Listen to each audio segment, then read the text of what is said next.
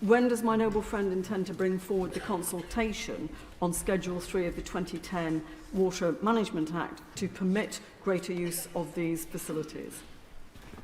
I've written to my noble friend to give her a detailed answer to that question, which is the same one she asked quite recently. And I want to just assure her that I asked if we really had to consult again, and apparently we do. It is a statutory requirement under the Flood and Water Management Act that we do, but I suspect that we will bring in those measures later this year. My Lords, the Office for Environmental Protection. To speak about the government's urgency, but I'd like to make reference here to actual policies and plans that have been delayed. I mentioned a few. This is not an exhaustive list. The horticultural peat ban, which was promised by this year, not here yet. The introduction of due diligence measures on forest risk commodities. The implementing regulations are still not before Parliament. The UK chemical strategy, which was promised last year. The deposit return scheme, which has just been delayed into whenever. And the replacement protections for hedgerows, which followed the loss of cross-compliance at the end of last year. That's just 5. Could you have a comment? I'd affirm on the issue of hedgerows to the noble Baroness the fact that an enormous quantity of new hedgerows have been planted, and we have 11,000 kilometres under new management of hedgerows as a result of our sustainable farming incentive. And on other measures, I'm very happy to write to the noble Baroness to tell her the timetable of when those measures will be brought in. On forest risk commodities, it is important that we are in step with other countries. We are absolutely determined to make sure that consumer can know whether the commodity they're buying is putting forests at risk. And the UK is a leader in making sure that that happens. Lords, the Office of Environmental Protection's annual report shows that the Environmental Improvement Plan, which sets out legally binding targets, is only meeting 4 out of 40 of them. With the OEP keeping legal action under active consideration, and the government taking almost a full year to respond to the first OEP report, and the Minister in the other place only saying that the government would respond in due course, can I ask the Minister to give a firm date when they will be providing a formal response to this serious report? The Environment Act requires the government to respond within 12 months, and we will respond considerably quicker than that. I'd just say to the noble lord, would he agree with me? I know he's asking me a question, but I'm proud that this is without doubt, without any measure of doubt, the greenest government there has ever been. I'm happy to be held accountable for all of these measures. But we have brought in a landmark piece of legislation in the Environment Act. We have brought in so many other measures that have addressed long-awaited needs in this environment, and we have, without doubt, got the greenest government ever. It's using the wrong benchmark. If it was to benchmark to, say, 13 years ago and look at the improvements, that would be a different matter than looking in the last couple of years. I don't understand the noble lord's position. Working off a baseline, we have to make sure that we are sharing data. We are publishing 800 pages of data so that the noble lord and NGOs and parliamentarians and others can hold us to account on this. We use an accepted baseline in order to show an improvement. No net loss by 2030, 10% improvement on that by 2042. Those are pushing targets. Been adopted by the noble lord the Minister is in stark contrast, 180 degrees opposite of that of the OEP report, which talks of Britain being locked in an irreversible spiral of decline of nature. Now, we have these, what the Minister calls landmark pieces of legislation. Can the noble lord the Minister put his hand on his heart and say that DEFRA has adequate capacity to deliver the absolute flood of material that needs to be done to get anywhere near delivering what the Minister is suggesting is needed? I think we can. We've put more resources into our agencies, particularly Natural England. We have a sense of complete determination to hit this, which comes from ministers and goes down to the Natural England or the Environment Agency individual who's dealing with a particular group of farmers. But For all the resources that we could put into government, we would fail if we doubled them. What is important is that we weaponise land managers and people who really know about this on the ground. And that is why clusters of farmers working together, for example, in environmental farming groups, is the way forward to deliver an increase in abundance of species, a protection of nature, which is not just an environmental matter, it's not just a societal one, it is an economic one as well, as the Dasgupta report proved. How is the programme going to provide shore power in our ports and harbours so that visiting ships do not have to run their diesel generators? A very good question from the noble lord, and I should always come armed with a list of marine shipping questions, which I haven't, but I will make sure that he gets an answer to that in due course. My lords, to implement effective policies, you need reliable and accurate data. But for water, if an incident is reported but not inspected or inspected too late, it becomes a category 3 or 4. The Environment Agency have reduced their responses to those categories, saying, you get the environment you pay for. With this in mind, does the Noble Lord the Minister have confidence that the official water pollution figures are accurate? And if he has doubts, what are the government going to ensure getting better monitoring? We came into government, we knew about 10% of the sewage outflows from water companies into rivers. We now know 100%. Because we required them to do that. Technology is our friend here. You're able to have telemetry, which can now do the work of hundreds of people in real time, producing a message to a phone which will require an instant response. And so I think we are much better equipped to deal with it. Is it perfect? No. My Lords, I would like to congratulate the government and my noble friend, who I know is passionate on protecting the environment and the need to do so. And I support his claim that this is the most environmentally friendly government we have had. Before 2010, no government took this matter particularly seriously.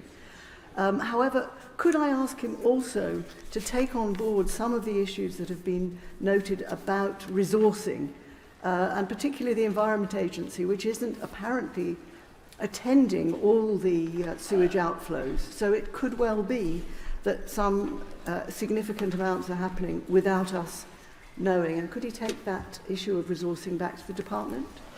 I thank my noble friend. And in my absolute belief in what we've achieved over the last decade and a bit, I'm absolutely not complacent. None of us are. And the OEP's report is really important. We set up the OEP to hold this government and future governments to account on this. And on the particular issue she raises, I would say that we have increased the number of Environment Agency officers who should and must respond to all such reports. And on water quality as a whole, we've put in place through our plan for water the most comprehensive list of measures possible to make sure that not only water companies but farmers, homeowners and others who are responsible for the quality of the water in our rivers are held to account when they get it wrong. Fourth oral question, Baroness Gohier. My Lords, I beg leave to ask the question standing in my name on the order paper and draw attention to my interest in the register.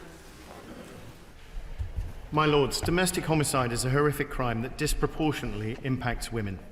The Home Office Homicide Index shows that 22% of the 249 female victims recorded between March 2020 to 22 were from minority ethnic groups. These groups are overrepresented in domestic homicide data when compared to the 2021 consensus. Preventing domestic homicide is a key government priority, and we have set out commitments to reduce it in the Tackling Domestic Abuse Plan. My Lords, the Home Office funded a project in 2020 based in the Vulnerability Knowledge and Practice programme, which confirmed that there is an overrepresentation of minority ethnic women in domestic homicide rates. The rates may well be higher because the police do not always record ethnicity data accurately. What has the follow-up been on that particular project? And would my noble Lord the Minister also agree to holding a public consultation or an inquiry to fully uncover the contributing factors to safeguard Black, Asian and minority ethnic women and girls? And would he be willing to meet with me to discuss that further? Well, my lords, as regards the specific programme, I am short on the detail, but in March 2022 we published the Cross-Government Tackling Domestic Abuse Plan, which invests over £230 million of funding into tackling this particular crime between the years 2022 and 2025. This includes over £140 million for supporting victims and £81 million for tackling perpetrators. As regards the domestic homicide review, there is work underway, actually, in order to review and improve and update the statutory guidance on that review. If the consultation on that is about to open, so if any peers are interested and would like to get involved in the consultation, please let me know and I will be happy to supply the details. My Lord, studies have shown that ethnic minority survivors of domestic abuse are much less likely to have previously been known to the police than white victims, often because of a wish to protect their partner from police rather than health interventions because of institutional racism. So what is the government doing to ensure, firstly, that all police are trained properly not to move to police intervention, but also to be able to signpost mental health support for all victims of domestic abuse? My Lords, the Noble Baroness asked a good question because we understand the importance of specialist services in providing tailored support that victims and survivors of domestic abuse need. The Home Office is funding over £2 million at the moment to the London Community Foundation, Peterborough Women's Aid, Diversity Matters North West and Sahara in Preston for 2023-24 and 2024-25 financial years through the Vaughan Specialist and Support Services Fund. This forms part of a programme called By and For, which is the government's commitment to provide these specialist services that are led, designed and delivered by and for the users and the communities that they aim to serve. My Lords, would my noble friend agree with me that part of the issues are the women from minority communities, probably the potentially the South Asian community, is language, and that before it even gets to the stage where we hope it doesn't get to is homicide, is to actually be able to get those women to be able to report.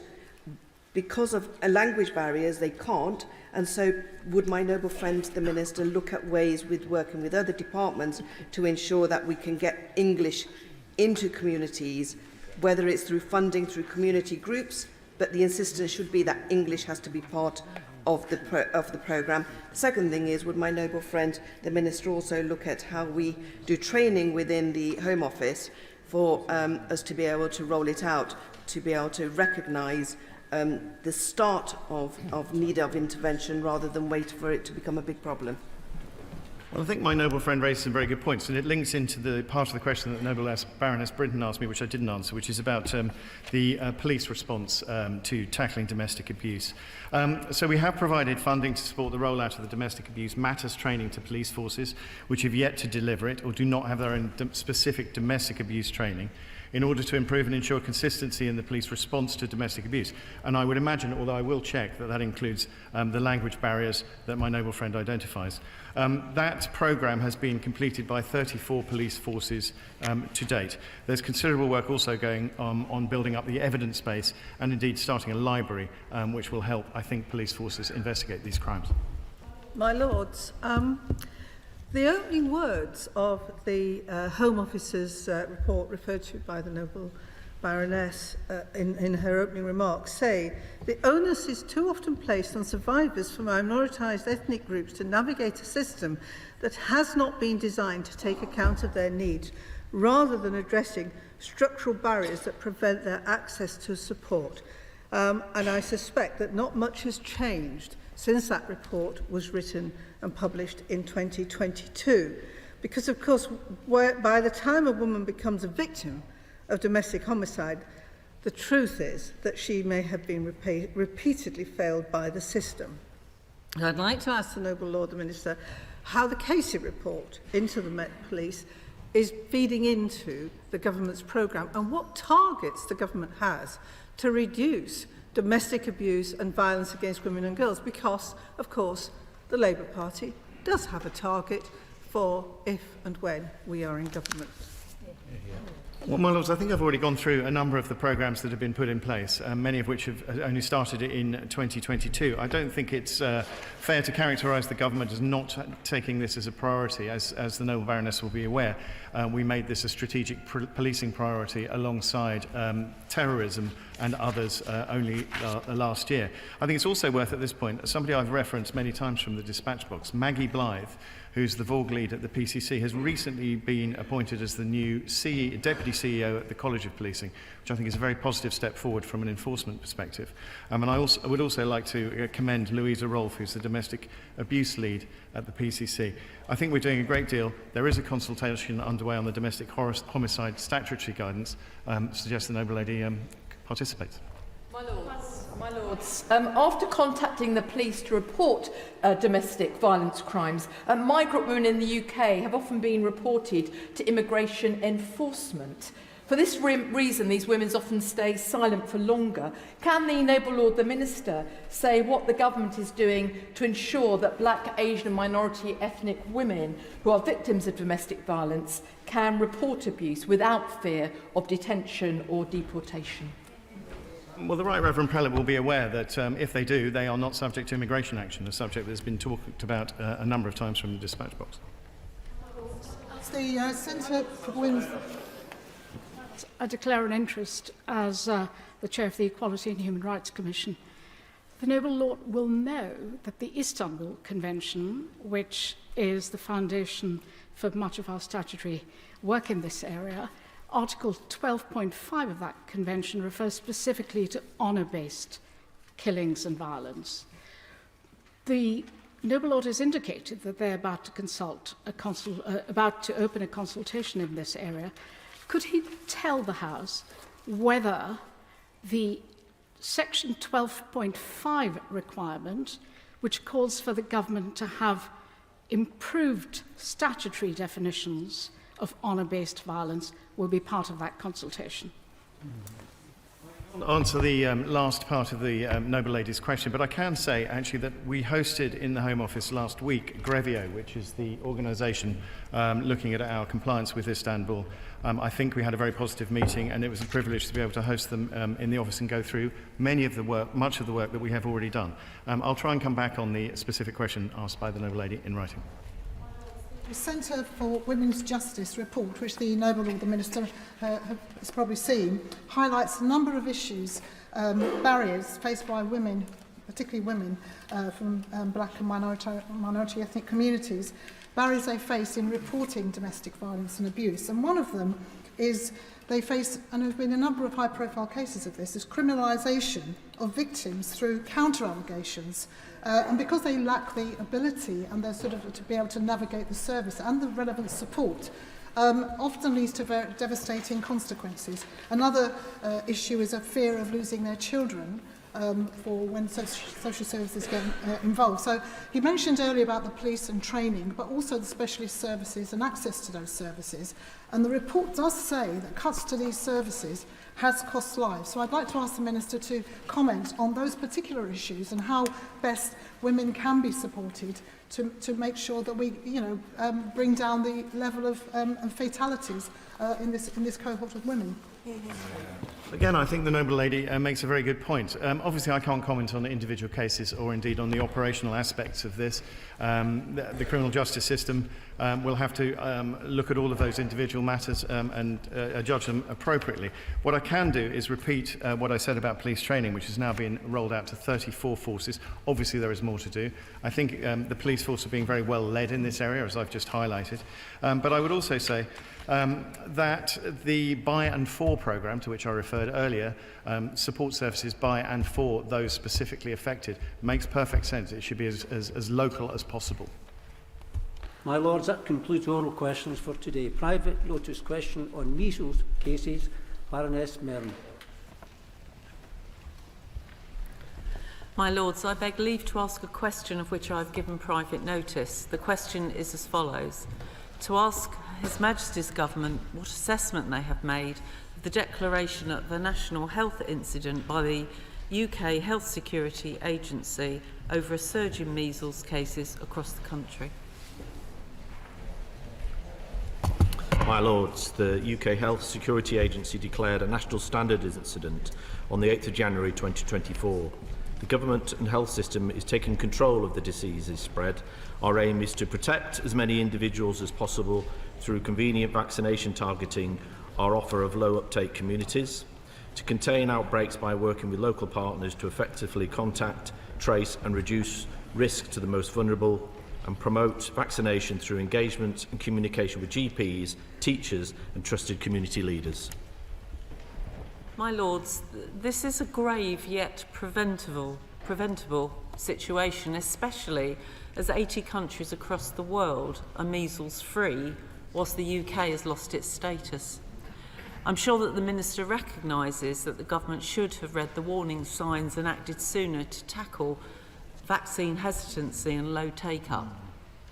So how will lessons be learned from the pandemic and be used to focus on the community's children and young people at greatest risk?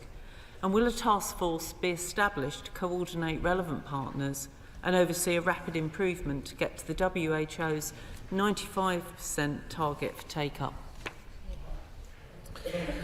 From 1st of January 2023 to the 30th of November 2023, there were 209 laboratory confirmed measles cases in England. Over 3/4 of these cases are from West Midlands, predominantly in Birmingham and Coventry. In the West Midlands, an NHS Integrated Care Board System Partnership Group has been establishing a regional response. Extensive local communications and engagement has been undertaken in the West Midlands alongside the immediate response to support uptake of measles, mumps and rubella vaccine. In terms of national support, nationally the UK Health Security Agency has established an incident management team to oversee the public health response to the outbreak. And the noble lady is exactly right. So this country has a proud record on vaccination prior to COVID-19, but there has been a decline in recent years since the pandemic, and we need to do more to get back our status. My Lords, there's a large group of adults in this country who have not been vaccinated against measles for a variety of reasons. Can the Noble Lord the Minister confirm that any adult who believes that they've not had the MMR vaccine can receive it free of charge on demand from their GP? And is he confident that there's enough capacity in the system both for the routine childhood immunisations and to make sure that when adults do the right thing and present themselves for vaccination, that they can receive one quickly?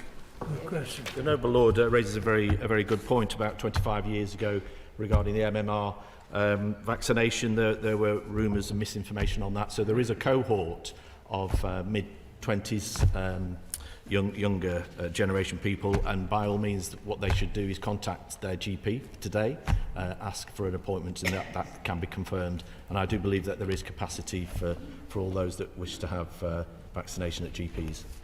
My Lords, would my noble friend work with community groups that I'm working with to be able to get the message around the importance of the measles vaccination? Because working with groups, what I have realised is, particularly since COVID, there is a fear amongst particular groups of getting vaccinations for their families, and maybe we need to have a look at how we can do a communication plan that is accessible for everyone. Well, I'm very happy to meet with the Noble Lady's community, and it is very concerning that certain segments of our community fear uncertainty or doubt about these very safe vaccines, and the government is working very hard with all sections of the community. But as I say, I'm very happy to meet with my noble friends, community leaders.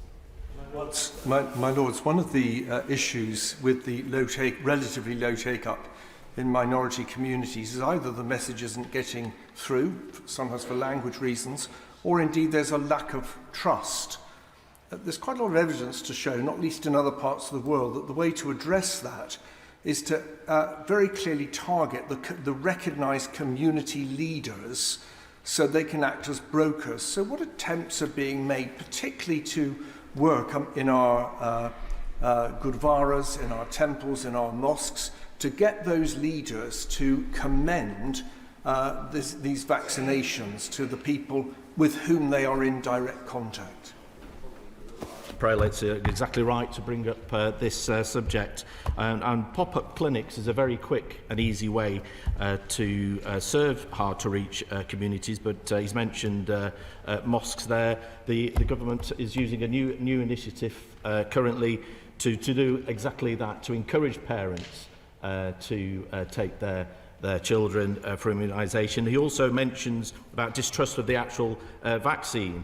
For example, there are different variations with different makeups. So for religious beliefs of using pig content, for example, there are alternatives to that. So there is no reason why anybody in this country shouldn't take this vaccine, but as the Right Reverend Prelate says, there are beliefs and we have to do more to encourage all sections of the community to take up this very safe vaccine.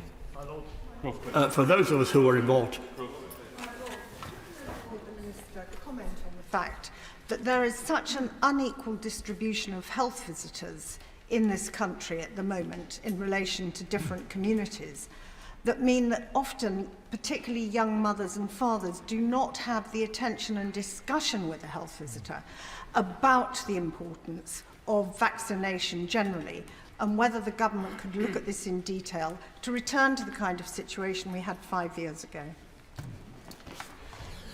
Well, it does vary across the country, and what is clear in certain communities, the more deprived sections of the community in the country, that those sort of communications aren't what they could and should be. But the message is to any young parents is if you have young children, contact the GP today and get your children vaccinated. my lords, for those who were involved in the vaccine reluctance programme 20 years ago or more, the major difficulty was that the simultaneous MMR vaccine had a stabiliser called thimerosal. And it was believed that thimerosal was the issue that led to adverse reactions in a number of young people. Could my noble friend confirm that thimerosal as a stabiliser has been removed? And I'm sure he can't answer it now, but could you write and put a copy of the letter in the library? I'm grateful to my noble friend for that question. He's absolutely right. I cannot answer that question to his specific point on the makeup of the vaccine, and I will write to him and place a copy in the library. But in terms of this particular MMR virus, it is perfectly safe. That's not to say that some individuals, a tiny proportion of individuals, may have an allergic reaction or whatever to it, but this is a very, very safe vaccine and can save lives. 11 months ago, there was a gathering in the Carlton Club of those who believed that vaccines are part of some great global conspiracy. This is an international problem of people undermining trust in medical solutions such as the MMR vaccine or COVID vaccinations or whatever else it is. Is this something that the government has been complacent about, perhaps because it is so many of their right-wing friends who support this particular nonsense? I accept the premise of the noble Lord's question, but what I can say is that the government is committed to tackling vaccine misinformation. This includes ongoing monitoring of vaccine uptake and attitudes towards vaccine in the UK Health Security Agency. The Department of Health has always worked alongside the NHS, other government departments and social media companies to develop innovative and effective ways to tackle anti-vaccine messaging and limit misinformation. The government also works with UKHSA and the NHS to support parents and ensure patients have access to up-to-date and accurate information on all vaccines delivered by the NHS and to identify and rebut false information. Ascertain why the vaccination rate in the West Midlands is so low in contrast to other parts of the country. My Lords, well, actually the vaccination rate in the West Midlands is below the national average, but it's not as low as it is in London. In London it's 75%, and in the West Midlands it's 80%, so it's not just the case of the West Midlands. As regards to why, there are many reasons for that. Large concentrations of social deprivation, transient communities and misinformation brings that all to a very low, unacceptable uptake in vaccination. It takes fallen behind for childhood vaccines. It's actually the majority of childhood vaccines recommended by the WHO. Last year, the House of Commons Health and Social Care Committee published a report with a large number of recommendations on how to catch up on these important vaccinations, including the deployment of retired clinicians and nurses to increase the capacity. Those recommendations have been largely ignored. Would my noble friend the Minister please advise me whether the Government is inclined to re-look at that important report and implement some of its helpful suggestions? Well, I'm grateful to my noble friend and his helpful suggestions. I haven't got an answer to his question here and now, but I'll certainly feed that back to the department. Well, it's extremely difficult to influence public opinion when people get this misinformation that's floating around and they latch onto it. One way of combating it is by using different techniques to get to the public. I wonder whether the security agency has engaged with PR companies, whether they have used IT, whether they're using TikTok and various other things which I know nothing about, but which do seem to influence public opinion. The Noble Lord raises a very, very good point, such as modern communication tools such as TikTok, where young people use that. But, my Lords, collective memory of this dreadful disease that our parents, my grandparents used to talk about, measles in the first half of the 20th century, how debilitating it can be, ruining lives, affecting babies' ability to see and hear. And so it's a success story. We almost eradicated this disease in 2015, but the collective memory means that it's perfectly safe in some people's eyes. Misinformation that not to take this vaccination is a safe thing to do. It's not a safe thing to do, and we have to do more, including through social media, to make sure that young people realise to get their children vaccinated. My Lords, NHS England is recommending that GP surgeries, all our staff who deal with patients with suspected and confirmed cases of measles, which given the symptoms means a large number of patients, that they all wear PPE. Is the Noble Lord the Minister confident that there's enough supplies of PPE, and the extra cost of that PPE, do the GPs have to bear that cost, or is there going to be support from the centre to ensure that cost is covered? Well, Noble Lady asks a very important question about PPE. I'm not aware that there's an issue in GP practices when meeting patients from within their community to discuss about vaccinating their children. I'm not aware of any issues.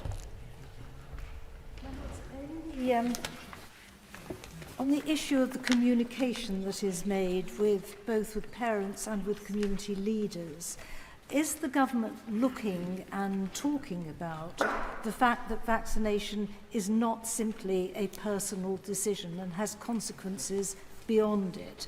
One of the things that I think has gone away from public consciousness is the fact that a decision not to vaccinate a healthy child in one's own family can have catastrophic effects for immunocompromised children in other families and children who cannot medically be vaccinated.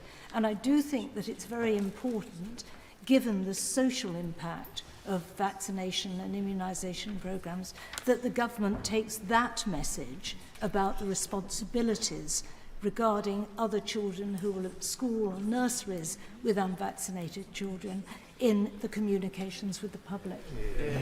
Well, I wholeheartedly agree with the Noble Lady. She raises a very, very important point. It's a decision for parents to make about their child, but it's also about that child that goes to school and the children within their class, and also to wider society. And as I said just to a previous answer about that collective memory of what a terrible disease it is, for those young people outlined by the Noble Lady, it's really quite simple. I say again, for anybody with young children that's not been vaccinated or thinks they've not been vaccinated, contact your GP and arrange a vaccination visit. My Lords, in Germany, children cannot attend schools if they have not had a measles vaccination. In France, Italy and some other countries, such vaccinations are compulsory. Will the government introduce such legislation here? Well, Noble Lord asks a very good question, and in terms of Germany and France, That's Germany and France and how they deal with their children. This is Britain, but I will take that suggestion that the noble lords put forward back to the department, and I'll write back to him. My Lords, we now come to some instruments previously debated in Grand Committee. Online Safety List of Overseas Regulators Regulations 2024 Viscount Cameros. My Lords, I beg to move the motion standing in my name on the order paper. This motion be agreed to. As many as are of that opinion will say content. The contrary not content. The contents have it. Wine Amendment, England Regulations 2024. Lord Harrell. My Lords, I beg to move the motion standing in my name on the order paper. The question is that this motion be agreed to. As many as are of that opinion will say content. The contrary not content. The contents have it. Public offers and admissions to Trading Regulation 2023, Baroness Swinburne. My Lords, I beg to move the motion standing in my name. I beg to move the motion standing in my name on the order paper. Question is that this motion be agreed to. As many as are of that opinion will say content. The contrary not content. The contents have it. Motion for debate, agreement between the UK and Rwanda on an asylum partnership to be debated with one other motion. Lord Goldsmith. My Lords, there are two motions in my name on the order paper. I shall speak to both. The first asks the House to take note of the fourth report of the International Agreements Committee, which I have the honour to chair. The report addresses the UK-Rwanda Asylum Partnership Agreement, known as the Rwanda Treaty. The second motion invites the House to agree with the committee's unanimous conclusion that the government should not ratify the treaty until the protections it provides have been fully implemented, since Parliament is being asked to make a judgment based on the treaty about whether Rwanda is safe. Both motions are tabled on behalf of the committee, not on behalf of the Labour Party. The second motion engages Section 20 of the Constitutional Reform and Governance Act 2010. I will explain the significance of this and comment briefly on the statutory framework under which the committee's report was produced, before turning to the substance of the issue. Now, the mandate of the International Agreements Committee is to scrutinise treaties laid before Parliament which the government proposes to ratify. Section 20 of the Constitutional Reform and Governance Act, or CRAG, gives Parliament 21 sitting days to review a treaty. The main essentials of the process for parliamentary scrutiny of treaties have not changed for 100 years, since 1924, when Sir Arthur Ponsonby, Minister in the Foreign Office, made a commitment that the government would lay all treaties before Parliament for 21 days before ratification. CRAG codified this practice in legislation, but did not substantially alter it. The International Agreements Committee has previously reported on a range of deficiencies in the CRAG scrutiny process. Well, this is not the occasion to debate those in detail, but the committee's current report does highlight consideration of the Rwanda Treaty brings into sharp focus the inadequacy of a 21-day scrutiny period for reviewing treaties of significant public interest and political importance. Our task in this case was made more difficult by government delays in publishing key information and providing responses to our inquiries. Our consideration of the Rwanda Treaty also highlights the limits on Parliament's role in the scrutiny of treaties, which is weaker than in many other countries. If either or both houses wish to express concerns about a treaty, Section 20 of CRAG provides that they must pass a resolution before the end of the 21-day period that the treaty should not be ratified. If the House of Commons passes a Section 20 motion, the government must lay a statement and wait a further 21 days before it can proceed. That process can be repeated, which means that in theory, ratification could be indefinitely delayed so long as the Commons continues its objections. The government, however, can override a Section 20 motion passed by this House. My Lords, this is actually the first occasion since CRAG came into force in 2010 that either House has considered a motion under Section 20 of CRAG, which perhaps illustrates both the inadequacies of the current framework for treaty scrutiny in general and the specific concerns which the committee has about the way the government has proceeded in relation to the Rwanda Treaty. I will expand on this as I address the substance of the report. The treaty was negotiated between the UK government and the government of Rwanda as a response to the judgment of the Supreme Court on the 15th of November 2023 that the government's policy of sending asylum seekers to Rwanda was unlawful. The Supreme Court found, relying heavily on evidence from the United Nations High Commissioner for Refugees, that there were deficiencies in Rwanda's asylum system and evidence of refugees being sent onto unsafe countries, a practice known as refoulement, in breach of Rwanda's international obligations.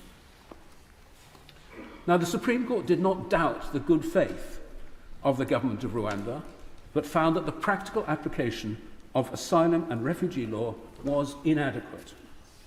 On this basis, the Supreme Court concluded that there was a risk of refoulement in relation to any asylum seeker sent by the UK to Rwanda.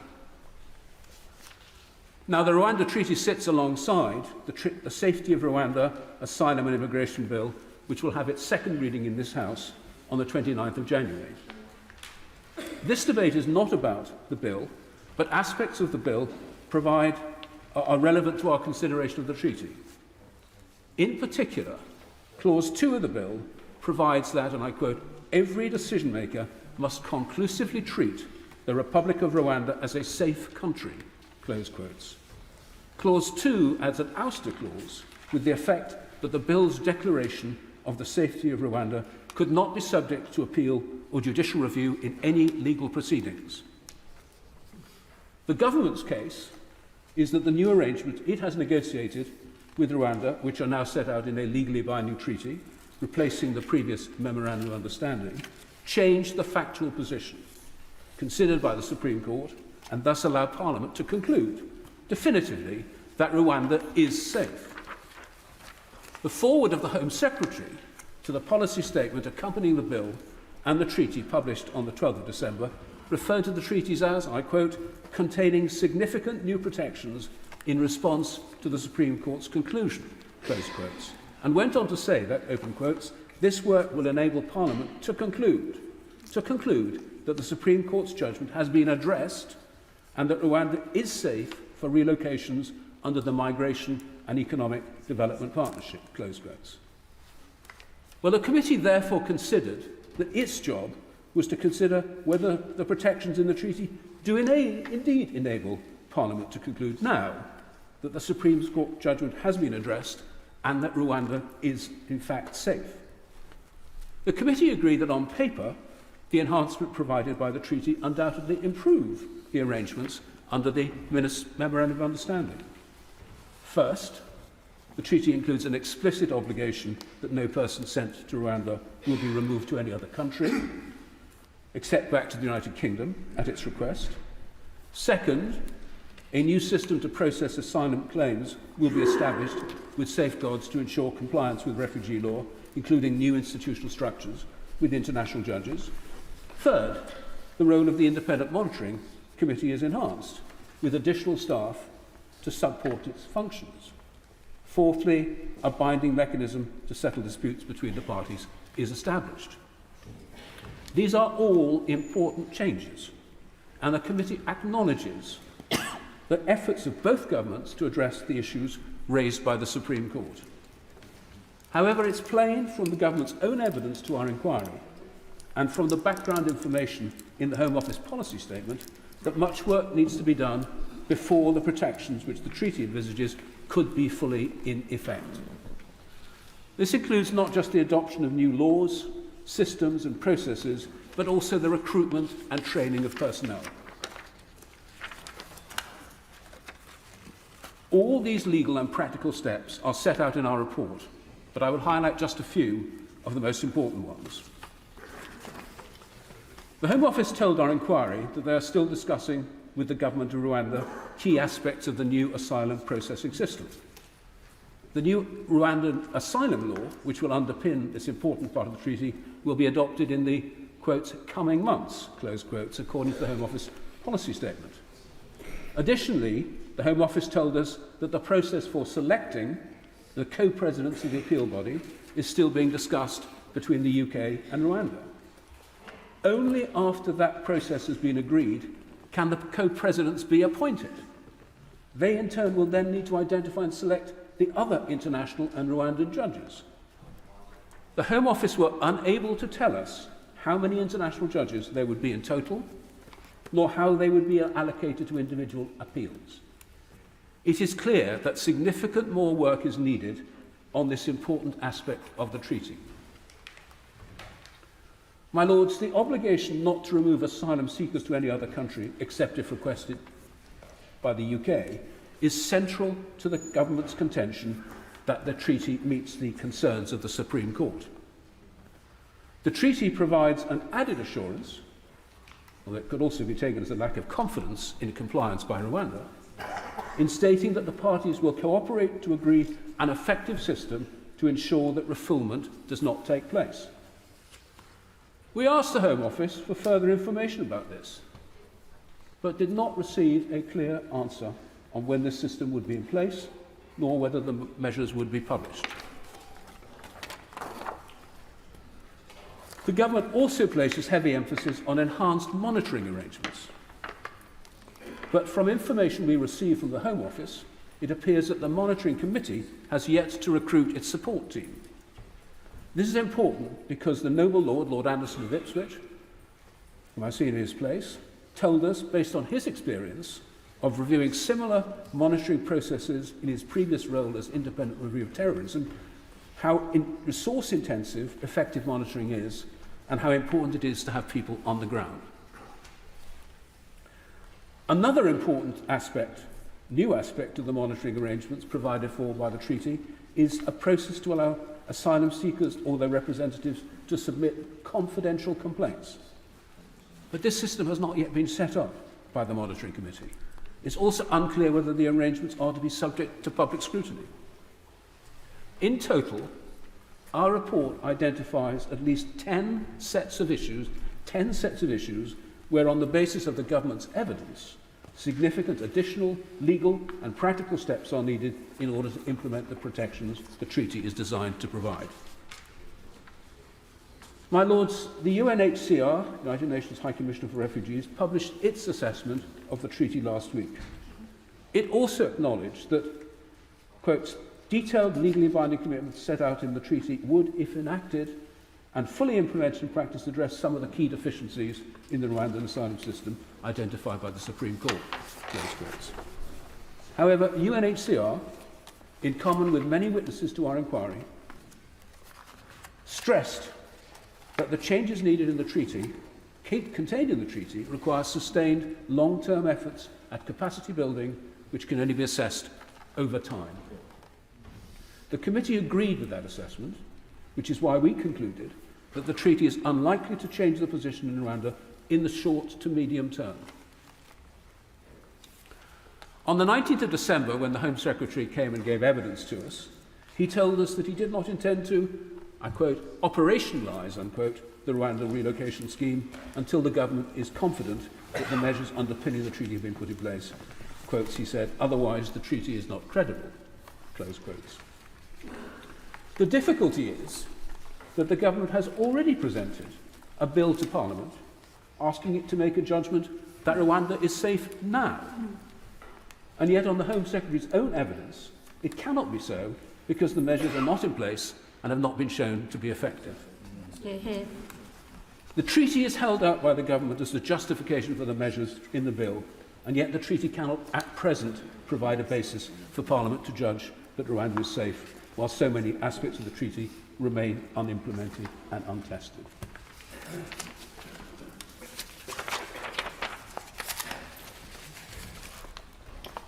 My Lords, when the United Kingdom ratifies a treaty, the long-standing practice of government is to ensure that all necessary implementing measures are in place before the government proceeds to ratification.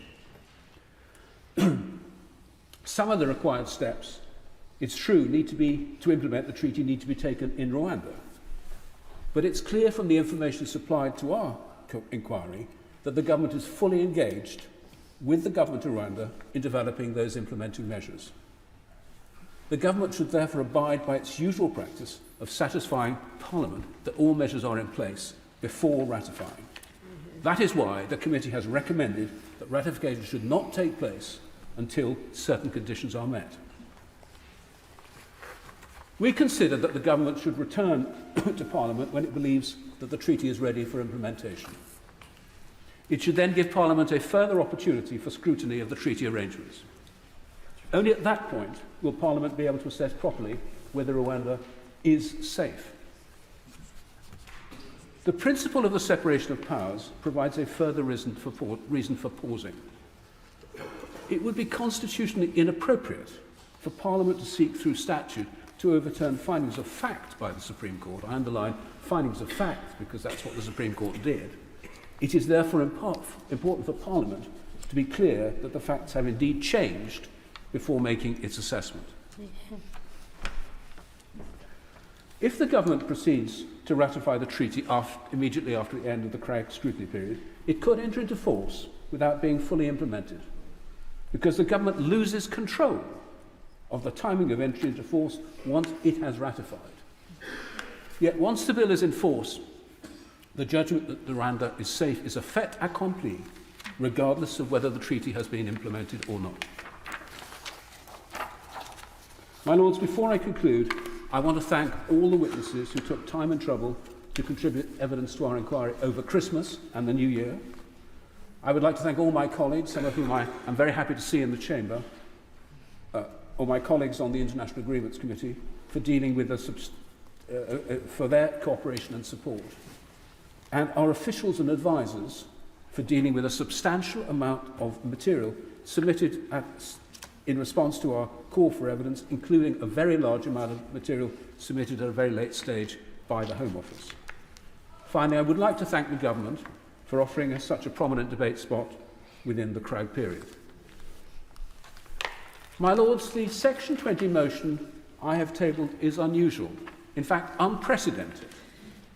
We are not saying that the treaty should never be ratified, but we are saying that Parliament should have the opportunity to scrutinise the treaty and its implementing measures in full before it makes a judgment about whether Rwanda is safe. And as the Government proposes in its bill that the courts will be precluded from considering whether the Supreme Court's concerns have been addressed, it is now for Parliament alone to make that assessment. It is the unanimous view of the International Agreements Committee that we need first to see the protections fully implemented and working.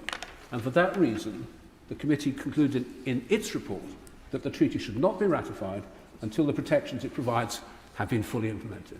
My Lords, I beg to move. Yeah. The question is that the first motion in the name of Lord Goldsmith be agreed to. My Lords, the Noble Lord Goldsmith presided with very great skill over this report on an extremely difficult set of issues, as he has described in the last few minutes. Let me just observe here, before I add an additional comment, that we are concerned with a small but dangerous and damaging part of a much, much wider picture. When I say small, I have in mind one estimate which suggests there are about 60 million people in Africa and the Middle East and Central Asia who even now, at the present situation, wake up each morning considering migrating and mostly heading for Europe. And indeed, of course, there are between 5 and 6 million migrants already in Turkey. That's just a start. There is also the fact we have to lay beside that 90% of the world's territorial surface has no inhabitants at all. So what I'm really saying is there's something badly out of balance with this entire scene and the adjustment of handling migration and refugee problems in the totally changed conditions of the 21st century. Nevertheless, having said that, the urgent problem remains for us how to halt the appalling trade and tragedy of illegal immigrants coming by extremely dangerous means into the United Kingdom. Now, as the Noble Lord has made clear, the report is not, of course, about the Safety of Rwanda bill, which I think comes before the House next week, and should, in my view, be agreed and passed when it does, as quickly as possible. But it does include, the report does include useful advice when it comes to signing the subsequent treaties, which is advice which I think is worth taking note of, and I hope the government takes note, and which will assist in ensuring the whole process works effectively and serves its various purposes. Also, I'm glad the report is free of the rather patronising tone one hears in some comments about Rwanda and its judiciary and legal systems, as though it could not possibly have high enough standards. I can understand the Rwandan government's exasperation, and that of senior legal figures there, at the implication that their system somehow has got to be reinforced, made over, and renewed to bring it up to scratch and be called safe. Despite a very dark past, Africa, and particularly Rwanda, has changed radically. Rwanda, I think, most rapidly of all in the last few decades, and we need to keep that in mind in making our judgments. Also, people forget that Rwanda is not only evolving into a modern state, but is a signed-up member of the Commonwealth in its charter, which insists on full respect for the rule of law and human rights. So the first motion is one that I hope the House will find really useful. The second motion also rightly urges that the normal CRAG processes, that's Constitutional Reform and Governance Act, for which the parliamentary scrutiny period appears to expire next week, actually, on the 31st of January, but I may have that wrong, should be properly observed by Parliament, which would surely be wise, and I hope is not in question. And that, of course, raises much broader questions, which the noble Lord touched on, about the severe defects in our entire committee system for holding the executive to account, despite all the excellent, noble work which the clerks undertake. Every other parliament I know, and I have visited very many, as have many of my colleagues, of noble lords, every parliament I know which seeks to run a democracy has a far stronger committee scrutiny power system for treaties and indeed for everything else than we have here. We have to face it, hopelessly behind in the digital age in this area of scrutiny. But I do accept that is a debate for another day. But, my lords, the last phrase in the second motion about Parliament having to make a judgment, to which the noble Lord also referred, about whether Rwanda and its legal system are, quote, safe, unquote, is the bit that worries me most, and which I realise runs through the whole debate. I just have to ask, colleagues, what does safe mean? Is it it is an entirely subjective concept, and always will be. In our own judicial system, is that safe? I don't know. Not sure that all our postmasters would agree about.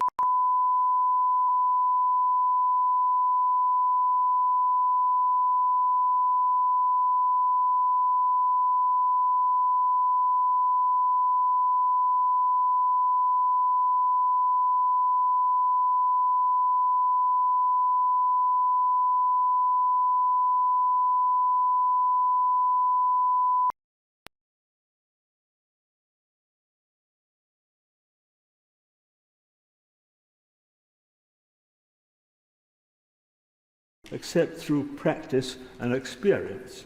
That is the point. If it only comes through practice and experience, we will have to wait, put it into place, and see how it goes.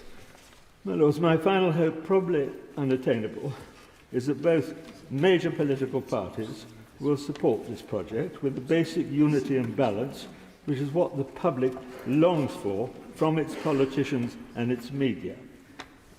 In combination with an internationally collective all-out attack on the revolting smuggler parasites, thereby saving the lives of many sad and frightened people.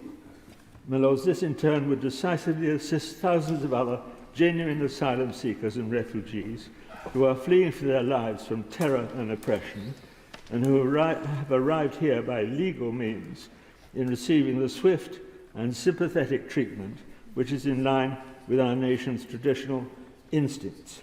It would also give us a breathing space to work out together and with all our neighbours and allies how on earth best to cope with the vast coming wave of migration which no national government alone can begin to handle. But perhaps, my Lords, that is too much to hope for right now. My Lords, it's an enormous pleasure to follow the two noble lords, and in particular my noble and learned friend. And I congratulate him, not just on his remarks, but I really congratulate the whole International Agreements Committee, a cross-party committee, on, amongst other things, the succinctness and clarity of this report, which I hope we will all take as a model for the vital work that the committees of your Lordship's House do.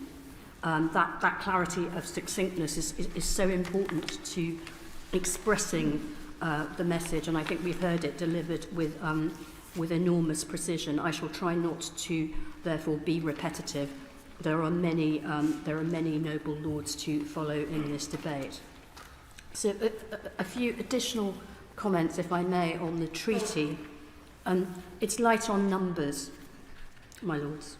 So the actual numbers of asylum seekers that would be transported even to Rwanda under this scheme is not there. Now, these numbers may exist in some private communications between the two states, but they're not in the treaty. But what is in the treaty, my lords, is the suggestion that it would be for the Republic of Rwanda to make a case-by-case judgment on accepting each individual asylum seeker, which is very interesting because amongst other things that would mean that the Republic of Rwanda would get to do a case-by-case assessment that is now not possible by any minister or official or court here in the UK. I find that strange. I would also comment on this question of whoever comes back under this treaty, whoever comes back to the United Kingdom from Rwanda. Now, there's a lack of clarity here, but I understand that ministers in the other place have commented that those who commit crime, having been sent to Rwanda, those who commit crime there would be sent back to the United Kingdom, which again smacks of not a little irony, because it would mean that criminals could come back to the United Kingdom but not recognised convention refugees under the scheme, which is a slightly odd view of deterrence, in my view, which we repeatedly hear is the government's ambition here. What kind of deterrence, my lords, is that? Some might even suggest there's a potential perverse incentive to commit crime if you actually want to end up in the United Kingdom. I am, of course, conscious of the Prime Minister's recent remarks, the special press conference that he held last week for the benefit of your lordships. We're always available, I think, for anyone who wants to come and have a chat, but if they want to do it by press conference, so much the better. And much was said about the will of the people, which is this phrase that has gained so much currency in the very polarised and difficult recent years in our country. A lot is said about the will of the people, as if this is something that a charismatic or less charismatic leader has a sort of direct telephone line to, or perhaps not even telephones anymore, perhaps it's telepathic. And I would suggest, my lords, that instead of there being this sort of telepathic connection between any individual leader and the will of the people, in a constitutional democracy, as we've heard outlined, it is Parliament that will reflect to the best of its ability the will of the people, and certainly represent people in this country, but also champion the rule of law. And of course, as we've heard from my noble and learned friend, in the Safety of Rwanda Bill itself, it is being suggested that Parliament is now of the view that Rwanda is safe. So everything hinges on Parliament, the courts having been ousted. And so it seems to me that if Parliament is going to step up to that awesome responsibility, even more awesome than usual, the courts being ousted from their usual fact-finding role in relation to the anxious scrutiny of individual refugees' cases and fundamental rights. If that is going to happen, Parliament better be pretty sure that Rwanda is safe. Now, Noble Lord Howell questioned this concept of safety and what is and isn't a safe country, but I will remind him that even the government has used that formulation because of course, in Clause 1 of the Safety of Rwanda Bill, it is clearly stated that this Act gives effect to the judgment of Parliament that the Republic of Rwanda is a safe country. And that concept, difficult or otherwise, is a recognised concept of international law in relation not just to the Refugee Convention. I remind noble lords that that many of us and many jurists internationally now believe that non-refoulement is so vital to the international rules-based order that it has become a principle of customary international law. In other words, binding countries even who do not recognise the convention. That's how important this concept of safety and non-refoulement actually is. So, like it or not, difficult to debate or not, safety is in the bill, and it is for Parliament to be very, very sure before deeming these new facts, which goes back to another part of the Prime Minister's rhetoric. So we had the sabre rattling about, the unelected House of Lords will have to do the right thing. But there was another part of his address that was less strident, if I might put it like that. And that's where he said, we have addressed the Supreme Court's concerns. So that was the softer side, that was the good cop next to the bad cop. We have addressed the Supreme Court's concerns. Now, if Parliament is to address the Supreme Court's concerns, my noble and learned friend and his committee must be listened to, because everything that they and he have said, with all due respect to our Commonwealth partner in the Republic of Rwanda, is triggered not on what we say, what we deem with the flick of a pen, but the legitimate and totally noble aspiration that Rwanda, and perhaps even Britain, perhaps we'll all become safer, but it is that greater safety in the future that the Supreme Court, not a foreign court, let alone an international court, but our own United Kingdom Supreme Court called for. And that is what my noble and learned friend and his committee are suggesting we should test. And if I may say so, his comments on the contradiction between current safety and the Home Office evidence to his committee, that, if I may say so, was perhaps the most devastating part of his argument. Finally, my lords, before all the lectures about unelected second houses, etc., I do think on matters of the rule of law, your lordships have a part to play. And especially in a country with an unwritten constitution, a Human Rights Act, a modern Bill of Rights that is not entrenched, and where even the highest court in the land, our Supreme Court, does not have the strike-down powers that other democracies reserve for their constitutional or highest courts.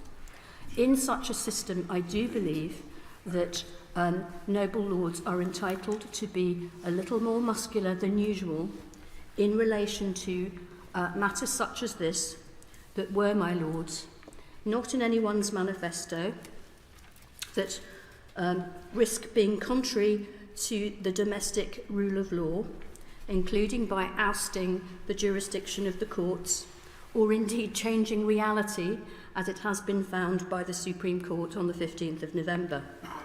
A little muscular in relation to matters that risk breaching international law, again as found not by a foreign or even international court but by the highest court in our land, that risk breaching human rights that have been baked in to the hard-won and precious Good Friday Agreement, and all this in what may or may not be the last days of a government, where the temptations to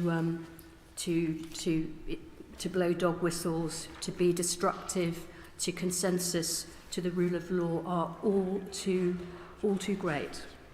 So for those reasons, my lords, I hope that your lordships will approve my noble and learned friends' motions.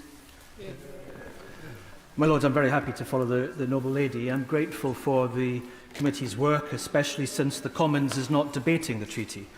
These benches agree with the conclusions of the cross-party unanimous report and will support the motions. I'm grateful also to the Minister for the comprehensive reply to a letter I wrote to the Foreign Secretary in December. I'm grateful for his fulsome response. Some outside the House may say that we are going to be approaching our work in a constitutionally unusual way over the coming weeks. The government is insistent that we are constituted the way we are with the powers that we possess. But for some, we shouldn't use them in some form of appeal to the Lord to make us good at scrutiny, but not yet. We will do our job and we will scrutinise properly. And we will do so on the treaty also. It builds on the MOU in certain areas with clarity, I accept, but in most other areas with assertion and optimism.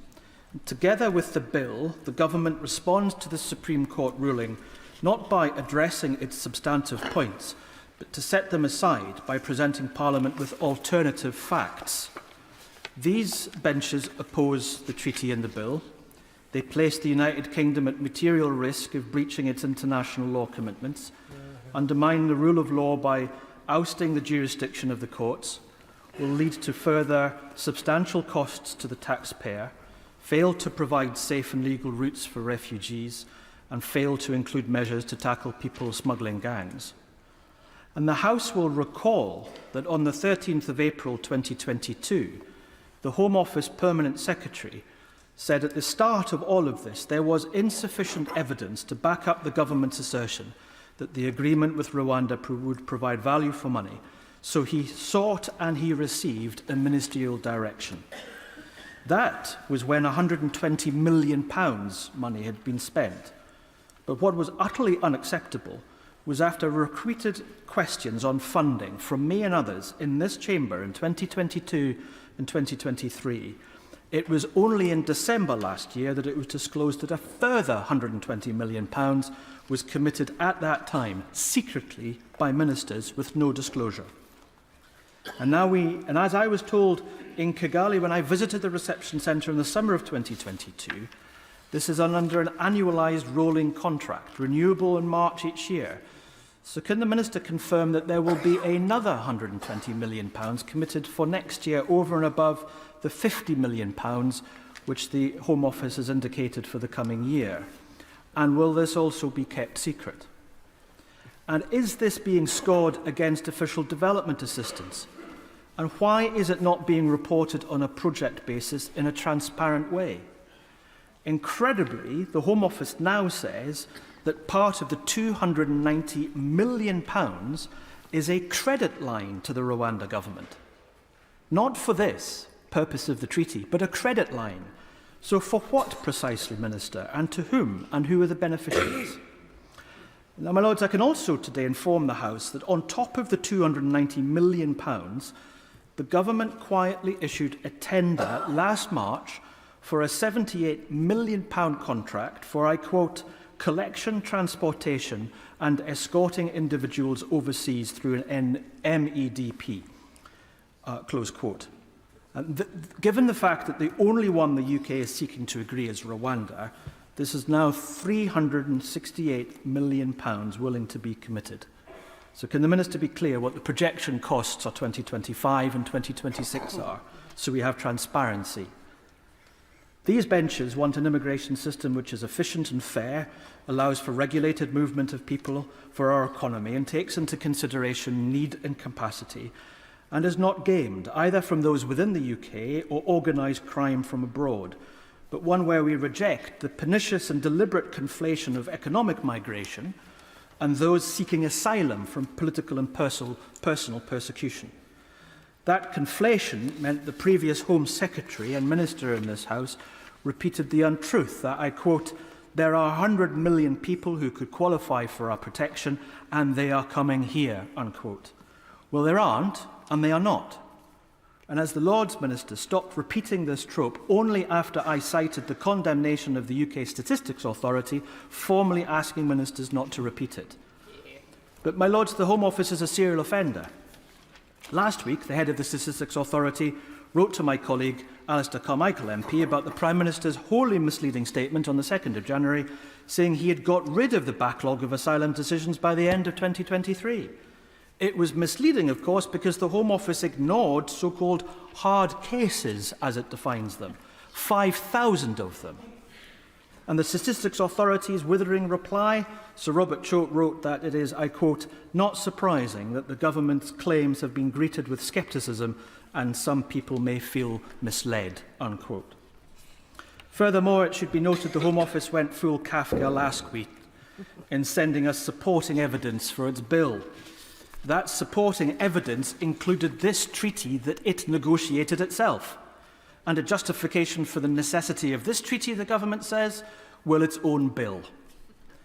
And part of the pack, there is also an updated country note for Rwanda too, which updates one which had just been published last spring. But the one with barely dry ink was slightly inconvenient, as it said a little too much about Rwanda's human rights records and problems in processing asylum. So now the language on human rights is eased, massaged and sanitised. I emailed the Independent Inspectorate, tasked with reviewing the country note, and was told that they had not yet concluded a review of the previous one to verify it, but the government, so eager to change the conclusions, didn't even wait for the evidence from its own independent inspection body. All these aspects get to the central part of the issue, and it's why we must verify the treaty assertions before they are brought into force. The Supreme Court's ruling was clear in paragraph 104. It says, I quote, "The matters which we have discussed are evidence of a culture within Rwanda of, at best, an adequate understanding of Rwanda's obligations under the Refugee Convention." And as Lord Goldsmith said, the UNHCR position on both Rwanda's insufficient processes, the UK MOU and now the treaty in bill are also clear, and they are responsible for interpreting the convention. But the government has sought to undermine the UNHCR. On the 24th of May last year, the Minister, Lord Murray, in his place, told the House, I quote from Hansard, "The UNHCR is clearly a UN body. It is not charged with the interpretation of the Refugee Convention," close quote. Paragraph 65 of the Supreme Court ruling said, "The first relevant factor is the status and role of the UNHCR. It is entrusted by the United Nations General Assembly with supervision of the interpretation and application of the Refugee Convention." There can be no stronger rebuttal of the government than that. The Supreme Court also stated, "It is also apparent from the evidence that significant changes need to be made to Rwanda's asylum processes as they operate in practice before there can be confidence that it will deal with asylum seekers sent to it by the United Kingdom in accordance with the principle of non-refoulement. The necessary changes may not be straightforward, as they require an appreciation that the current approach is inadequate, a change of attitudes, and effective training and monitoring." Now, I asked the government with regards to its treaty commitment on refoulement. The Minister replied to me in his response when I asked about the proposed mechanisms when they will be ready. The Minister said to me, "This mechanism is in development and will be in place once the partnership is operational." In development, and a process which may be extended with unlimited extensions. So I want to ask the Minister, does "will be in place once operational" mean that they will need to be in place before it becomes operational, or will be put in place after the treaty is operational? Because it's unclear, and the Minister needs to be clear. And equally opaque, the appeals process, which is fundamental to the Court's ruling, and this is covered in Annex B in the treaty. And given that these need to be in place in advance of the agreement coming into force, I asked the Minister, when will they be operational? I asked for a planned date. The reply, the price, with regards to the judges appointed, the precise number of judges and precise mix of nationalities is being considered by the UK and Rwanda government. The process of selecting the co-presidents is being developed by the UK and Rwanda government, and we will set this out in due course again, and is being considered and is being developed. I asked the government, when it comes to the training of the judges, which the treaty says will have to be in place, and when the training will be complete. Again, it is being discussed. My Lords, Article 14 also commits to Rwanda security service officers, which they can term as liaison officers, to be part of the UK asylum process. And the treaty says, I quote, including the screening of asylum seekers, close quote. This is quite extraordinary, given the UK has provided asylum to 6 Rwandans after the government had stated that Rwanda was a safe country itself. And there is no treaty restriction on the limits of the access to the operational processes of the Rwanda security services in screening UK asylum applications. And given the fact that I was monitored and then spied on after meeting an opposition leader who I met in Kigali, I say to the Minister with great seriousness, I feel this section needs very careful consideration. And finally, my Lords, Article 19 covers the point with regards to the Noble Lady referenced of the resettling of asylum seekers currently in Rwanda to the UK.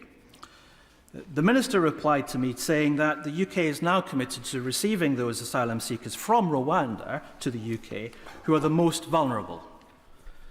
If Rwanda cannot accommodate vulnerable asylum seekers in Rwanda, why is the government proposing to send vulnerable asylum seekers to Rwanda? But I also asked how many. This is what the government said. As the partnership is not yet operational, we have no figure or specific information to provide to you as the number of non-Rwandan refugees who may be resettled in the UK or their circumstances. We expect this number to be small.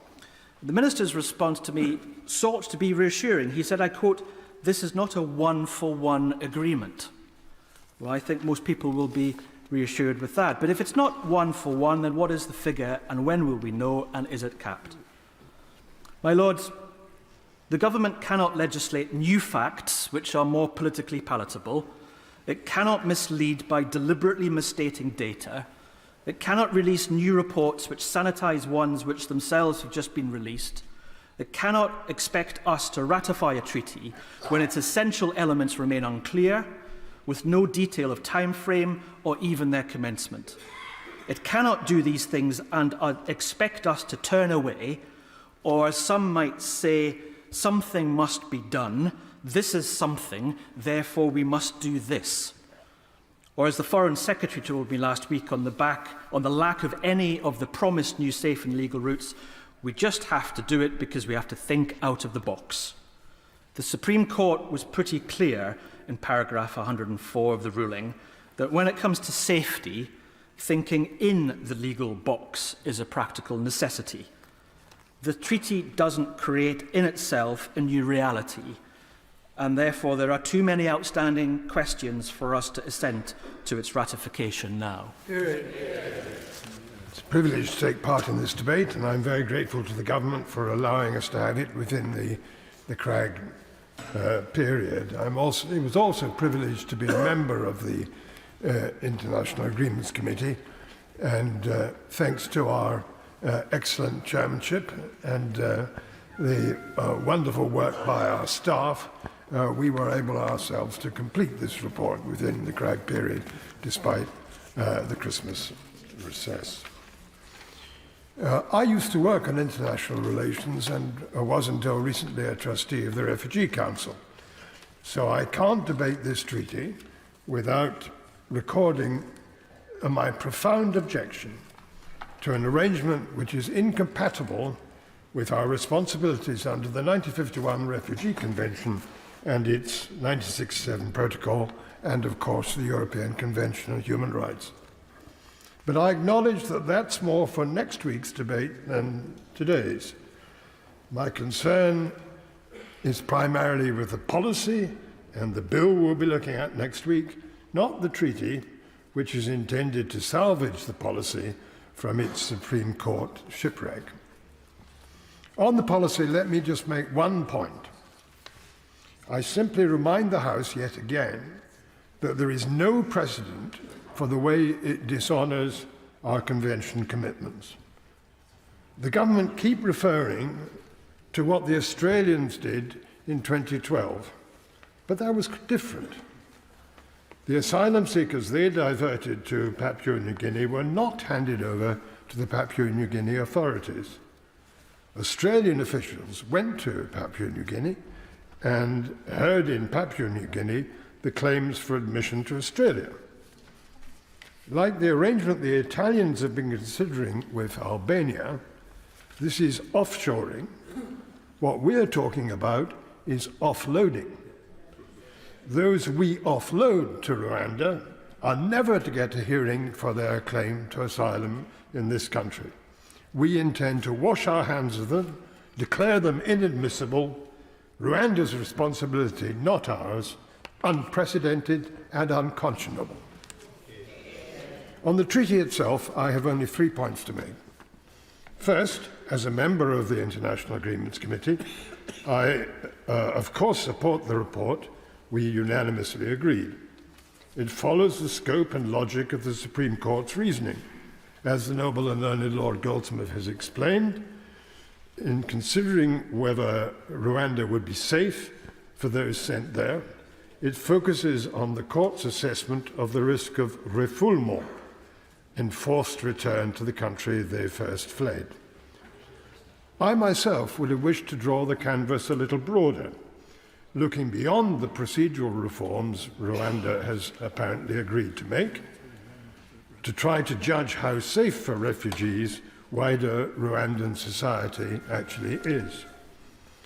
Without looking back to the genocide 30 years ago, when over 500,000 in Rwanda lost their lives, I might have noted, as the Supreme Court did, that only 3 years ago, our government was criticizing the Rwanda government in the UN Human Rights Council for, and I quote, extrajudicial killings, deaths in custody, enforced disappearances, and torture.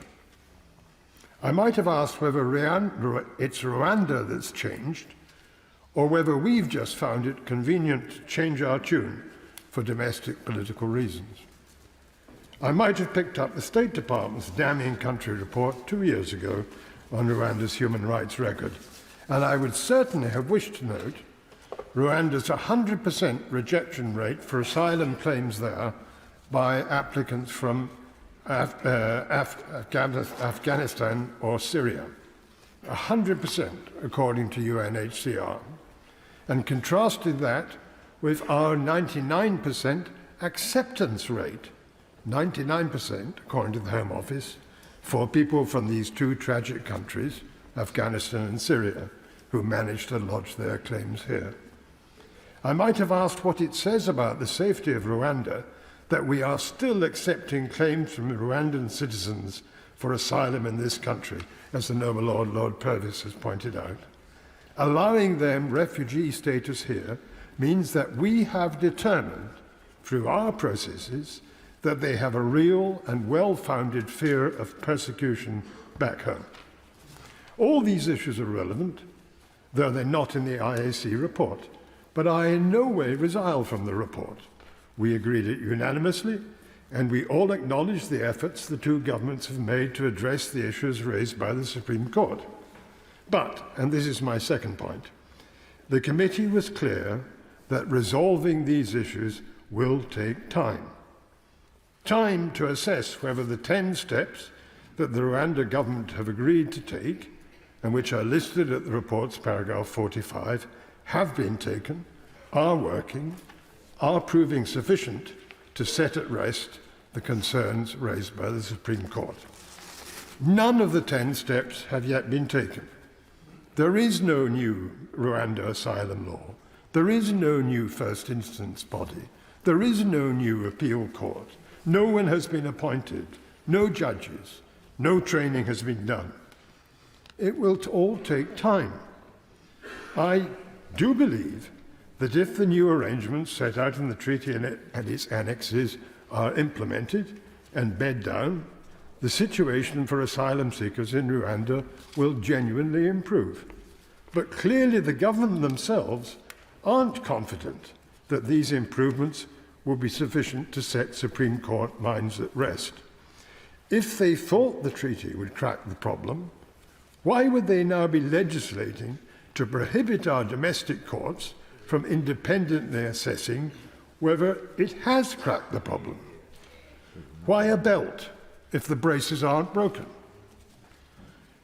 Point 3. Article 10.3 of the treaty states that no one we have transported to Rwanda can be sent on to a third country. Whether or not they've asked for asylum in Rwanda, whether or not asylum in Rwanda has been granted, they can't be sent on. The only place they can be sent to is back here, if we decide we want them back. Now, in the face of that, that's a reassuring failsafe if the new procedures prove inadequate to prevent removal to a third country. Well, actually, no. Because, as the report points out in paragraph 37, Article 10.3 of the treaty goes on to lay on us and Rwanda an obligation to agree an effective system, I'm quoting this treaty language, to agree an effective system to ensure that removals don't in practice occur and to check on where the refugee in question now is. Hang on. That's the clock striking 13 times, casting doubt on all that's happened before.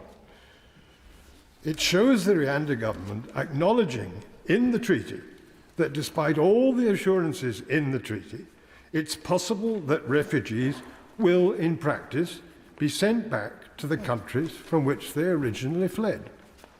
And well might the Rwandans admit that possibility, because that's exactly what happened with their arrangement with Israel, causing the Israelis to break it off. So, we and they are to agree an effective system to ensure that doesn't happen again. But we haven't done so, and the task won't be easy, given Rwandan geography and society. It's one of the unfulfilled promises listed in paragraph 45 of the report. And absent an effective system, up and running and proving effective, Article 10.3 can't even be minimally reassuring to Parliament or, I would imagine, to the Supreme Court. In conclusion, my Lords, the considerations of international law and national reputation, which I mentioned at the outset, convince me that it wouldn't be right to ratify this treaty at any time. Arguments from history suggest that it would be very reckless to do so anytime soon. But these are my personal views. The IAC read its remit rather narrowly. What we did was to consider whether the treaty can be said now, today, to meet the Supreme Court's concerns. And our unanimous answer, based on the overwhelming weight of the evidence we received, was no. Not today, not yet. So our recommendation, our unanimous recommendation, is to delay ratification until the outstanding tasks have been carried out and the new systems proven in practice. So I support both Lord Goldsmith's motions. My Lords, this treaty with the Republic of Rwanda underlines the Safety of Rwanda Bill. If it's not ratified by Parliament, the Safety of Rwanda Bill would lose its foundation stone. But today, as I hope members understand, this House cannot, by its own resolution, block the ratification process. Only a resolution passed in the other place can do that. I have read with care the committee's report. It sends an important message to the government. But, and this is important, whatever it says about the arrangements in Rwanda going forward, in its anxieties about whether they will actually be effective or not, it does not complain about the terms of the treaty. And I stress that. The treaty, as this careful report notes, puts into legally binding form the arrangements previously set out in the 2022 Memorandum of Understanding, with enhancements which, the report notes, if effective, and I emphasise effective, will provide important safeguards for persons transferred to Rwanda, and that is what the report says. Of course, we shall only know whether that is so if and when the bill becomes law and the process begins. And to adopt what my noble friend Lord Howell has said, this report provides a useful agenda for the government and indeed for all of us when we debate the bill. The report acknowledges that the treaty will improve the protections previously set out in that earlier memorandum. It identifies practical steps which need to be taken before the protections could be deemed operational and such that they might make a difference to the assessment reached by the Supreme Court. Like my noble friend Lord Howell, I really hope that the government reads this report with care and doesn't just pay lip service to it. So the report argues, evidence is also needed that the arrangements have been effective in practice. But just for a moment, one can see that evidence will only be available if the process is embarked upon and after it has been in practice, if it has taken place. The authors of the report, this distinguished committee, are doubtful that the treaty would change the position in Rwanda in the short to medium term. But that will only arise if the treaty is in effect and the arrangements have been tested. Clearly, when we debate the bill, we will have to see what reassurances we receive from the government. On the basis that they recommend that the treaty is not ratified until Parliament is satisfied, but only then will the protections have been fully implemented. And it is worth looking again at Article 3, paragraphs 1 and 2 of the treaty. The parties agree that the obligations in this agreement shall be met in respect of all relocated individuals, regardless of their nationality and without discrimination. So that's the core agreement. Continues, the parties agree to take all steps that are necessary or appropriate to ensure that their obligations can both in practice be complied with and are in fact complied with. So that's the obligation on the Rwanda government and on our government.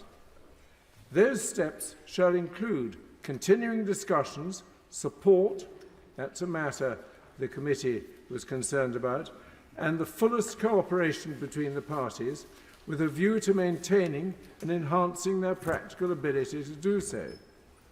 Both parties recognise the importance to that end of the monitoring arrangements set out in this agreement and the taking of all reasonable steps to ensure that monitoring is as effective as possible.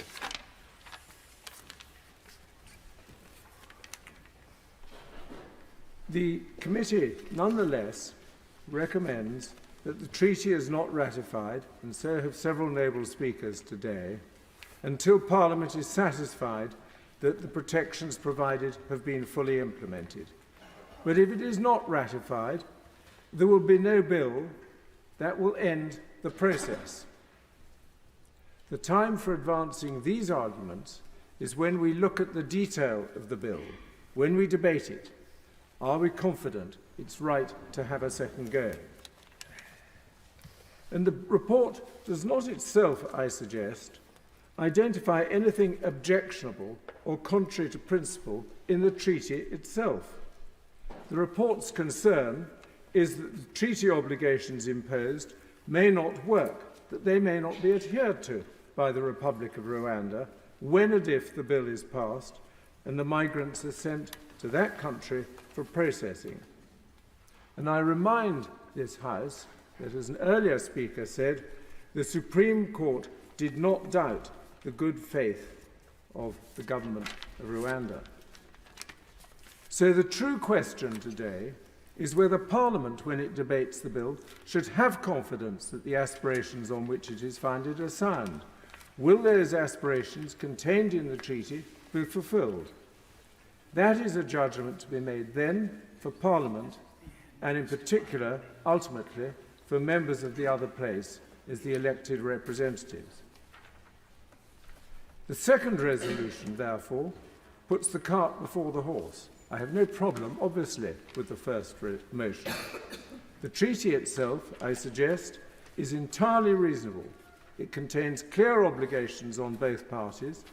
The points made in the report can be given effect to either by amendment to the bill or ultimately by not passing the bill in its current form.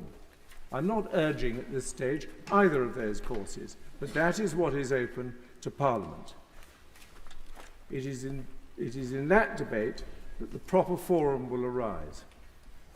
First, Parliament is entitled to proceed on the basis that Rwanda will now act in accordance with its obligations under Article 10, which bind Rwanda, both in international and its own domestic law, not to remove persons except the United Kingdom. Second, if there is structural failure, even passing imperfections arise in practice, we can be confident that the matter will be taken up in Parliament and that ministers, particularly in the other place, will be given a hard time. They will be pressured to act, and there will be action. The Rwandan government has made clear that it itself sees compliance with international law as paramount, not least, we know, because it wishes to replicate its United Kingdom deal with other countries. In the bill itself, as we have heard, Clause 2 will impose an obligation to treat the Republic of Rwanda as a safe country. That is something this House can debate when the bill comes. It will have the committee's report. If this House is satisfied that the country is unsafe, no doubt it will say so. That may be because, for example, no judges have been appointed. It might be for any number of reasons. But we can address Clause 2 then. But that does not go to the validity or the value of this treaty. So today, I submit respectfully to this House and to those who have drawn up this very careful report, is not the place to oppose ratification, and certainly not for the reasons advanced. If the House divides, I shall of course support the first motion, to take note that I shall vote against the second motion. My Lords, the creation of our International Agreements Committee is a rare constitutional highlight of the past 5 years. I congratulate it for the scrutiny that it provides in the context of a statutory framework that leaves much to be desired, and for the decision that it took in May of last year to focus particularly on treaties which are novel or have significant implications for politics or public policy, human rights or expenditure. The UK-Rwanda Treaty might be thought to qualify on all those grounds. We can be grateful for the committee's thorough and perceptive report and for the opportunity to debate it at a stage where the debate can still be useful. I also congratulate the British and Rwandan governments for putting their MOU into the form of a treaty, as the committee had itself recommended, and for starting to address some of the defects identified by the Supreme Court. However, and without doubting the good faith of either government, it appears that, as the Supreme Court itself anticipated, those defects will not be fully addressed in the short term. The UNHCR, from its position on the ground, spoke last week of the need for, and I quote, sustained long-term efforts, the results of which may only be assessed over time. That chimes with my own experience when reporting some years ago on the analogous policy of deportation with assurances. The object of the policy was to enable non-British terrorist suspects to be deported to their countries of origin, even when, without specific guarantees, those countries could not be considered safe. Guarantees were negotiated by way of treaty, MOU or exchange of letters with 6 countries in the Middle East and North Africa. I travelled to Jordan and Algeria in 2014 to see how they were being implemented on the ground. My conclusion was that, contrary to the views of some lawyers and UN rapporteurs, but consistently with the view of the European Court of Human Rights, such arrangements can, with the right partner, be delivered, at least in the national security context, both effectively and compatibly with international law. Indeed, the Mutual Legal Assistance Treaty with Jordan, negotiated by James Brokenshire and Theresa May, was successful in meeting the conditions laid down by the courts for securing the departure of the dangerous extremist Abu Qatada for trial in Jordan. However, to negotiate, and in particular to implement such an arrangement, particularly a broad-ranging one, requires what my co-author, Professor Clive Walker, and I described as the most laborious care. In the oral evidence that I was invited to give to the committee, I detailed some of the practical obstacles to independent monitoring, even in Jordan, where there was a strong political will to make the arrangements work. I also recalled that when I visited Algeria in 2014, the British Embassy did not know the whereabouts of any of the 9 men whom we had deported there under that policy. Perhaps that is not so surprising when, even in this country, it is possible to lose track of some 5,600 asylum claimants whose claims were withdrawn in the year to September 2023. But it is a concerning precedent when one is looking at the risks in Rwanda, including, of course, the risks of refoulement. The committee has looked at the evidence before it, including, heroically, the almost 600 pages of evidence published by the government on the 11th of January. It is not satisfied. As the Noble Lord Goldsmith has said, it has identified 10 further legal and practical steps that would be required to meet the concerns of the Supreme Court, and which it does not anticipate will be met in the short to medium term. These include such vital elements as the new Rwandan asylum law and the implementation of arrangements for monitoring and judicial consideration. The Noble Lords Purvis of Tweed and Kerr have added to the committee's concerns in their powerful speeches. The committee proposes that ratification should be delayed until Parliament can be properly satisfied that the protections written into the treaty have been fully implemented in practice. The committee has little to say about the treaty's companion piece, the Safety of Rwanda Bill. May I suggest 2 respects in which the bill reinforces the committee's recommendations? First, the bill is due to enter into force on the same day as the Rwanda Treaty, which will itself enter into force immediately on ratification by both parties. Planes could, in other words, be in the air the day after ratification. That does rather demonstrate the dangers, the practical dangers, of ratifying prematurely. Secondly, as the Noble Lord Kerr has said, the existence and terms of the bill confirm the general view that the treaty has not yet rendered Rwanda safe. If the treaty were watertight, it could be defended with confidence in the courts, as was the MLAT with Jordan. Yet the bill goes to considerable lengths to avoid such scrutiny, challenging as it does so the rule of law, the separation of powers between the courts and Parliament, our domestic human rights settlement, our compliance with international law, and the Civil Service Code. If the government were prepared to wait until things are as they need to be on the ground, and if that wait were as short as they claim it is, none of this damage to our constitutional fabric would be necessary. My Lords, in the end, perhaps it is as simple as this. The bill seeks to give the status of law to what it calls the judgment of Parliament that Rwanda is, not will be or could in the longer term become, is a safe country. Our own specialist cross-party committee, the only one in Parliament, has unanimously given us the clearest possible advice that we are in no position to make such a judgment.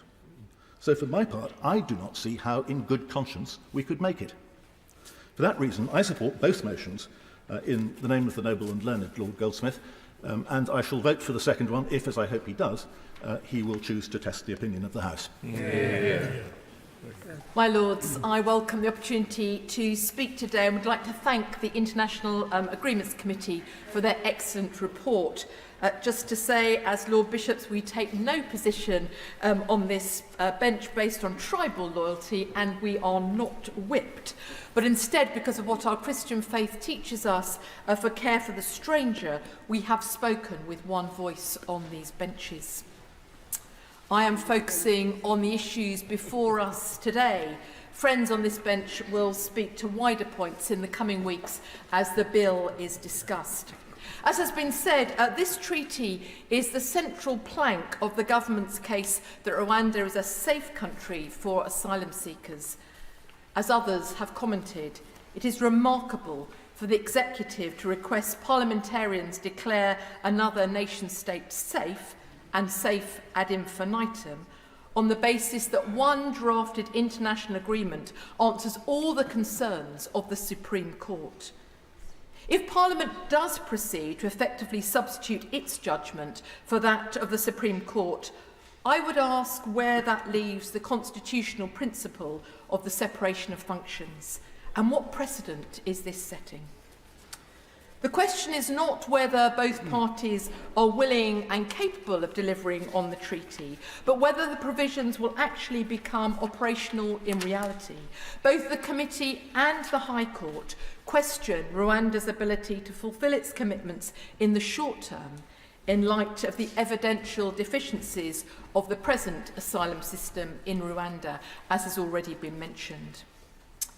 Furthermore, the UNHCR has not observed any systemic changes that will address the court's concern. Future assurances, however sincerely offered, are not on their own a strong enough basis to legislate a country as safe. The role of government is indeed to create law, but it is not to create injustices. Therefore, can I ask the Lord Minister, if the government is so confident the treaty obligations placed on Rwanda will ensure the Rwandan partnership is lawful, why not make this argument again before the judiciary? As this is a course of action the government is not pursuing, the International Agreements Committee has recommended that the treaty not be ratified until Parliament is satisfied that the protection it provides have been fully implemented. Given that the Home Secretary himself has stated, and I quote, "We will not operationalise this scheme until we are confident that the measures underpinning the treaty have been put in place, otherwise the treaty is not credible," end of quote. Does the government concede this is an eminently sensible proposal which should be given serious consideration? Taking one example from the treaty, can the Lord Minister reassure us that judges from a mix of nationalities will have been appointed to the new appeals body before any flights take off to Rwanda? And in general, how long does the government envisage it will take for Rwanda to put the protections outlined in the treaty in place? No one on these benches is denying the complexity of the challenges irregular migration presents globally and on our shores. The boats must be stopped, the traffickers must be stopped and held to account, and immigration must of course be controlled. However, this debate is focusing us on the issue of whether or not sending people to Rwanda is safe and humane. The Prime Minister has called on peers to get on board and do what is right. But I fear it cannot be right to assure ourselves that asylum seekers will be protected by a few sheets of paper. My Lords, for those members of your Lordship's House with whom I have debated issues of immigration and migration over the years, it will come as no surprise that I support the government's Rwanda policy, and further that while I thank the noble Lord for his very clear explanation. I do have some concerns about the approach adopted by his committee, though as a non-lawyer, I of course recognise his distinguished legal and political career, and last but not least, those distinguished members of your Lordship's House who serve on his International Agreements Committee and on whose behalf he has tabled these two motions. My Lords, amongst all the issues and aspects of this tricky area, this difficult, challenging area that divide us, I think there is one set that unites us. That is, we need to find, as soon as possible, ways to stop people risking their lives crossing the channel in small boats, and simultaneously find ways to break up the business model of the people smugglers. And as my noble friend Lord Howell pointed out in his speech earlier, this is just the beginnings of a very much bigger problem, but it is nevertheless a problem. And my Lords, it's worth remembering that we now have before us, or will have next Monday, a bill designed to tackle this first issue. Individual members of your Lordship's House may not like the approach or may argue that it will be ineffective, but it is a plan, and it is inconceivable that the passage of a bill, the Safety of Rwanda Bill, would actually cause an increase in the number of people seeking to cross the channel. So while I, of course, absolutely respect the findings of the committee, any delays in implementing the provisions of the bill itself, and my noble friend Lord Sandhurst has pointed out how interlinked this and the bill are, will have real-life consequences away from the cool, calm deliberations of your Lordship's House, with the most likely winners being the people smugglers, and the most likely losers, those desperate, unhappy people hoping to cross the channel. And as we come to decide our voting preferences this afternoon, my Lords, I think we need to bear this carefully in mind.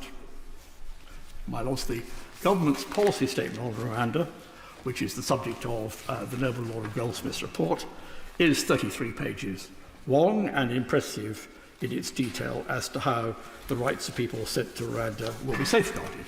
A number of noble lords have pointed out the weaknesses in it, and I stand corrected by that. But what is impressive about the report for me is not so much the detail it goes into, but the number of third-party independent bodies who have rated Rwanda highly, or reasonably highly, including the Abraham Index of Government, the World Justice Project on the Rule of Law, the World Bank Group, and the World Economic Forum, the Gender Gap Report, which, by the way, ranks Rwanda higher than the United Kingdom. And I felt it was slightly unreasonable not to have given some weight to those particular third-party witnesses in the findings of the report. Now, much of the debate revolves around the rule of law, which I strongly support. But I would like to end by referring to a different set of laws, the laws of motion, specifically Newton's third law of motion, which states that, and I quote, "For every force in nature, there is an equal and opposite reaction," unquote. My Lords, it may not be attractive to say this, but outside in this country, a large majority of the British people think that the provisions of our asylum system are being stretched to their utmost, and some, no doubt, would argue well beyond. And as Newton's law predicts, the force of the stretching has led to a countervailing reaction, the consequences of which we can see and read about almost every day.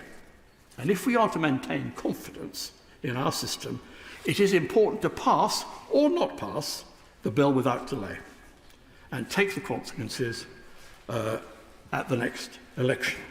I thank noble Lord Goldsmith and his committee for their report. It contains some important points, but I do urge the House to consider carefully the political consequences of our being unwise in the way we delay the bill itself with this particular provision. I refer to the Register of Interests for support from RAMP. We are indebted to the International Agreements Committee for their carefully argued report, which, as we've heard, makes a clear recommendation to your Lordship's House. Having read much of the evidence to the committee and other expert commentaries, including from the Law Society, I am satisfied that this recommendation is well based. The consensus among them is that despite improvements in the treaty compared with the original Memorandum of Understanding, the treaty cannot of itself guarantee that the concerns raised by the Supreme Court will be met, and they are unlikely to be so in the short to medium term, as the committee concludes. The kind of improvements sought by the Supreme Court to make it safe will take time. To quote just from the updated analysis provided by the UNHCR, referred to by my noble and learned friend, even with the injection of additional resources and sustained capacity development efforts, the transfer of an unspecified number of asylum seekers from the UK to Rwanda will inevitably place additional pressure on a nascent and already overstretched system for receiving and adjudicating individual asylum claims. This is a system which, according to the government's own supporting evidence, has considered only 421 cases in the past 5 years, rejecting 3/4 of them, despite many of the asylum seekers coming from countries such as Afghanistan and Syria, which have high acceptance rates in the UK, as we've already heard.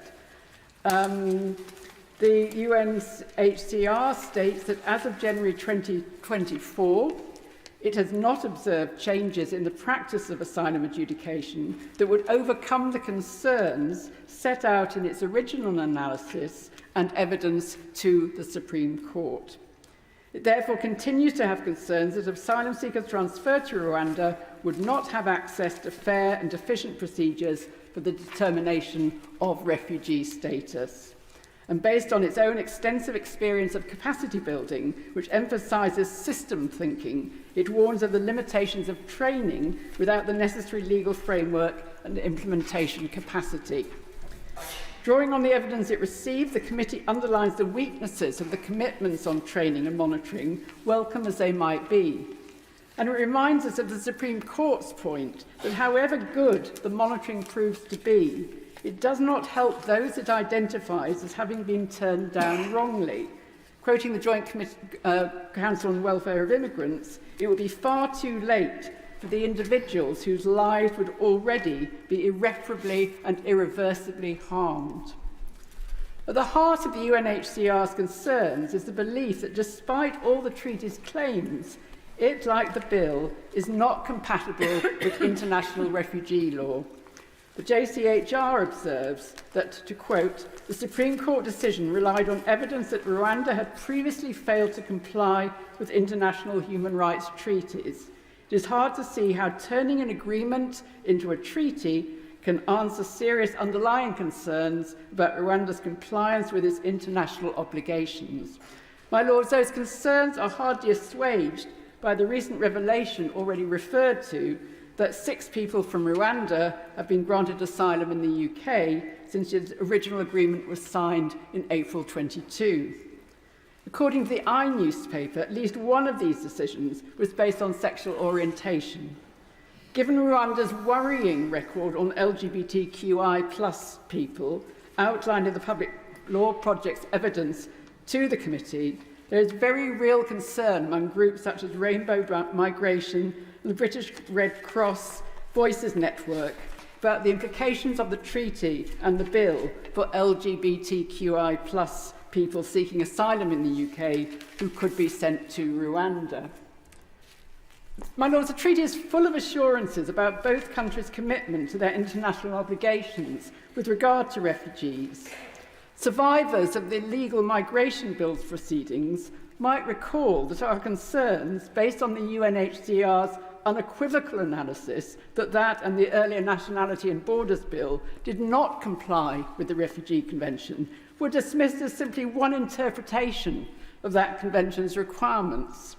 So in true Humpty Dumpty fashion, there is nothing to stop the government asserting that these obligations are met under this treaty and the accompanying bill when the experts say they are not. Because for the government, words mean what they say they mean. Apparently, according to the Foreign Secretary, as we've heard, this represents out-of-the-box thinking. But I think legitimate asylum seekers, who the government wrongly calls and treats as illegals, would be safer if thinking remained within the box of the official UN statement of these obligations. The committee is thus right to charge us with the need to consider carefully whether the treaty fundamentally changes the Supreme Court's assessment regarding Rwanda's international obligations. I believe all the evidence suggests that it does not. Now, one of the issues of substantive concern to the committee was the treatment of children. Needless to say, I've not seen any child rights impact assessment. Can the Noble Lord the Minister tell us whether there'll be one before we consider the bill itself? The committee's report notes that the treaty envisages that unaccompanied children might be removed to Rwanda if their age is in dispute. If subsequently determined to be children, they would be returned to the UK. This might result in children being placed in unsafe situations. The potential unsafe situation raised in the ILPA justice evidence concerns sleeping arrangements. Can the Minister assure us that no age-disputed child would be required to share a sleeping area with adults? The report cites witnesses' arguments that the treatment of age-dispute children would be contrary to our obligations under the UN Convention on the Rights of the Child to prioritise the best interests of children, and the UN Committee on the Rights of the Child's recommendation to the UK to ensure that children and age-disputed children are not removed to a third country.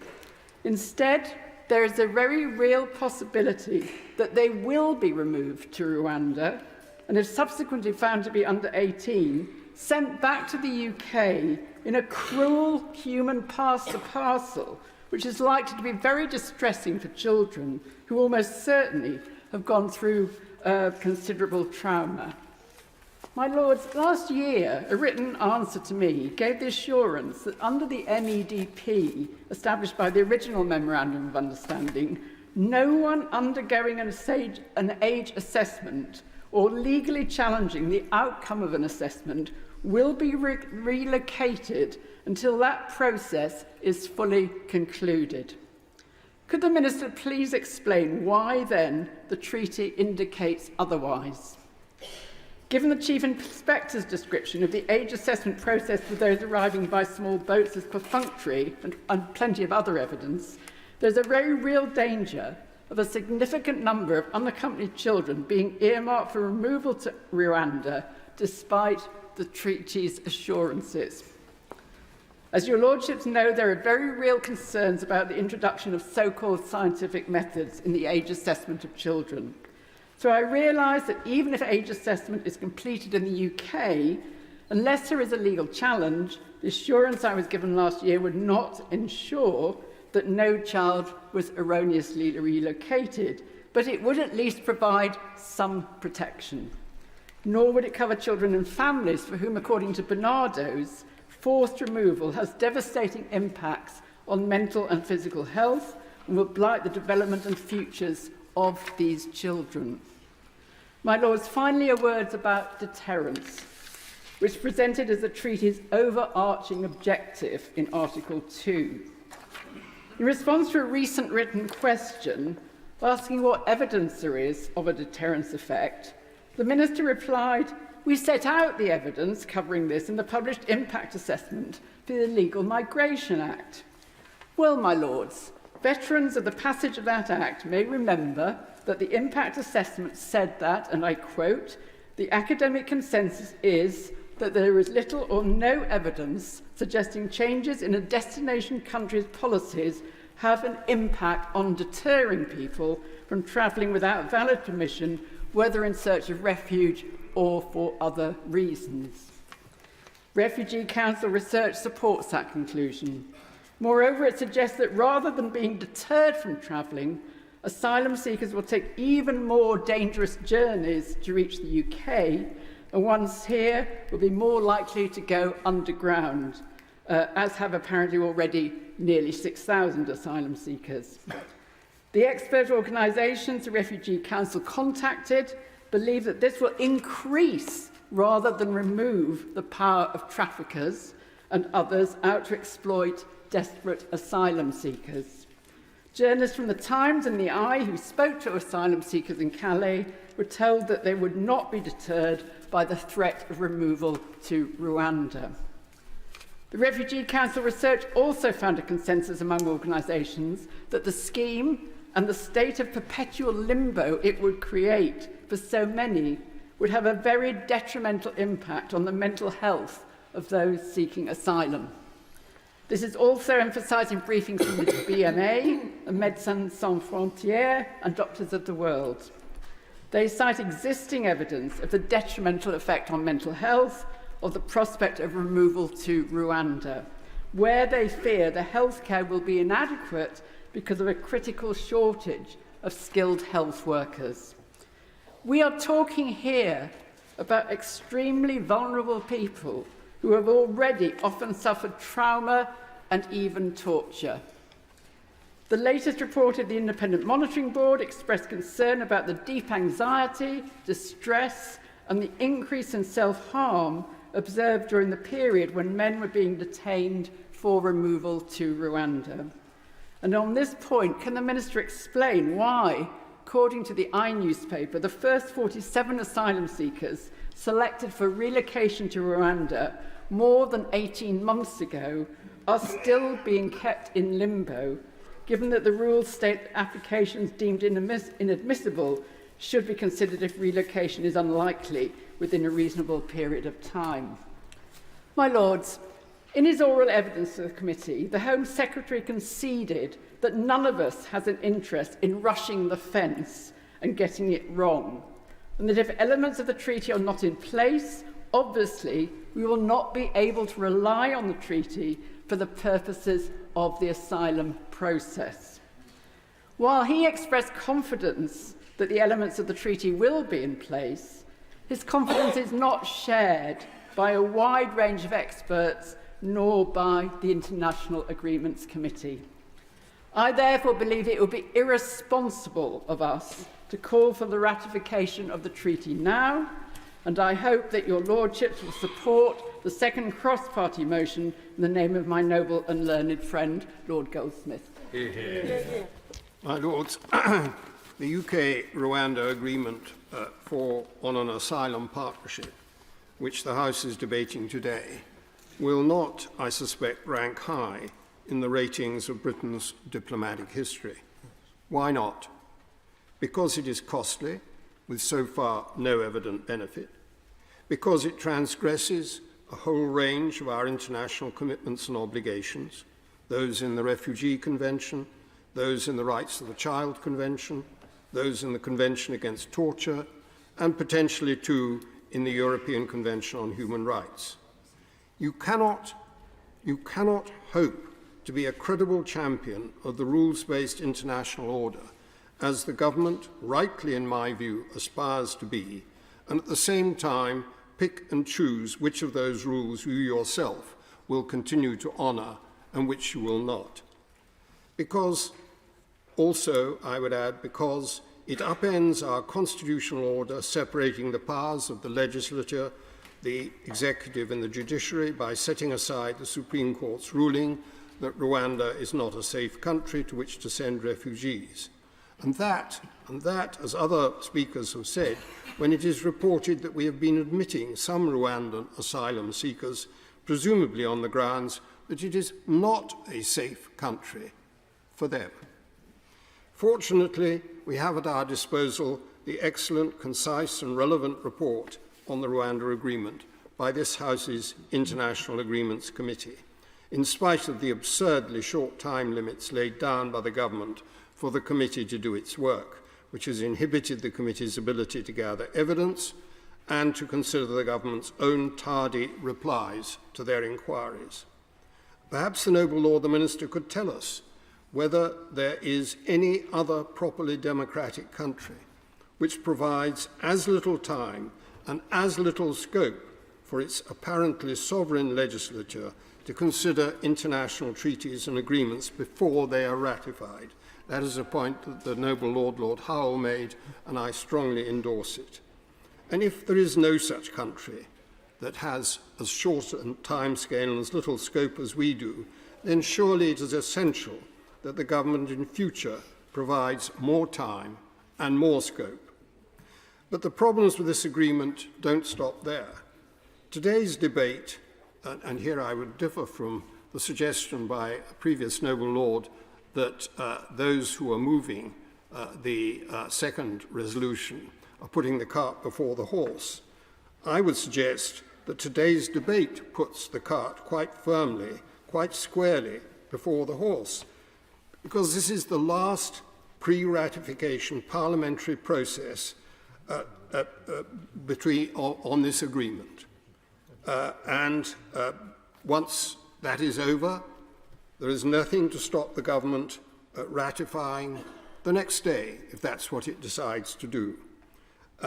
And yet, the obligations on both sides, which are set out in the agreement, these obligations require primary legislation, which is not yet complete. In the case of Rwanda, I gather it has not yet even been begun. And in the case of Rwanda, it requires putting in hand and carrying out a whole range of remedial training and institutional changes needed if the problems identified by our own Supreme Court, which rendered Rwanda an unsafe country to which to send asylum seekers, are to be remedied. These are extremely serious lacunas, without the filling of which there can be no certainty that Rwanda has indeed become a safe place to which asylum seekers can be sent. Indeed, it must surely be doubtful whether, until the government are sure these lacunas have been remedied, it is even legal for our authorities to compel asylum seekers, however they may have arrived here, to go to Rwanda. And perhaps the noble Lord the Minister would comment on that last point. The committee's report sets out 10 steps which it believes will need to have been completed before the problems identified by the Supreme Court are remedied. Could the noble Lord the Minister be so kind as to tell the House whether the government concurs with that analysis and concurs with that list? And if so, what plan and what timetable exists for them to be implemented? And whether the government accepts that that process needs to have been, I quote, put in place and embedded, those are the committee's words, before any process of ratification is completed. The answers the noble Lord the Minister gives to these questions will clearly affect the conclusion to be reached by this House at the end of this debate. In the committee's view, which I find compelling, there would then need to be a further debate before the UK proceeds to ratification. That must surely be the right way to proceed in the present circumstances and will, I hope, be the conclusion we reach today. If not, it will make a mockery of the sovereignty of Parliament, which the government frequently calls upon us and the courts to recognise and to respect. My Lords, as a member of the relevant committee, about which many compliments have been paid, particularly to the Chair and the staff, I rise to support the two motions in the name of our Chair, the Noble Lord Goldsmith. I'd like, first of all, to make a point that I'm not sure anyone has made, which is the dilemma which the government is faced by this. Because, of course, if we go back to the beginning, the whole reason for the proposals to send people to Rwanda was because it was going to be such a hellhole that nobody would want to get on a boat if they thought they were going to go to Rwanda. But of course, the dilemma that the government now faces is because of the Supreme Court, they have to demonstrate what a wonderful, safe place Rwanda is. And I do wonder whether that might just be a moment for them to reflect on the purpose of their policy. I mean, recent events go either way. I mean, first of all, as noble lords have indicated, 6 people from Rwanda have had to be granted asylum here. I don't know why. I don't know whether anybody does know why. But that may, if that's the case, somewhat help the deterrent argument, the hellhole argument.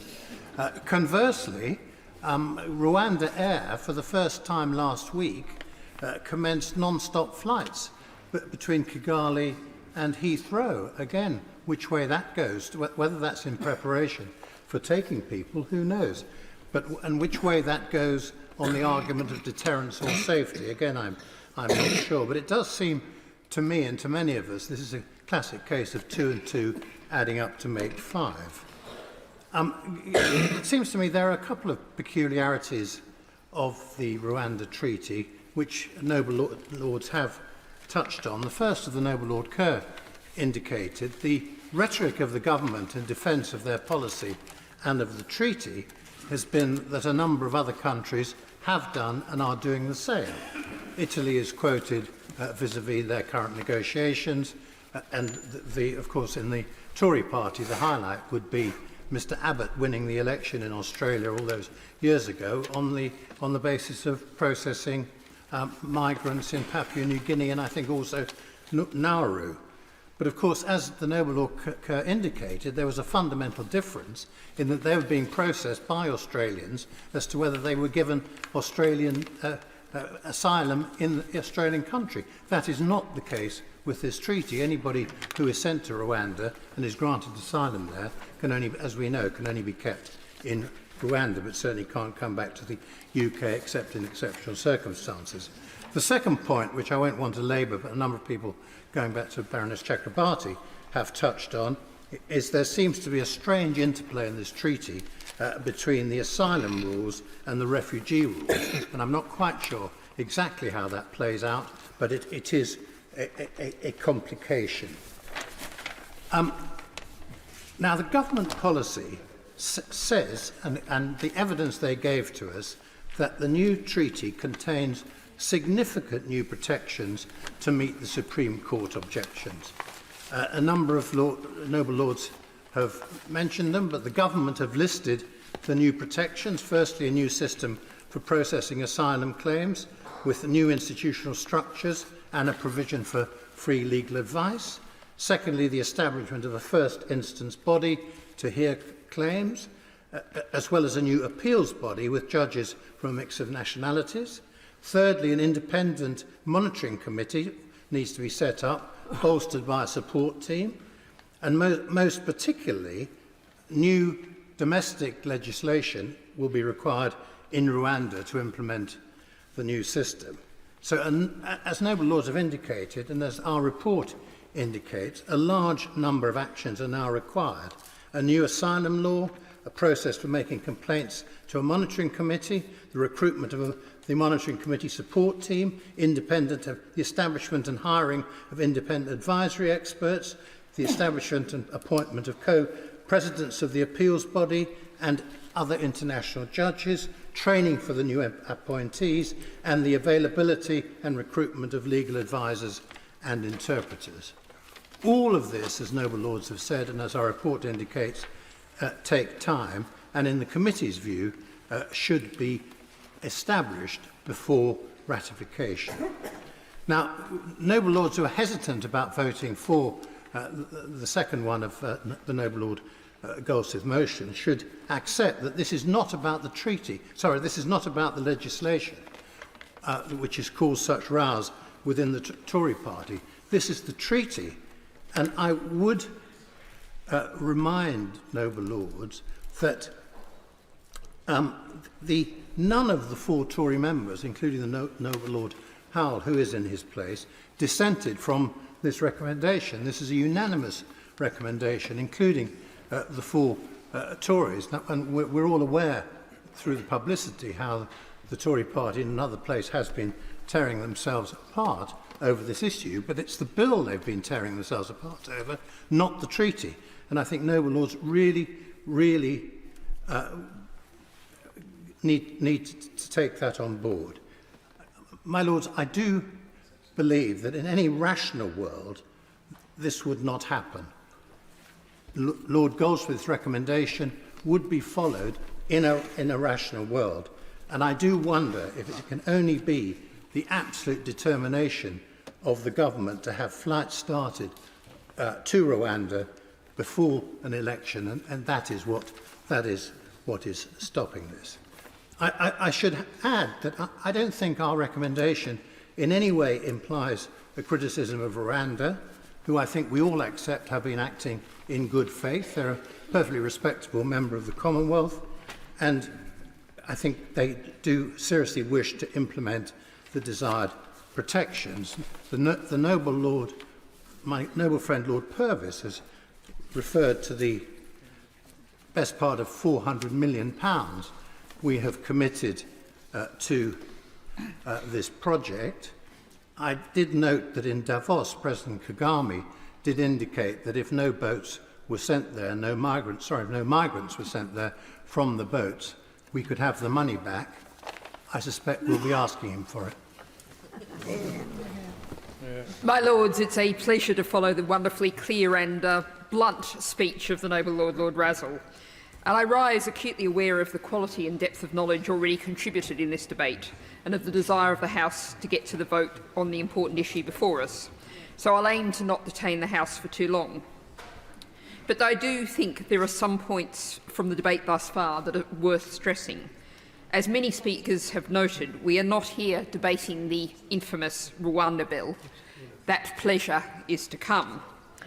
And it's no secret that the Green Party is absolutely opposed to the Rwanda bill and that we will be doing everything we possibly can to stop it.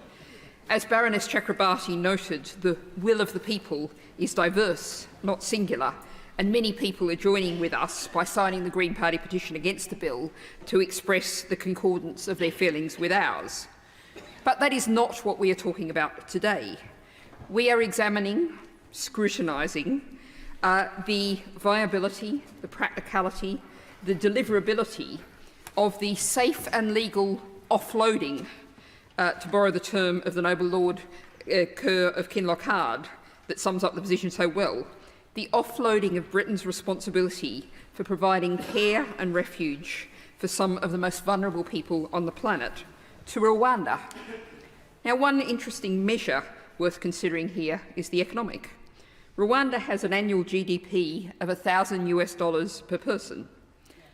The UK has a figure approaching 50 times that. Yet we are, with significant financial payments admittedly, transferring permanently the responsibility for these refugees to Rwanda. Is it really well enough resourced, well enough organised and structured, a country that only 20 years ago was racked by genocidal conflict, to cope? Can it live up to its promises, the promises given by the President? That is one of the questions that Your Lordship's International Agreements Committee says, the cross-party committee that it is, can only be answered after a period of time. And it is worth stressing again that the noble Lord, Lord Goldsmith, who so clearly introduced our debate today, was not speaking as a Labour Lord, but as the representative of a highly respected committee of Your Lordship's House. Now, Lord Goldsmith acknowledged that this was an unprecedented Section 20 motion. But, my Lords, can you think of a better single word to describe the terms in which we live now than unprecedented? As Baroness Chakrabarti said, the Supreme Court has made a judgment of fact that the government is now seeking to overturn with the power of the executive. Now, the UK has an unwritten, or if you prefer, uncodified constitution, in comparison to many other countries which have human rights and rule of laws written into their constitution, we are reliant to maintain those on the actions of the historical moment. Now, those who seek to speak in favour of our current constitutional arrangements, well, here today is a chance to prove, by voting for both of these motions, to prove that the current arrangements can defend basic rights and legal principles, and can defend government based on fact. Back in 2004, in the United States, politics being reality-based was mocked by an official of the Bush administration, and something that's been repeated by that side of politics very often since. But many from my side of politics have chosen to take that as a badge of honour. Yes, I proudly claim I am reality-based. Now, as paragraph 8 of the International Agreement Committee report notes, The Supreme Court, quote, considered that on the facts Rwanda was not a safe country, close quote. As Professor Tim Hickman, KC, told the committee, recorded in paragraph 16, the Rwandan government does not have the practical ability to fulfil its assurances. My Lords, your Lordships today will be making a judgment not on party politics, but a judgment on whether the actions of the British state should be based on facts. Is this a reality-based House?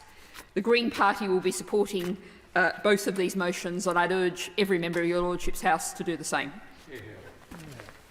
My Lords, the whole House is greatly in the debt of the noble and learned Lord Goldsmith, for giving us the opportunity today to debate the Rwanda Agreement, to consider the nature of our international obligations, and to make the judgment that the noble Baroness Lady Bennet just referred to on whether Rwanda is a safe place in which we are able to send asylum seekers to. I serve along with the noble Lord Delakia and the noble Baroness Lady Lawrence, who are in their places, as one of 6 members of your Lordship's House on the 12-member strong Joint Committee on Human Rights under the admirable chairmanship of the Edinburgh Member of Parliament, Joanna Cherry, MP. And I note another of our members, Baroness Kennedy of the Shores, is also in your Lordship's chamber.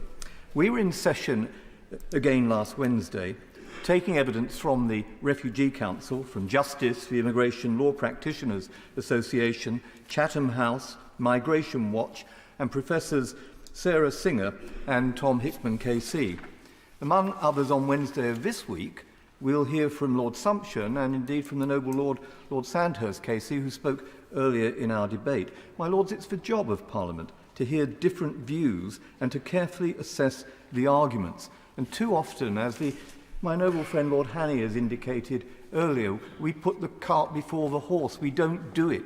It isn't good governance. And too often we pass legislation in haste and we repent at leisure. And this treaty before us, but also the bill that will come, and also the one that we have already considered in 2023, the Illegal Migration Act, are all examples of that. In the 5,000-word report that the JCHR produced on that Act, we said this bill breaches a number of the UK's international human rights obligations and risks breaching others. We went on to say that this gives us considerable cause for concern.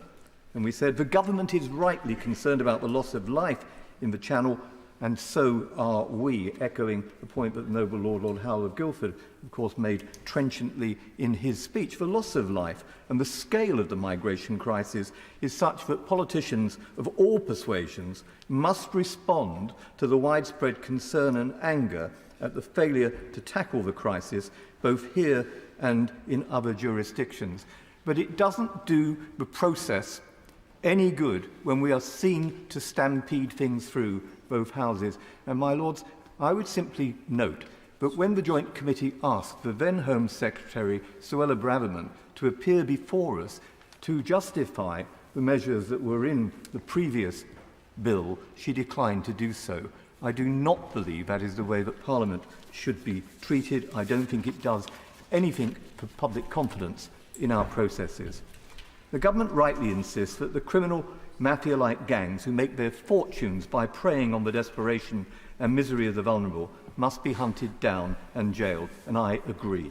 And I also commend and agree with the government that they've achieved a great deal in their bilateral agreement with Albania and the progress made towards a pan-European initiative at the European Political Community Summit of 47 European leaders in Grenada last October. But, my Lord, perhaps the Minister will tell us, is it really the case that the EPC will not meet again until June? My Lords, this requires urgent international strategy and urgent decisions. Our Joint Committee on Human Rights report was insistent that the global crisis of displacement, and the UNHCR now puts that number at 110 million people, meant that, and I quote from our report, given the sheer scale of this global crisis, it cannot be solved by one country alone. And recall, my Lords, that 8 out of 10 refugees, many millions, end up in neighbouring countries, not in the United Kingdom, So there are plenty of other countries who need to join an international alliance and promote an international strategy. 2 years ago, on January the 6th, 2022, on behalf of my noble friends on the crossbenches, I moved a motion which noted, I quote, that 82.4 million people are displaced worldwide, 42% of whom are children, and 32% of whom are refugees, and two, the case for an urgent international response to address the root causes of mass displacement. That was 2 years ago, 82 million, and the number is now 110 million, and that number, my lords, will go on rising. Unless we tackle the fundamental reasons for displacement, the tsunami of desperate people will continue to be washed up on Europe's shores and indeed its seabeds. 9 months since I chaired an inquiry into the situation in Sudan, we've seen 7 million people in Sudan alone who have been displaced. In Darfur, 500,000 people, now in Chad, just over the recent weeks. Add to that the numbers from Tigray, or from Eritrea, a tiny country, and yet 500,000 people are now displaced from that country, escaping the cruel conditions that prevail there.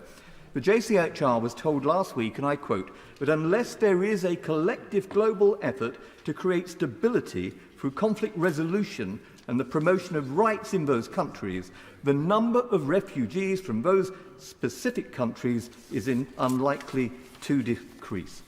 It was Winston Churchill who promoted so much that we now take for granted, including the European Convention on Human Rights. He rightly believed that such international architecture, based on the rule of law, democracy, human rights, security and economic recovery, represented our best hope for the future. Which brings us directly to the noble and learned Lord's motion and what Parliament is being asked to agree.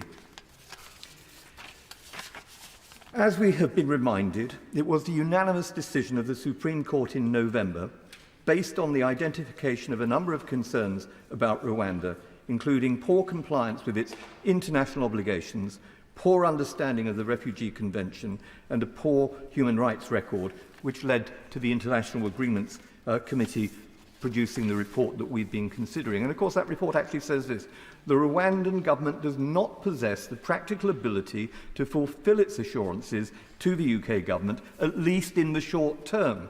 That is not something that can be fixed by entering a binding treatment alone.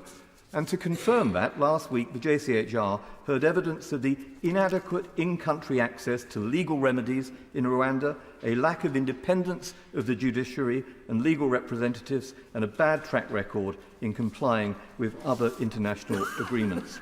And then let me turn finally to the issue and central issue of safety.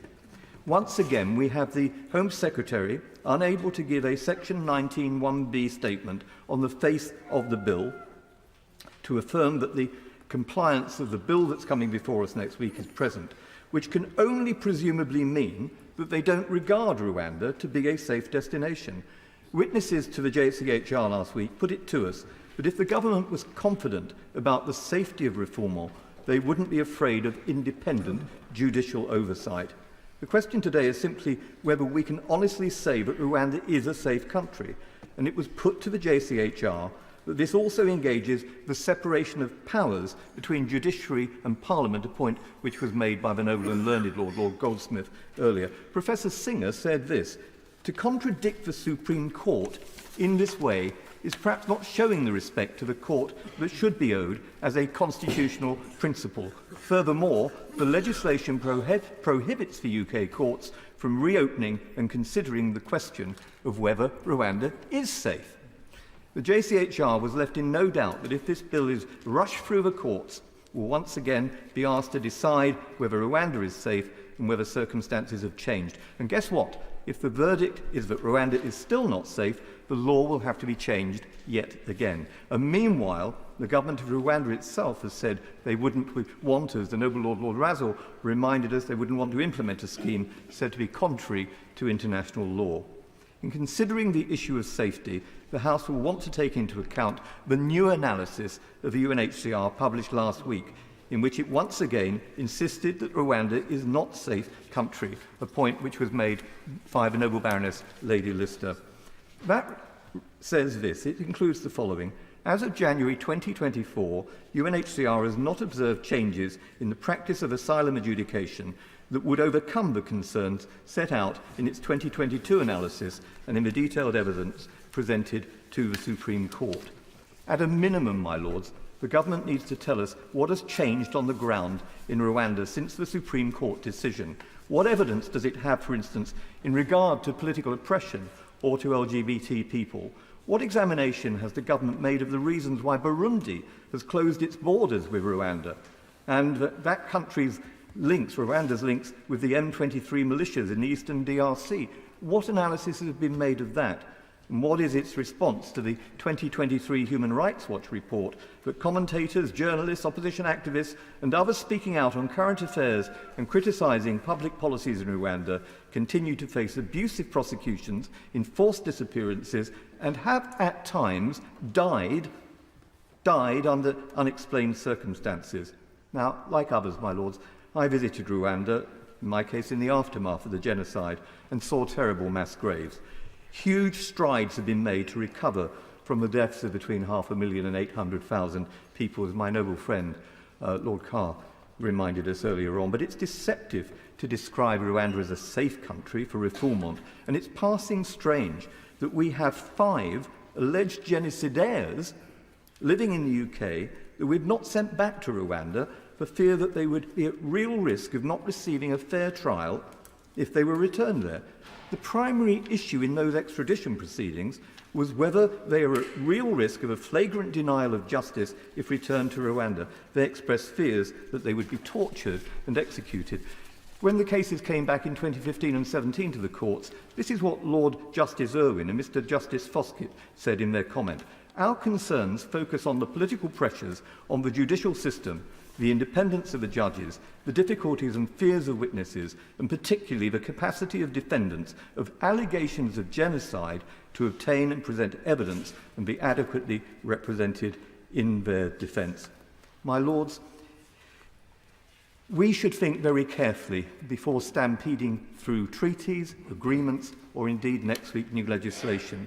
I don't believe that public concerns about migration will be assuaged by offloading, as my noble friend Lord Carr said earlier on, offloading our responsibility. It would clearly allay many public concerns if we were more efficient in dealing with applications, more swiftly and sorting out the genuine from the false. But instead of this, we're told we must make a Faustian pact and trade our commitment to international law and the safety of asylum seekers in return for measures that even their supporters say will not work. For all those reasons, my lord, I will vote for both of the motions that the noble and learned Lord has placed before the House tonight, and I hope the rest of the House will too. My Lords, I'm reminded of a saying of John Major's, if in a hole, stop digging. I will be supporting the government tonight. I'm not sure that this is the solution to the problem that we have before us. There's a big contradiction, isn't there? We hear about vulnerable immigrants in Calais, but we also hear about migrants who've spent thousands of dollars to get there. Now, the prospect of a trip to Rwanda is not going to put them off from getting a boat across the channel. So let's regard that as a starter. Secondly, let's look at what is Rwanda actually up to. They're very anxious to get into the Commonwealth, virtually the only Commonwealth country that we haven't managed to colonise, but we let them in. Now, I see the Rwanda business as being rather like putting old people into private equity homes. You know, Rwanda has spotted that there might be an opportunity for making quite a bit of money out of the West, and in particular out of the United Kingdom, and so they've signed up to this. But we can well ask, are they a safe country? Is anywhere in Africa particularly safe? I can't think of any country in Africa that I would wish to go and live in. But maybe it is safe, we don't know. But that is not the case. The fact of the matter is that even if it's declared safe, we're going to get, what, 200-300 people there out of thousands who are coming to Britain? So I think we need to look at this more widely, as one or two noble lords have mentioned. We need to realise that the whole international migration system has got out of hand.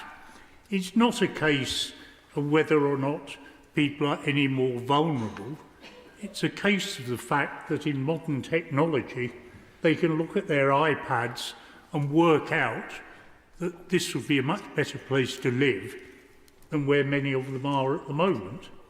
And that's why there are smuggling gangs, because they are catering to the market. It's as simple as that. They set up in business, what shall I do? Shall I run a bike repair shop? Shall I sell chapatis on the corner of the street? Oh no, I think I could make a lot more if I got a smuggling operation together. And that is what is happening. And if we're going to cure it, we've got to do it as a European entity. I noticed today that Prime Minister Meloni in Italy has gone to see President Erdogan in Turkey to talk about migration. But it's no good just talking about migration between one Prime Minister and a President. This has got to be a European step forward. And we've got to start off by rebuilding the countries of the Middle East that we smashed to pieces. We caused Libya to be a failed state. We were the people who went into Iraq on very, very dubious circumstances. We were the people who I was assured by the Foreign Secretary, but about 8, we had to get rid of Bashir al-Assad. Even though he was running a country, it was certainly authoritarian, but it was pretty peaceful, you know. And what do? We bombed it to bits. So the first thing we have to do is get prosperity back, and the second thing is to get agreements at a European level on a much wider basis. That is the solution. I have read the report. I think it's a very good report. I'm not going to vote for it because I'm going to support the government in its attempts, which probably won't work, to deal with this problem. But what I will say is this, that we have to decide, do we wish these efforts well or do we wish them ill? We seldom talk about the famed people of Britain, but I can tell you, in Cambridge, where I live, there is no big queue of people saying, oh, can we have a few more boats? Can we have an asylum centre in Cambridge? It's just not there. So come to terms with reality. These are my final words. In a democracy, the difference between this and another system is that in a democracy, the people vote and they're entitled to have their votes translated into action. There is absolutely no doubt in my mind that the people want illegal migration to stop. The job of the government is to do that. I thank the noble Lord Goldsmith, for moving these two motions to allow your Lordship's House to consider the Rwanda Treaty before we have to consider the Rwanda Bill. The treaty and the bill, as noble lords have said, is consequential on the Supreme Court judgment that Rwanda cannot be assumed to be a safe place. My lords, this is, as the noble Lord Goldsmith indicated, an exceptional report. Its findings are very grave indeed.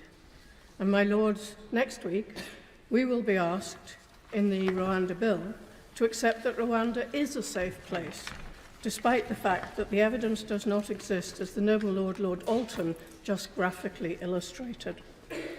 And the Home Secretary has said that on the face of this bill, he's unable to make the statement that the bill is compliant with the Human Rights Act. That in itself should cause your Lordship's alarm. We have obligations, not only under the Human Rights Act, but also under international legal instruments.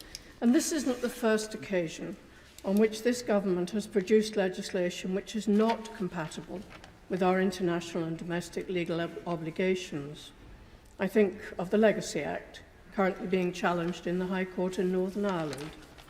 Actions such as the introduction of the Rwanda Bill proposed by the government, which relies on a treaty which it has only just signed and which provides for a very complex structure of mechanisms to make it work at all, which will require identification of personnel, accommodation, IT systems, training, new asylum law, and many other processes, none of which exist at the present time.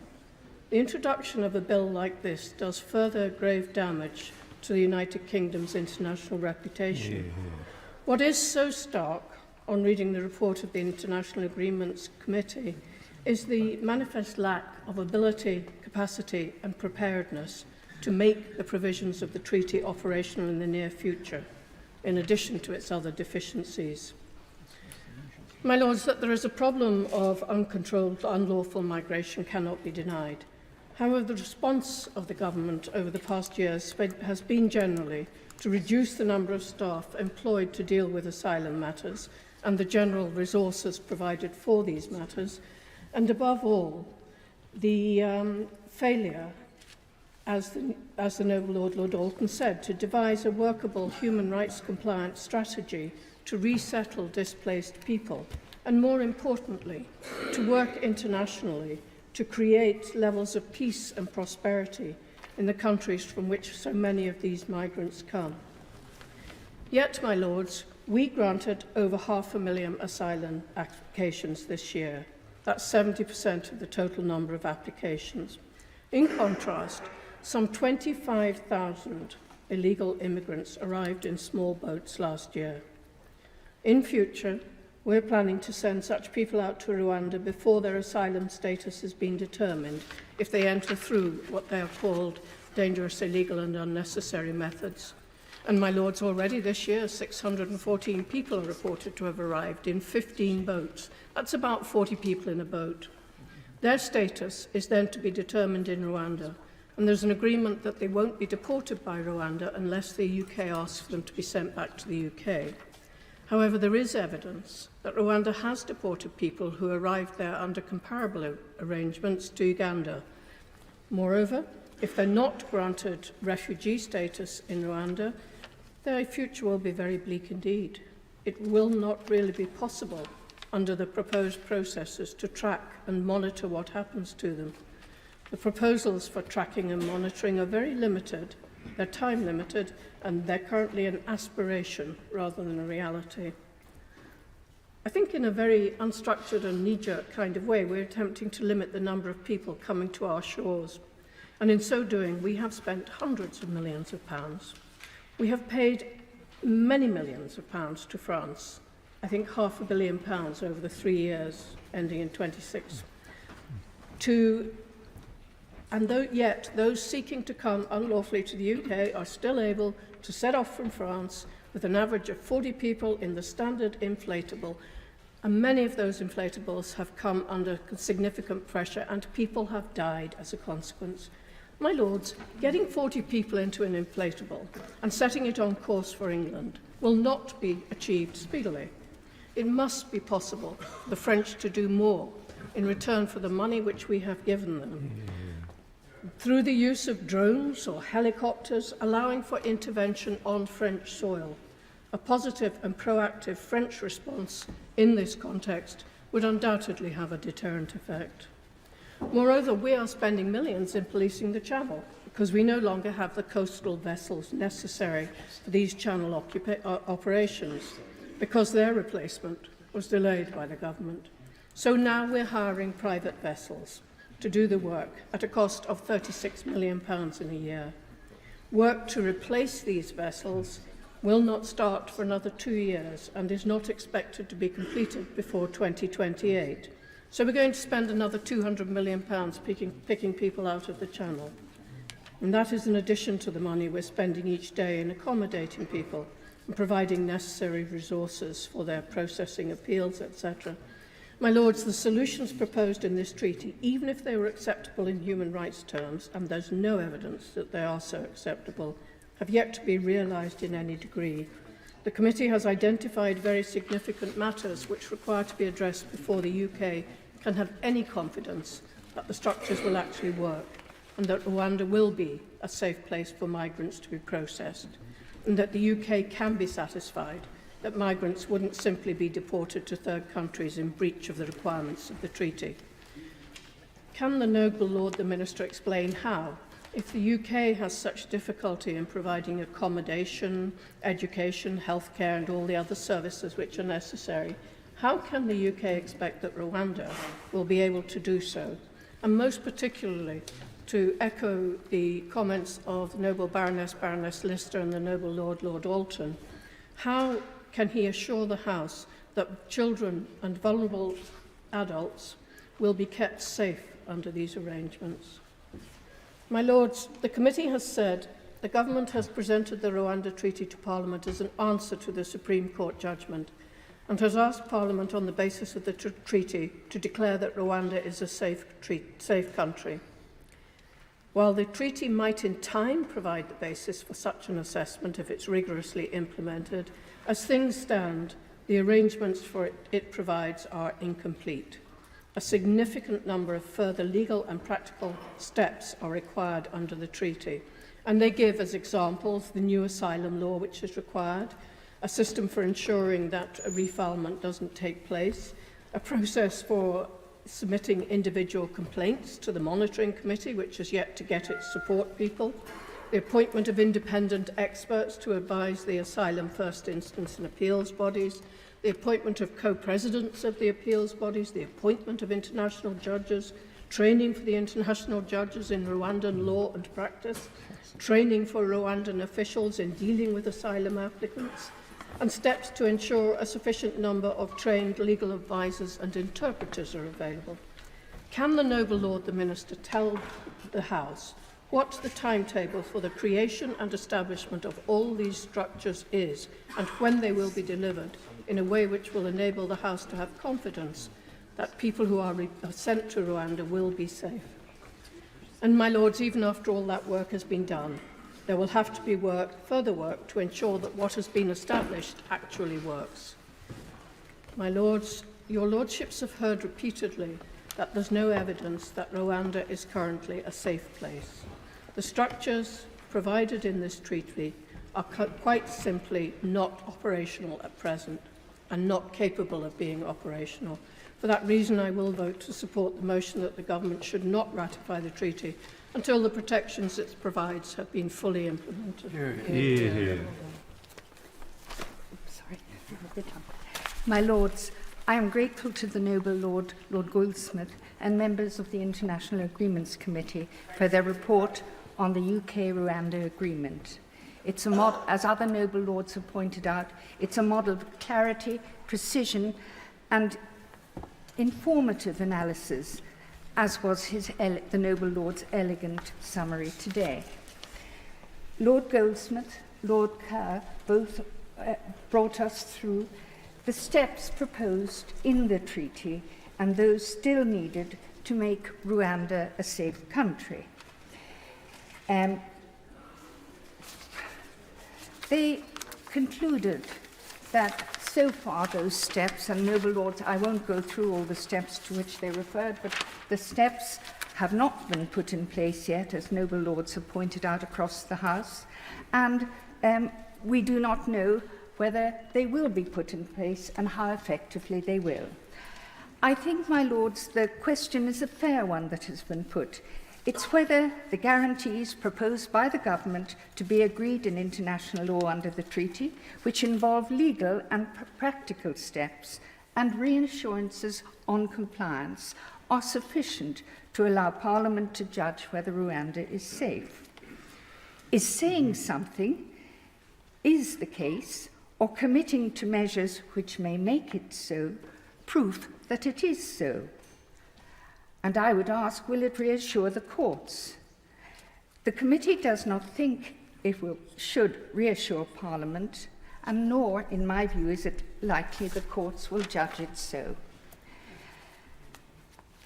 My Lords, the committee's report, arising as it does from the decision of the Supreme Court and dealing with the government's response to that decision, is on the face of it unanswerable.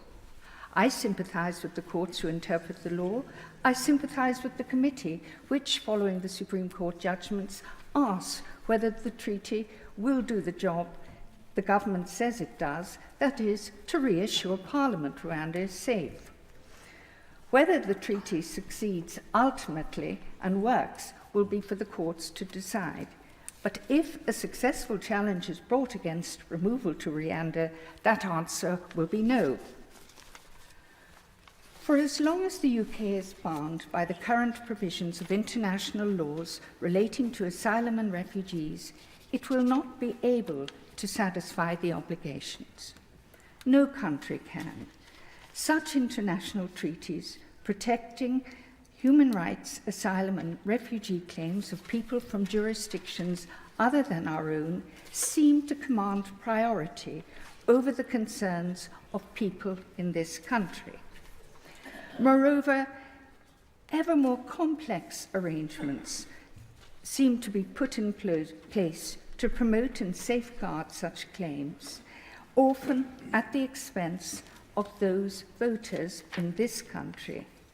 We are told, including by some noble lords in this House, and I refer to Lord Haney's excellent speech, that this, were we to deviate in any way from, I think the suggestion was, were we to deviate in any way from international law, this would cast doubt on Britain's standing amongst other countries party to the law. Well, I don't think we will be out of step with our neighbours. In France and Italy, in Germany, they face the same problem. Each of those neighbours is a G7 country. Each has seen an explosion of those arriving within their borders to seek asylum. They are generous countries, as is Britain, and its people, to asylum seekers. But from Germany, which has taken quite a number of asylum seekers, in the words of the left coalition, they are, and I won't say it in German, full up.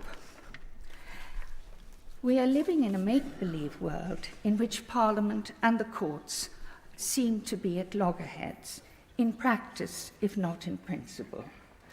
We claim the centrality of the separation of constitutional powers. Indeed, many noble lords have referred to it, and the committee's reports refers to it in its own paragraph 13. But no longer can I see that the courts, in doing the work that they do, which given the law they must do, can protect this country from what seems to many people to be arbitrary power. For whether we like it or not, international laws made, changed, interpreted, and imposed, even if under a treaty to which we are a signatory, the consequences of which the majority of people have continued to make clear democratically through the ballot box and through opinion polling they do not want, are arbitrary and should not be retained. I suspect many lords will warn the government against proceeding with the Rwanda bill linked to this treaty, and some will support Lord Goldsmith's second motion. I will certainly support the first, but not the second. If it does the trick to reassure first Parliament, and indeed ultimately the courts, well and good. but given the exceptional ability, ingenuity and inventiveness of those engaged in advising asylum claimants, it will not be long before a successful challenge is brought. Can my noble friend, the Minister, ask the Government to prepare and publish the necessary measures to prepare for that eventuality to seal the challenge? For whether we like it or not, and whether the Government likes it or not, we are seeing a constitutional crisis in the making, one in which the will of people, through their MPs, to have a say in the laws under which they are governed, the kind of country they live in, the taxes they pay, the opportunities they have, that will is flouted because their Parliament is powerless. The constitutional protection of the courts, the traditional role of the courts to protect freedoms, appears to them to have been turned on its head. Given its international obligations, the UK cannot control who comes in and who goes out, for that depends not on Parliament or the will of the people, but on what seems to them to be distant law made for a far-off time, for a different world. My Lords, this is a significant debate, and it includes a very serious motion, the first of its kind, as we've heard, and it is absolutely right that it is in front of us today. I'm still on the committee, but at the time I was chair of the International Agreements Committee, the agreement with Rwanda was merely a memorandum of understanding, not a treaty. And we were rightly critical of that motion, of that method, exactly because it bypassed the Cragg Act and therefore did not have to be approved by, or indeed even debated by, Parliament. As we've heard, the 2010 Act specifically gives this House the right, I would say the duty, to recommend against the ratification of a treaty if it judges that that is appropriate, albeit the actual decision, quite rightly, rests with the elected House. But it is part of our role to make recommendations both to government and to the Commons. And for the first time, the International Agreements Committee has concluded that the treaty should not be ratified until its various provisions and new bodies are demonstratively in place. The relevant lawyers and judges appointed, the committees are ready to act, and other requirements have met. And I would say to the noble Lord, Lord Sandhurst, yes, the wording in the treaty, its aspirations may well be sufficient to satisfy the Supreme Court and its concerns. But we need to see those words become reality before the treaty is ratified. As Lord Anderson says, ratification now, before implementation of the safeguards, could mean planes next day, before the safeguards are in place, and before the Supreme Court, if it was allowed to opine, which it will not be because of the clause, if it was allowed to opine, before the Supreme Court could say, yes, that is now a safe destination. Parliament needs to ratify and to agree to ratify the treaty before it becomes operational, as indeed must Rwanda itself. The treaty, as opposed to the bill, deals with what Rwanda will do in order to answer the Supreme Court's concerns, so that it can take responsibility for assessing asylum seekers and caring for them, both before and after any decision is made. There are many who have argued and will argue that under international law, the UK should never hand over responsibility for those who seek asylum here. Because, as we've heard, it's not simply to process them, but if they're judged eligible, to award them asylum in Rwanda rather than in the UK. As the Noble Lord Lord Razzle and the Noble Lord Lord Kerr have said, we're not offshoring consideration, we are offloading responsibility. Indeed. Now, I'm not going to enter the debate about whether the whole process of Rwanda is right or wrong. As with the International Agreement report, and along with the noble, many of the lower lords who have spoken, I want to focus on whether the treaty answers the concerns raised by our own domestic court, our highest court in the land, the Supreme Court, not some foreign court, as others seem to think. It was the Supreme Court that judged that Rwanda was not a safe place to send asylum seekers, and therefore rendering of refugees there would be unlawful. It questioned whether Rwanda's domestic procedures, its own rules, asylum processes and personnel were up to handling migrants in accordance with our domestic as well as international law. As the Right Reverend Prelate, the Bishop of Gloucester, says, that in fact the government is doing by this treaty and by the bill, it's substituting its own opinion on a matter of fact for that of the highest court of our land. Indeed, I think, if I read her correctly, she's challenging the government to go back there and ask for the court's opinion. Now, there's no doubt, as many others have said, that Rwanda wants to meet the expected standards. And in the treaty, it has undertaken to provide the law, the skills, the training, the monitoring, and so forth that we would expect. And I do not doubt their bona fides in this regard.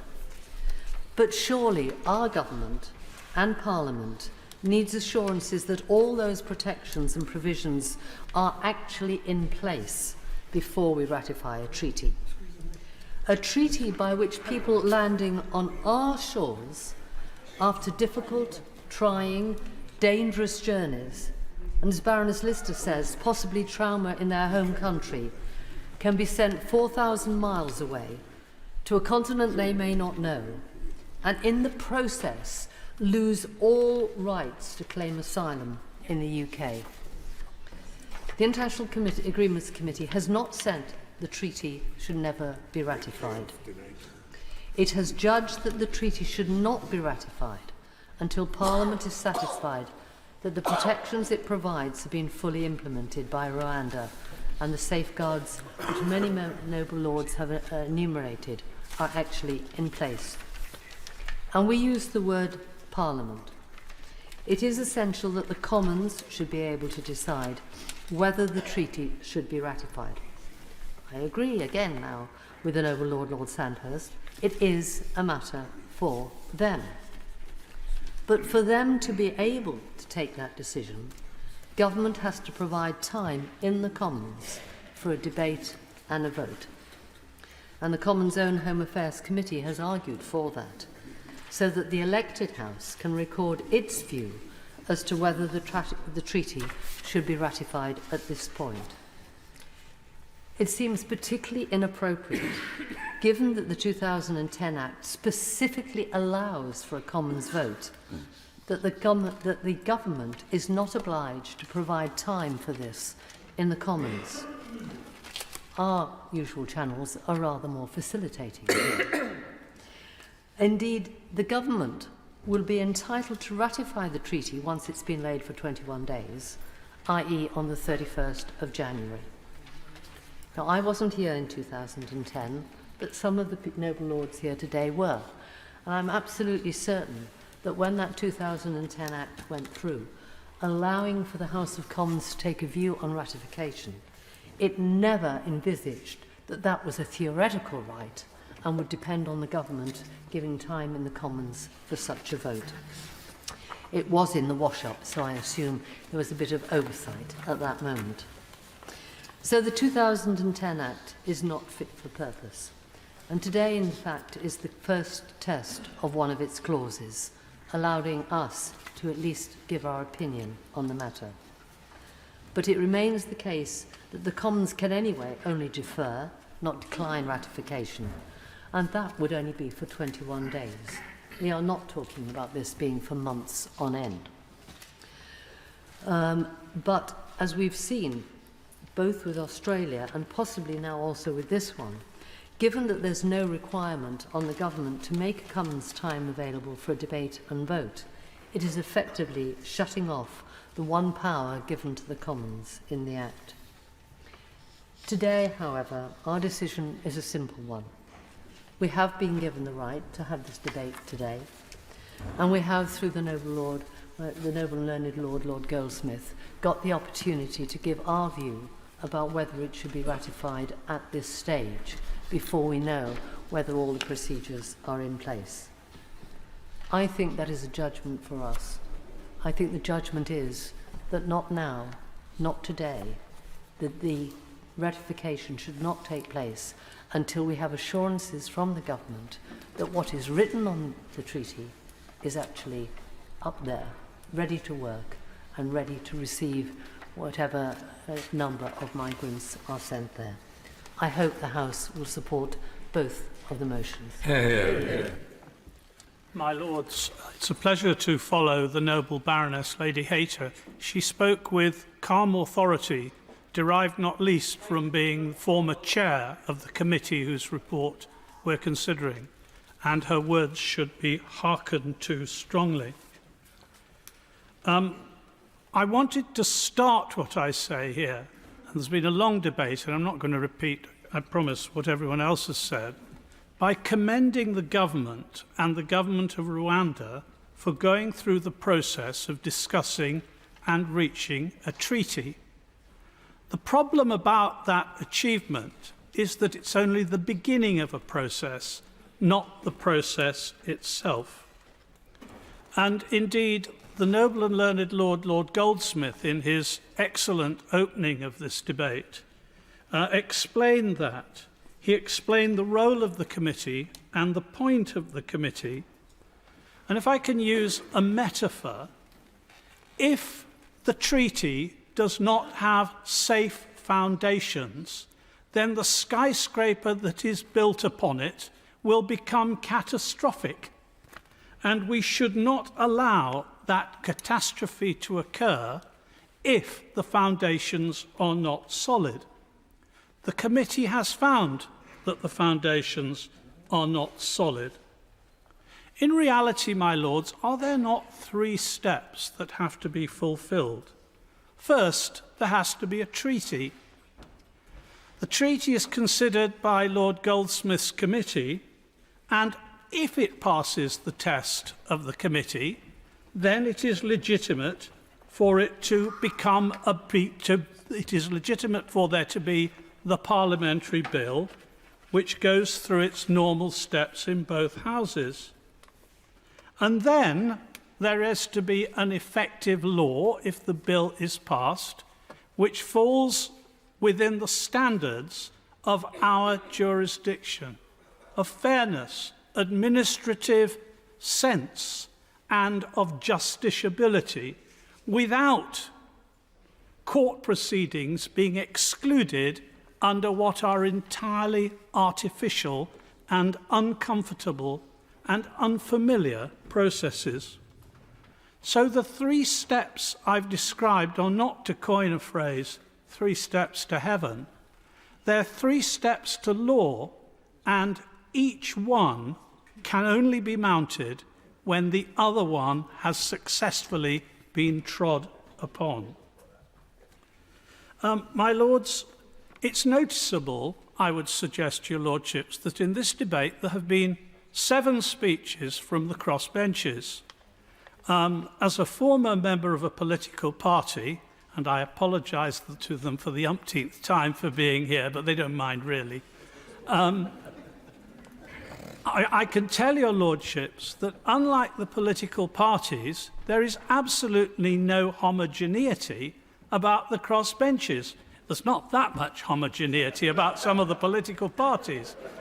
But in the crossbenches, you have heard today 7 speeches, all of which have come broadly to the same conclusion, from noble lords who have a wide range of experience and who bring that experience to bear in the debate. Some of that experience was spoken of by the noble lord, my noble friend, Lord Anderson, who referred to one experience he had as independent reviewer of terrorism legislation. I had another which I think is instructive in 2007, when the then government asked me to prepare a report on counter-terrorism law in the United Kingdom. I did a great deal of research on black letter counter-terrorism law in other countries. And I went to one of those countries, a Commonwealth country, that had excellent and still has excellent black letter law, as requested, to deliver a seminar to judges who tried terrorism cases. At the beginning of the seminar, I asked them, how many of you have tried terrorism cases? And they all put their hands up. I said, next question, how many of you have seen a conviction in a terrorism case? And none of them put their hands up. And it's a demonstration, my lords, of how we can think that we've achieved a solution through our black letter law, but within our system, in that country, it happened to be true, I'm afraid, that there was a degree of manipulation and corruption of the judiciary that meant that the right conclusions were never reached. At the moment, we have not proved to the requisite standard, and I would suggest it's beyond reasonable doubt, that Rwanda is a safe country for a law founded on this treaty. If I can just borrow a few words from the debate, the noble Lord Howell, who is a member of the committee and agreed with its conclusions, spoke of a dangerous and damaging part of a bigger picture. I agree with him. And if that picture still seems damaging and dangerous, we should not be allowing it to go to the House of Commons or to any other part of this Parliament without recording our disapproval. In an excellent speech by the noble Lord Purvis, he spoke of manipulation of the evidence of scrutiny of compliance in Rwanda. He's absolutely right. And with others, including my noble friend Lord Kerr, he spoke of cases in which people are given asylum in this country, in courts a few hundred yards from where we are today, because Rwanda is not a safe place for them to be sent. Exactly what the Supreme Court concluded, and which has not been refuted by anything that has happened since, despite the efforts that have gone into this treaty. And so, my lords, I suggest that before we could possibly reject the second motion before your lordships today, we need to hear from the minister, and I don't mind how long he takes, an answer to every one of the 10 points in paragraph 45 of the committee's report. It will not do to tell us that we're going to be written to after the event. The government should have put in its refutation before we met, and that refutation is not in the government's comments of the 10th of January, published though they are, because they predate the committee's report. And so, my lords, what I say finally is that I have been offended by criticism, some of it aimed at me and others who spoke out on the Rwanda subject, that we are unelected nobodies who are simply put here to obey the rule of the democratically elected House. My lords, that is not our role. One of our roles here is to protect democracy, sometimes to protect democracy from itself, to ensure that members of the other place, and indeed members of our own House, do not overstep the mark, that they do not put us in conflict with the hallowed principle of the separation of powers. And I say to your lordships, this is not a case of the courts taking on the government. This is a situation in which the government has chosen to take on the courts. And at the end of the day, what are they actually achieving? We know that only a couple of hundred people at the most would be sent to Rwanda. The government doesn't have an aircraft on which they could put them. They don't have a pilot who would be prepared to take people who were disturbing the flight on grounds of safety. The cost has now escalated. It goes up every time I hear someone speak. I think we reached £390 million during Lord Fox's speech today. This is not what we should be doing, and it is our job to say so as members of the House of Lords. My Lords, it's a particular pleasure to follow the Noble Lord Carlisle of Berriew, who I know will appreciate that, although I think on this topic he and I will disagree, I always listen to anything he says with real care, and often I learn from it. I'm very grateful to the Noble and Learned Lord Goldsmith and his illustrious committee for the report, which I have read and indeed reread. I'm also grateful to the powers that be for providing time for this debate, which the Noble and Learned Lord opened with his customary skill and persuasiveness. As judges who find themselves in a minority are wont to say, I have the misfortune to take a different view. And so, of course, while I will vote for the first motion, if there's a division on it, I will vote against the second motion. Let me clear one point out of the way first, although it is an important point. That is the procedure which lies behind this debate. Under the current legislation, as my noble friend Lord Sandhurst explained, this House cannot block the treaty. That is as it should be. It would be a significant rewriting of the role of this House for it to block a treaty or to do any such thing.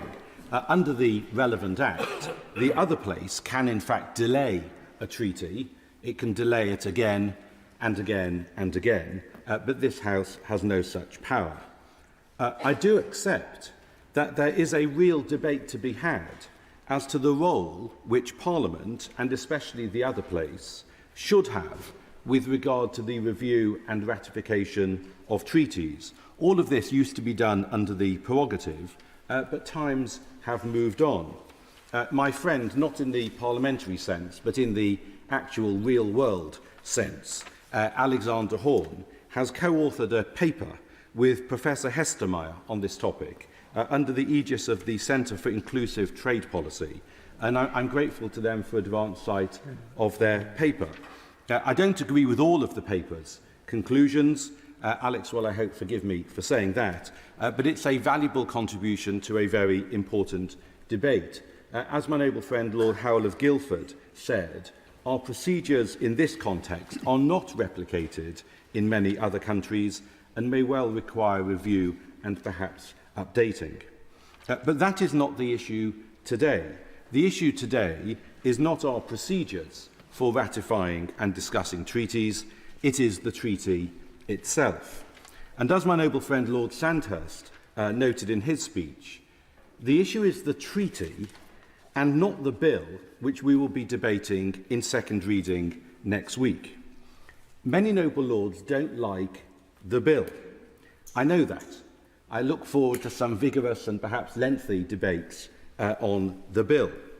But next week's bill is not today's topic. We are looking at the treaty and not the bill. Although it is interesting that I've not so far, and I think I'm the last speaker from the backbenches, so to speak, I've not so far heard a speech today which says, I like the government's policy in this area, I support that policy, I will vote for the bill next week, but I just don't like this treaty or the way the government has gone about it. For some reason, those opposing the treaty also oppose the policy underlying it and will also no doubt oppose the bill next week. Now, there is nothing, I would suggest, objectionable about the treaty. There is nothing objectionable about what it does or what it says. It improves the protections as compared to the previous memorandum, not least by providing that persons can be removed from Rwanda to the UK and only to the UK, thus directly addressing the risk of refoulement which lay at the heart of the Supreme Court's judgment. The thrust of the argument of those in support of the second motion is we can't be sure that the Rwandan government will actually do what it says it will do. That's not the view I take, but it's a position which, of course, I understand. In which case, I would respectfully say, put some measures into the bill to make sure that the Rwandan government lives up to its obligations, or, if you can't be satisfied by way of such amendments, vote against the bill. To pick up Lord Carlisle's metaphor, if you don't like the foundations, don't build the skyscraper. But let's have the argument about the skyscraper and not about the foundations. Now, before I sit down, let me respond to an important point which was made by the noble Lord Purvis of Tweed, which deserves a proper response. He made the point that my noble friend Lord Murray of Blidworth was wrong when he informed the House, when he spoke from the front bench, that the view of the United Nations High Commission for Refugees as to the interpretation of the Refugee Convention was not binding. That was the point the noble Lord made this afternoon. He's made it before as well. His contention was that it is binding, and he said also the Supreme Court has said that it's binding, and he quoted from the decision of the Supreme Court. Now let me reply to it. The statement he referred to in the decision of the Supreme Court was that the UNHCR is entrusted with, and I quote, the supervision of the interpretation and application of the Refugee Convention. The Supreme Court did say that, but that shows, I would suggest, that the UNHCR is not mandated itself with the binding interpretation, with giving a binding interpretation of the Convention. It doesn't have that right. Its role is to supervise the interpretation of the Convention by the signatory states. And indeed, the Supreme Court goes on to make that point in the rest of the paragraph from which he quoted. It's paragraph 64 of the judgment. Can I just make this point, then I'll give way? The Supreme Court goes on to say, citing its own decision in the case of Al-Siri in 2013, that the UNHCR's guidance, and note that word, guidance, as to the interpretation of the Convention, quotes, should be accorded considerable weight. And so it should. But when judges say that something should be accorded considerable weight, they are necessarily saying that it's not binding. The UNHCR does not hold the pen on the interpretation of the Convention. That was the point which Lord Murray of Blidworth made, and indeed it's a point which I've made on previous occasions. I'm very happy to give way to the noble Lord. I'm grateful, because I know this has been unusual in this debate for interventions, but I'm grateful since the noble Lord has mentioned it. I quoted Lord Murray word for word for Hansard when he said that the UNHCR was a UN body, semicolon, it is not the body to interpret the Convention. The Supreme Court disagreed, and disagreed very clearly. I didn't insert the word binding. Hansard will show that. I quoted like for like, and I think that the Supreme Court's position was perfectly clear that Lord Murray was wrong. Well, the Supreme Court went out of its way to say, I'm afraid, now I know this is a legalistic point, but that's the thing about the Supreme Court, they tend to make them. The legalistic point is this: the Supreme Court was saying that the UNHCR is not interpreting the Convention, it is supervising the interpretation of the Convention by the signatory states. Now that may seem a subtle distinction, it's a critical distinction, because it remains the right of the states themselves to interpret the Convention. At least we managed to have one intervention in the course of this debate this afternoon. I think what that exchange has showed is that we can all look forward to some interesting and vigorous debates next week and thereafter. But that is not today's business. I would invite the House not to take a sideswipe at the policy or in advance of the bill by way of the second motion on the order paper. Of course we should support the first motion, but I would urge the House to vote against the second motion. My Lord, I am grateful for the indulgence of the House for allowing me a few minutes in the gap to speak before the leaders of the parties speak themselves. I was very lucky and grateful to be a member of the International Agreements Committee, and I was very pleased to be so under the chairmanship of the noble and learned Lord Goldsmith. I just wanted to make a couple of very quick points. I mean, I think it's important to understand that Rwanda is a country with a tragic past, but it is trying its best to overcome that. It has made significant progress in that respect. It is a member of the Commonwealth, it is committed to free and fair elections, and it is committed to the rule of law. However, it is a very poor country, and it lacks the capacity to fulfill those expectations which are made upon it, those demands which are made upon it by this treaty. It simply cannot do so in the immediate, or indeed probably in the midterm time. It just does not have the capacity or the money. It has the will, it has the willingness to do it, and with the support of this country and perhaps others, it may perhaps sooner or later get it done. But right now, it just simply does not have that capacity. And we have to think about that, because we too do not have the capacity to properly deal with our immigration either. There are significant shortages of judges, and the courts are feeling that all the time. And the waiting lists for dealing with these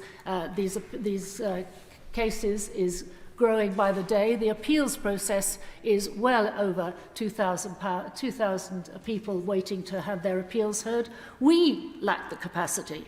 And for us to be thinking that we can impose this kind of behaviour on a developing country like Rwanda is asking a great deal. I won't detain you any longer. I'm only allowed 2 minutes, and so I will sit down and give way to another member of my committee.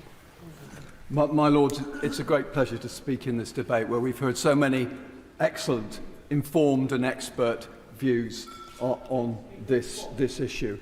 As a member of the committee, as Baroness Kingsmill pointed out, I'll try to focus back on to this report and the two motions facing your Lordships.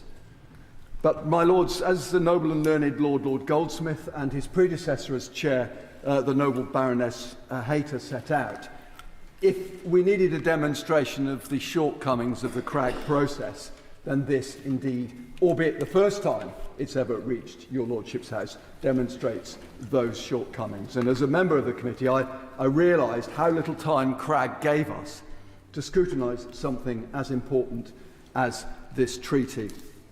But nevertheless, my Lords, thanks to our colleagues, to the committee and the tireless work of the clerks, advisers and the administrative team, we did produce this report, a report that, along with all the other members of the committee, I wholeheartedly support.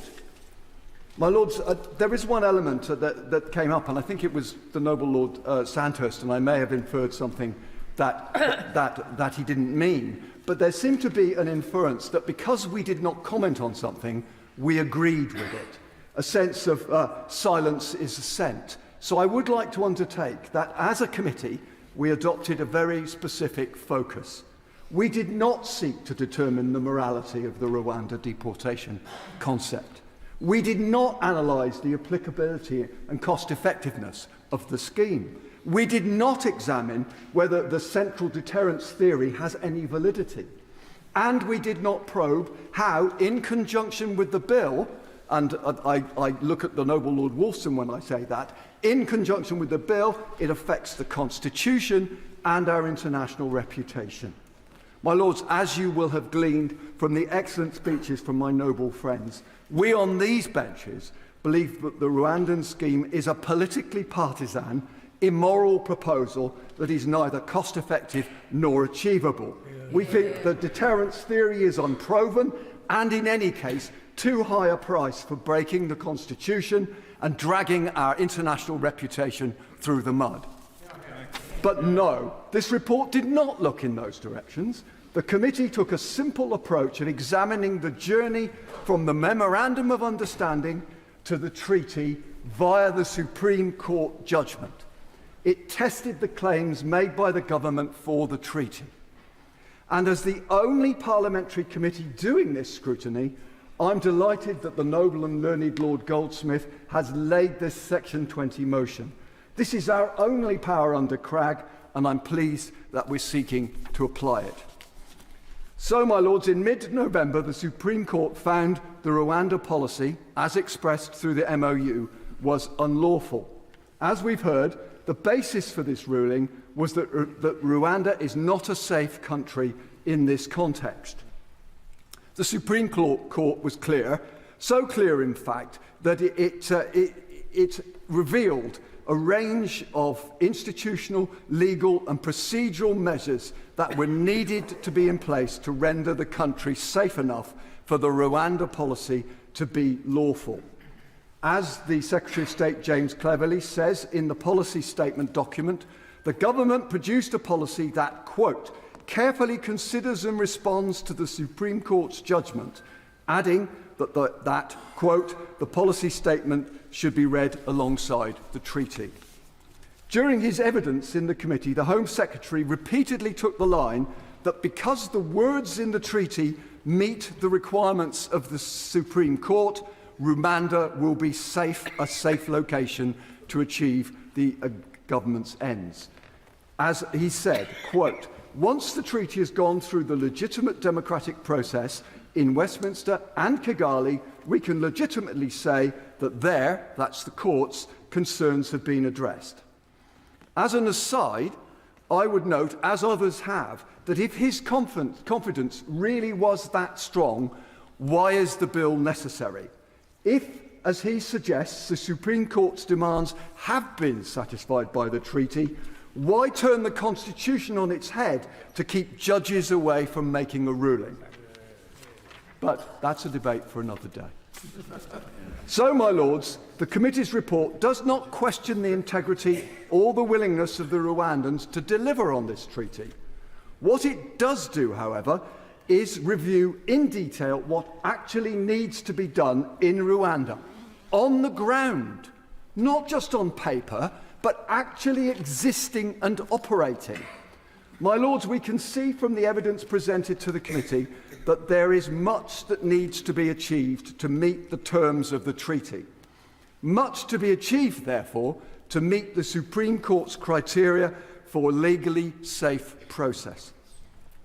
Whilst giving evidence to the committee, Secretary of State Cleverly was unable to put a time frame on the achievement of these activities. He did not furnish a copy of the law that must be passed in Kigali. He was, my lords, generally very light on detail. But he asserted that it could all happen quite quickly.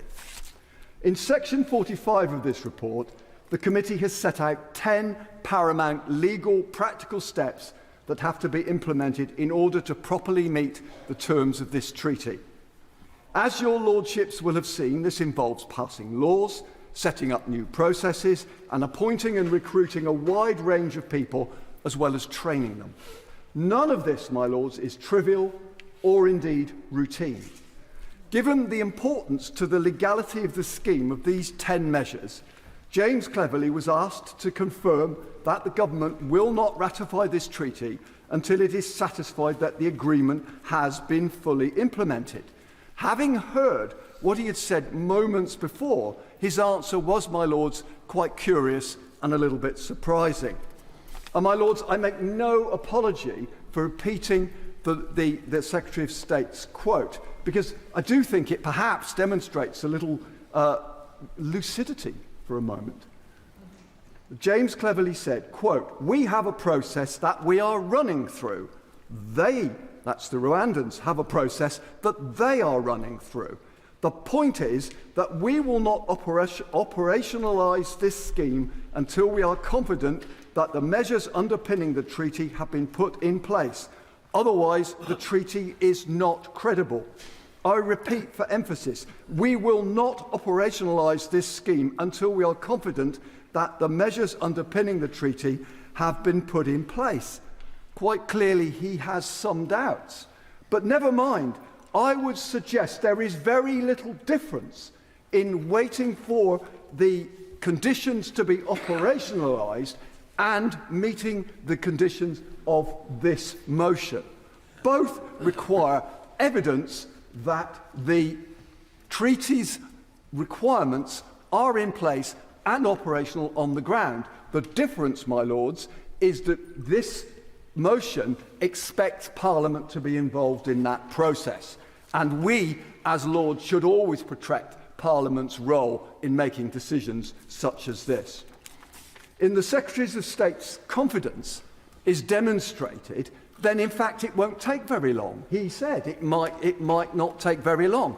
Well, if that's the case, we don't have to wait long for this process to be operationalised. I have to say, my lords, that as many of your lordships have set out, there is a strong belief that the Home Secretary may possibly have understated the scale of the challenge and rather underestimated the time it might take for all these things to happen. None of the evidence we received suggested that the 10 criteria set out in the report can be realised with any degree of speed. Leaving aside, my lords, the moral, financial and constitutional issues surrounding this treaty and its accompanying bill, and focusing on the necessarily narrow grounds adopted by our committee, there is more than enough reason to delay the ratification of the treaty until the conditions for its lawful operation are actually in place. We support the noble and learned Law's motions, and we will take that support through the lobby if he chooses, as I hope he does, to move this motion. My lords, here we go again on Rwanda, a treaty today and the bill next week, both inextricably intertwined with each other, as the treaty is how Rwanda is designated safe. And can I start by thanking my noble friend Lord Goldsmith and his committee for a truly outstanding report which has enabled us to have the discussion and debate that we've had today. And should my noble friend press both of his motions to the vote, we will be supporting him in the lobbies. And my lords, can I say as well, just picking up Lord Carlisle's point, which I think is an important point, I think my noble friend Baroness Chakrabarti made it as well. What we've seen today is not a House of Lords seeking to block, to act in an anti-democratic way, to actually do anything other than to do its job, which is to say to the government where we believe that you should think again, where we believe that you may actually reflect on what you are doing. And that, as a revising chamber, as an advisory chamber, is absolutely what we should be doing. And nobody, at least the Prime Minister, should hold press conferences lecturing us about what our role is when all we seek to do is to improve it and to act in our proper constitutional role. And the Prime Minister should remember that and be reminded of it. And what gives the strength to Lord Goldsmith's report? Lord Goldsmith, in his usual understated way, started by saying, "I'm not standing here as a Labour Lord." And he's quite right to make that point. He's chair of an important committee of your Lordship's House. And the importance of what Lord Goldsmith was saying was this. He was saying that he was standing there as the chair of the committee, and that committee had all party support for the report that it had brought before them. Not a Conservative report, a Labour report, a crossbench report, a Liberal Democrat report, but a report of your Lordship's House which believed that it set out what it was important for the government to do. And I think that's where what gives it its strength, what gives it its power. The fact that a unity of purpose from all sides of this chamber has been brought together to say to the government, not to block the treaty, as one or two may have suggested, but to actually say to the government to delay the treaty, because at the heart of the motion that Lord Goldsmith has brought before us, at the heart of that motion is that the treaty, that the report seeks to say that it's necessary for us to ensure that the treaty meets the issues as highlighted by the Supreme Court. And of course we all agree with that and welcome that. And the treaty is that the treaty needs to be examined in that way. But as the report makes clear, how will we know that these conditions are being met? And that is the fundamental part of the debate that we have before us. Is Rwanda safe? Now, as the point that Lord Anderson made, that we can argue around it all that we want, but that is the fundamental question. Do we have a country which is safe with which we are establishing this treaty. And the report says we can't be sure. We don't know. And why don't we know? Because the government hasn't provided the committee, or indeed this House, with the evidence to ensure that we can come to a judgment as to whether that is right or not. Lord Fox, in his excellent remarks, put before us question point 45, or section 45 of the report, which lists the 10 steps. Lord Carlile again mentioned it, others mentioned it, Lord Kerr mentioned it, and others, where they said, so, and your Lordship should answer this. We're being asked to say Rwanda is safe, and this is what the treaty says we need to know. A new asylum law is needed in Rwanda. Has anybody seen it? Anybody any idea what this new asylum law is? And yet the treaty is dependent upon it. A system for ensuring that non-refoulement takes place. Can the Minister explain what that is? A process for submitting individual complaints to the Monitoring Committee. No idea. The committee has no idea. It's asking for it. The recruitment of a Monitoring Committee support team. Not done yet. The appointment of independent experts to advise the asylum first instance and appeals bodies. Has that been done? The appointment of international judges. Don't know how many for a start, let alone we haven't recruited them. We don't know how many we want or is needed. Training for international judges in Rwandan law and practice. All of these things, and you can go through each and every one of them, and the government has not provided the evidence or to support what it is saying needs to be done to either to the committee or to your Lordship's House. So how can we determine whether Rwanda is safe when the very things upon which that is dependent have not been provided to us? And that's what the committee is saying. Surely, if we want to do that, then we need to know whether those conditions have been met or not. And I think the Minister needs to answer this. I say this. The government has been assured that all is well. My question to the government, is assurance really enough when it comes to an international treaty? The Rwandan government says all is well. But as the committee says, and I quote, assurances in themselves are not proof of Rwanda's current ability to fulfil them. I couldn't agree more. And the government needs to answer why it thinks it is when the committee is saying to it as it is why it is not. And can the Minister explain, if everything is okay, as a number of noble lords have laid out, if everything is okay with respect to Rwanda, why 6 people have been given asylum from that country since this signing of the original MOU was made in the summer of 2022. We've given 6 people from Rwanda asylum in this country since the MOU was signed in the summer of 2022. Is that a safe country? When you've had to give asylum to, even though it's a small number of people, you've had to give asylum to a small number of people. And I know we sometimes are supposed to say international law and international treaties and our obligations under these don't matter. Well, I, for one, and I know many across this chamber will say that what the UNHCR has to say is important. What the UNHCR thinks about the Rwanda Treaty and the law that may follow it, but the Rwanda Treaty we're debating today, what the UNHCR thinks about it is a really important test of whether we have got this right. And what do they say? The UNHCR finds the new UK-Rwanda Treaty and indeed the Safety of Rwanda Bill are incompatible with international refugee law. I think that is a really troubling judgment that has been made by a significant body upon us. People say it doesn't matter. I think it really does matter. I think it really does. Lord Kerr, I think it was, and I apologise it wasn't, talked again about, and Lord Hannay, about our reputation, our global reputation. And we're all proud of that, but things like this do not help. My lords, across the world, we are standing up for the role of international bodies and the role of international law.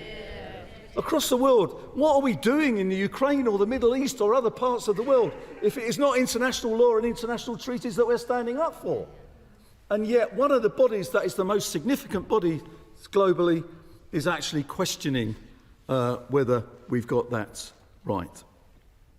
My Lords, I think my noble friend Baroness Hayter mentioned this, but of course the other thing is that many of the times it's said, well, this is just your Lordship's house. It was the, Lord Goldsmith's committee. And I think, as Baroness Hayter, and it's worth remembering this, as Baroness Hayter pointed out, it wasn't only a committee of this House that pointed out that there should be a proper debate about the treaty. It was the House of Commons' own Home Affairs Select Committee which said there should be a debate and discussion about this treaty.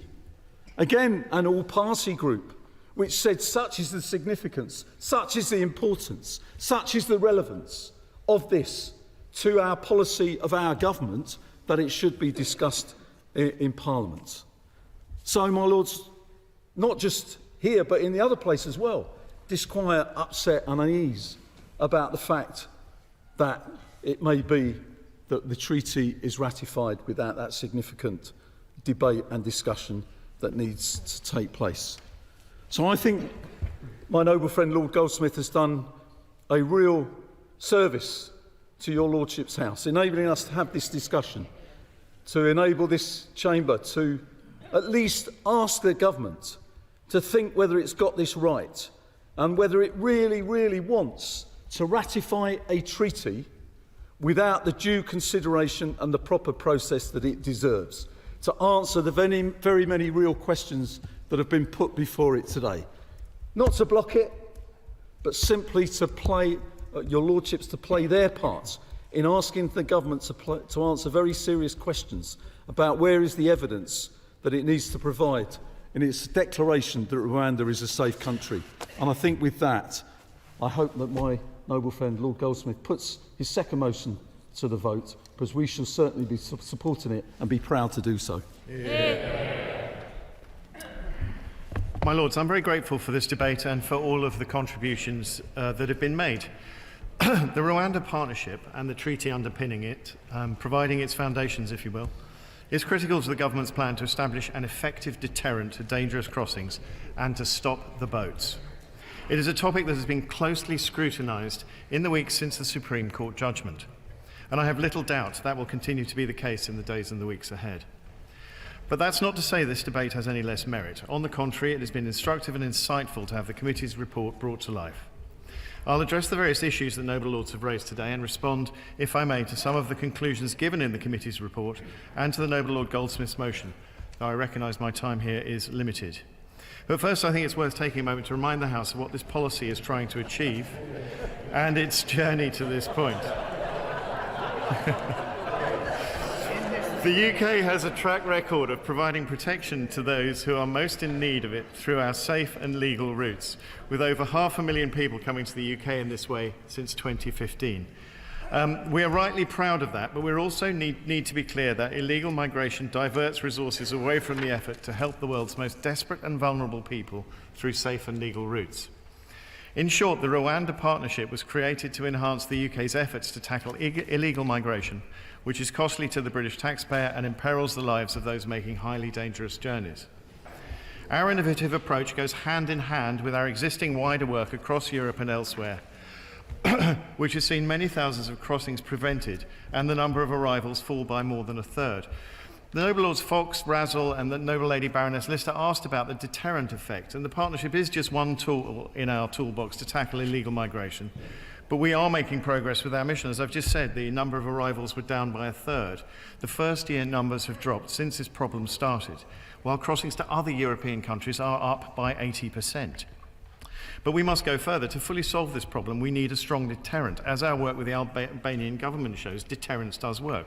And I thank the noble Lord Alton for acknowledging that. Only by removing the prospect that illegal migrants can settle in the UK can we control our borders and save lives at sea. By sending the clear message that if you try to come here illegally and have no right to stay here, you will be returned home or removed to a third safe country. This will break the business model of the trafficking and smuggling gangs by removing the ability to sell entry into the UK. And of course, the deterrent effect of the MEDP will be fully realised once it becomes operational. My Lords, We're also taking action to crack down on the criminal gangs, the mafia-like criminal gangs, as Lord Alton described them, which prey on those seeking to cross the Channel, and that work continues particularly in collaboration with the French. But it is also a comprehensive strategy. We have to build on the progress we've made, which is where the Rwanda partnership comes in.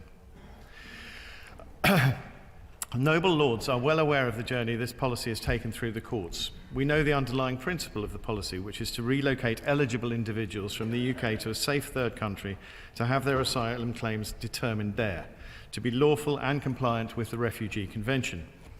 The Supreme Court did not disturb the lower court's findings on that point. The IAC's inquiry focused on how the agreement we now have protects those relocated to Rwanda and whether it deals with the concerns raised by the Supreme Court. It's not right to say that we've made these changes notwithstanding the Supreme Court. We respect the court and the rule of law. It is because of the Supreme Court's judgment that we have made these changes.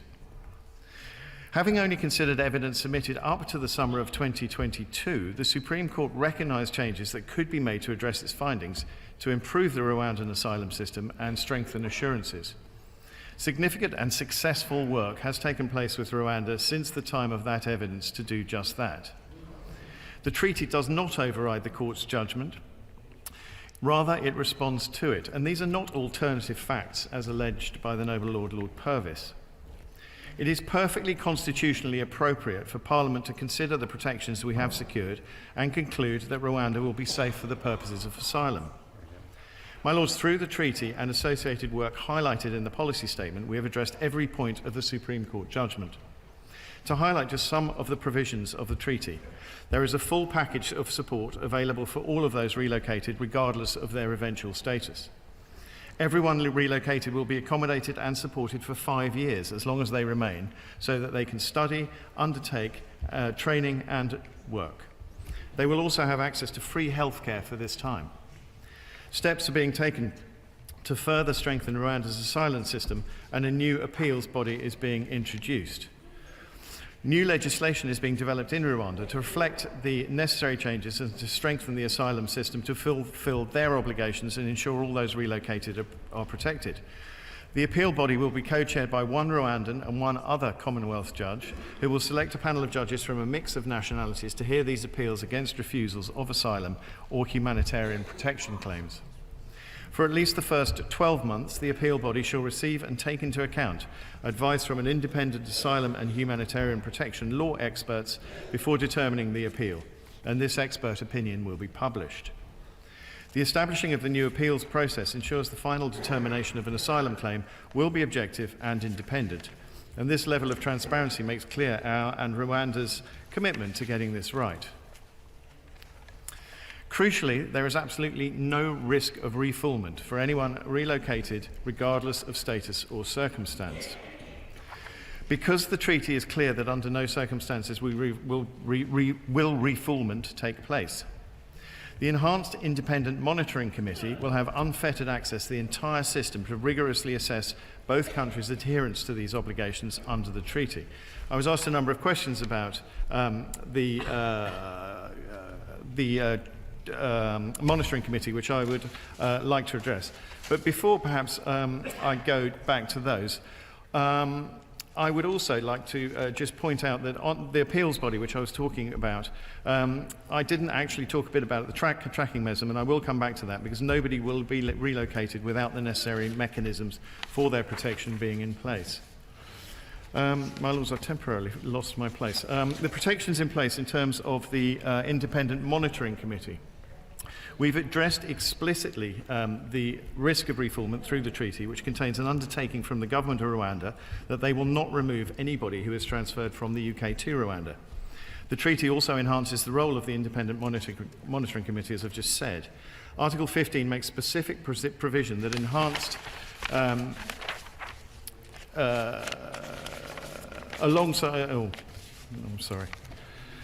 monitoring will take place for a minimum of 3 months from the date the individual is notified they are being relocated.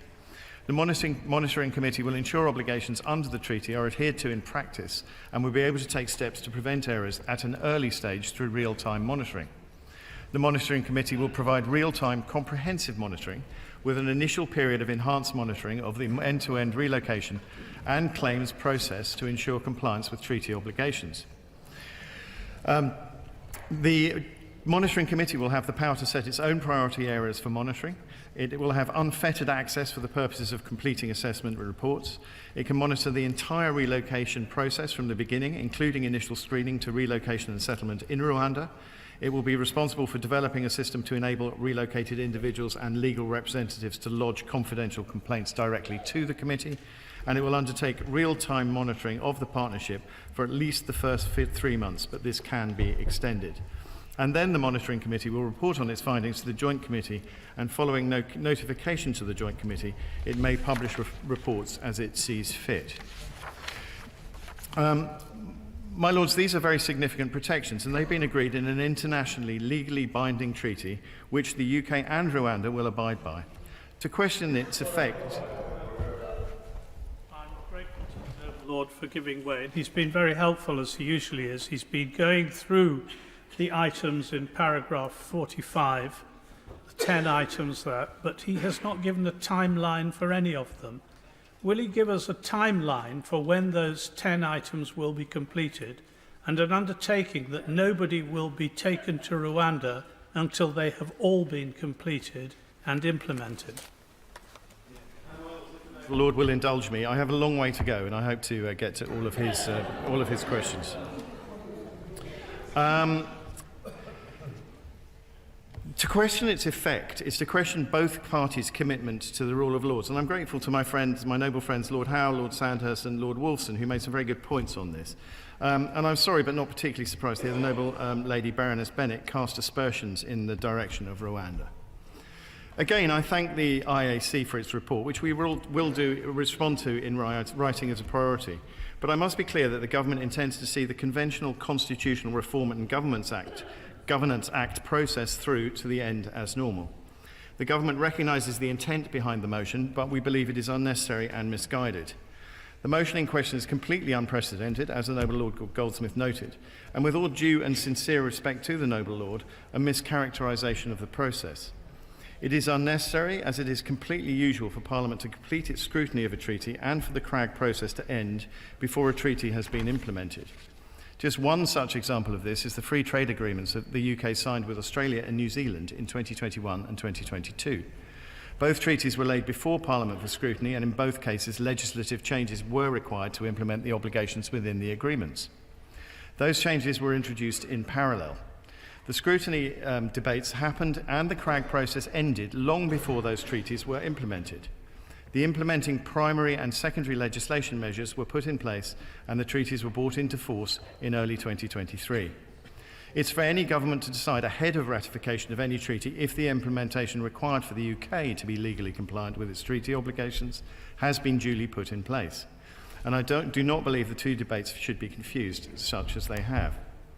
We would urge noble lords to support the government in its plans for the treaty to be implemented and ratified by both countries in due course. We've been clear throughout the development of this partnership that Rwanda and the UK must place the utmost importance on the safety of all those relocated. And the mechanisms in place will ensure that both parties adhere to the obligations under the internationally legally binding treaty. My lords, it's vital that we stop the boats as soon as possible. The British people clearly do not want to see any further delay. So it would, of course, be remiss of me not to mention at this point the Safety of Rwanda Bill, which will reach this House next week, and it ties in closely with what I've just said. This bill sits above existing statutory provisions to enable Parliament to conclude Rwanda is a safe country. The supporting evidence pack, which was released on the 11th of January, and supporting policy statement, first given on the 12th of December, goes into great detail concerning the information that gives us the confidence to say Rwanda is safe. I look forward to noble lords' support for the bill in second reading next week. It is true that Parliament is being invited to conclude that Rwanda is safe based on this treaty and other matters, but that is not what is being debated today. We are debating whether there is anything in this treaty that means it should not be ratified, as my noble friend Lord Wolfson noted. The IAC has made some points about the treaty, but fundamentally it has not identified anything objectionable in the treaty itself. The debate on whether Parliament considers Rwanda is safe is a debate that should and will happen in depth in the coming weeks as part of scrutiny of the bill. The IAC's report concludes that the treaty might in time provide the basis for such an assessment, that is, that Rwanda is safe if it is rigorously implemented. And the government's position is that the treaty does provide that basis. So we would invite Noble Lords to reject the motion today and recognise that standard procedures should be followed. Once the treaty is ratified and the bill passed, we can begin to operationalise the partnership. My Lords, I will now get on to try and answer some of the more specific questions. To do with the deterrence and the deterrence of the partnership. It was never about Rwanda or any other partner country being a hellhole as described by Lord Razzle, which I find quite offensive. It is about organised criminal gangs not being able to sell the UK as a destination. Only by removing the prospect that illegal migrants can settle in the UK can we control our borders and save lives at sea. By sending the clear message that if you try to come here illegally and have no right to stay here, you will be returned home or removed to a safe third country, can we break the business model of the trafficking and smuggling gangs? The Noble Lord Hannay asked me about international comparisons as regards treaty scrutiny. The government believes that 21 joint sitting days, which in parliamentary terms is likely to be a minimum of 5 weeks and often somewhat longer, is sufficient for Parliament to scrutinise a treaty. It's difficult to make comparisons between governmental systems, even with other parliamentary democracies, as each have evolved over time in line with their constitutional arrangements, which of course differ from one state to another. Each system reflects the constitutional makeup and separation of powers in that country. When similar parliamentary democracies are compared to ours, it is clear our practice is in many respects similar to systems such as those of Canada, Australia and New Zealand.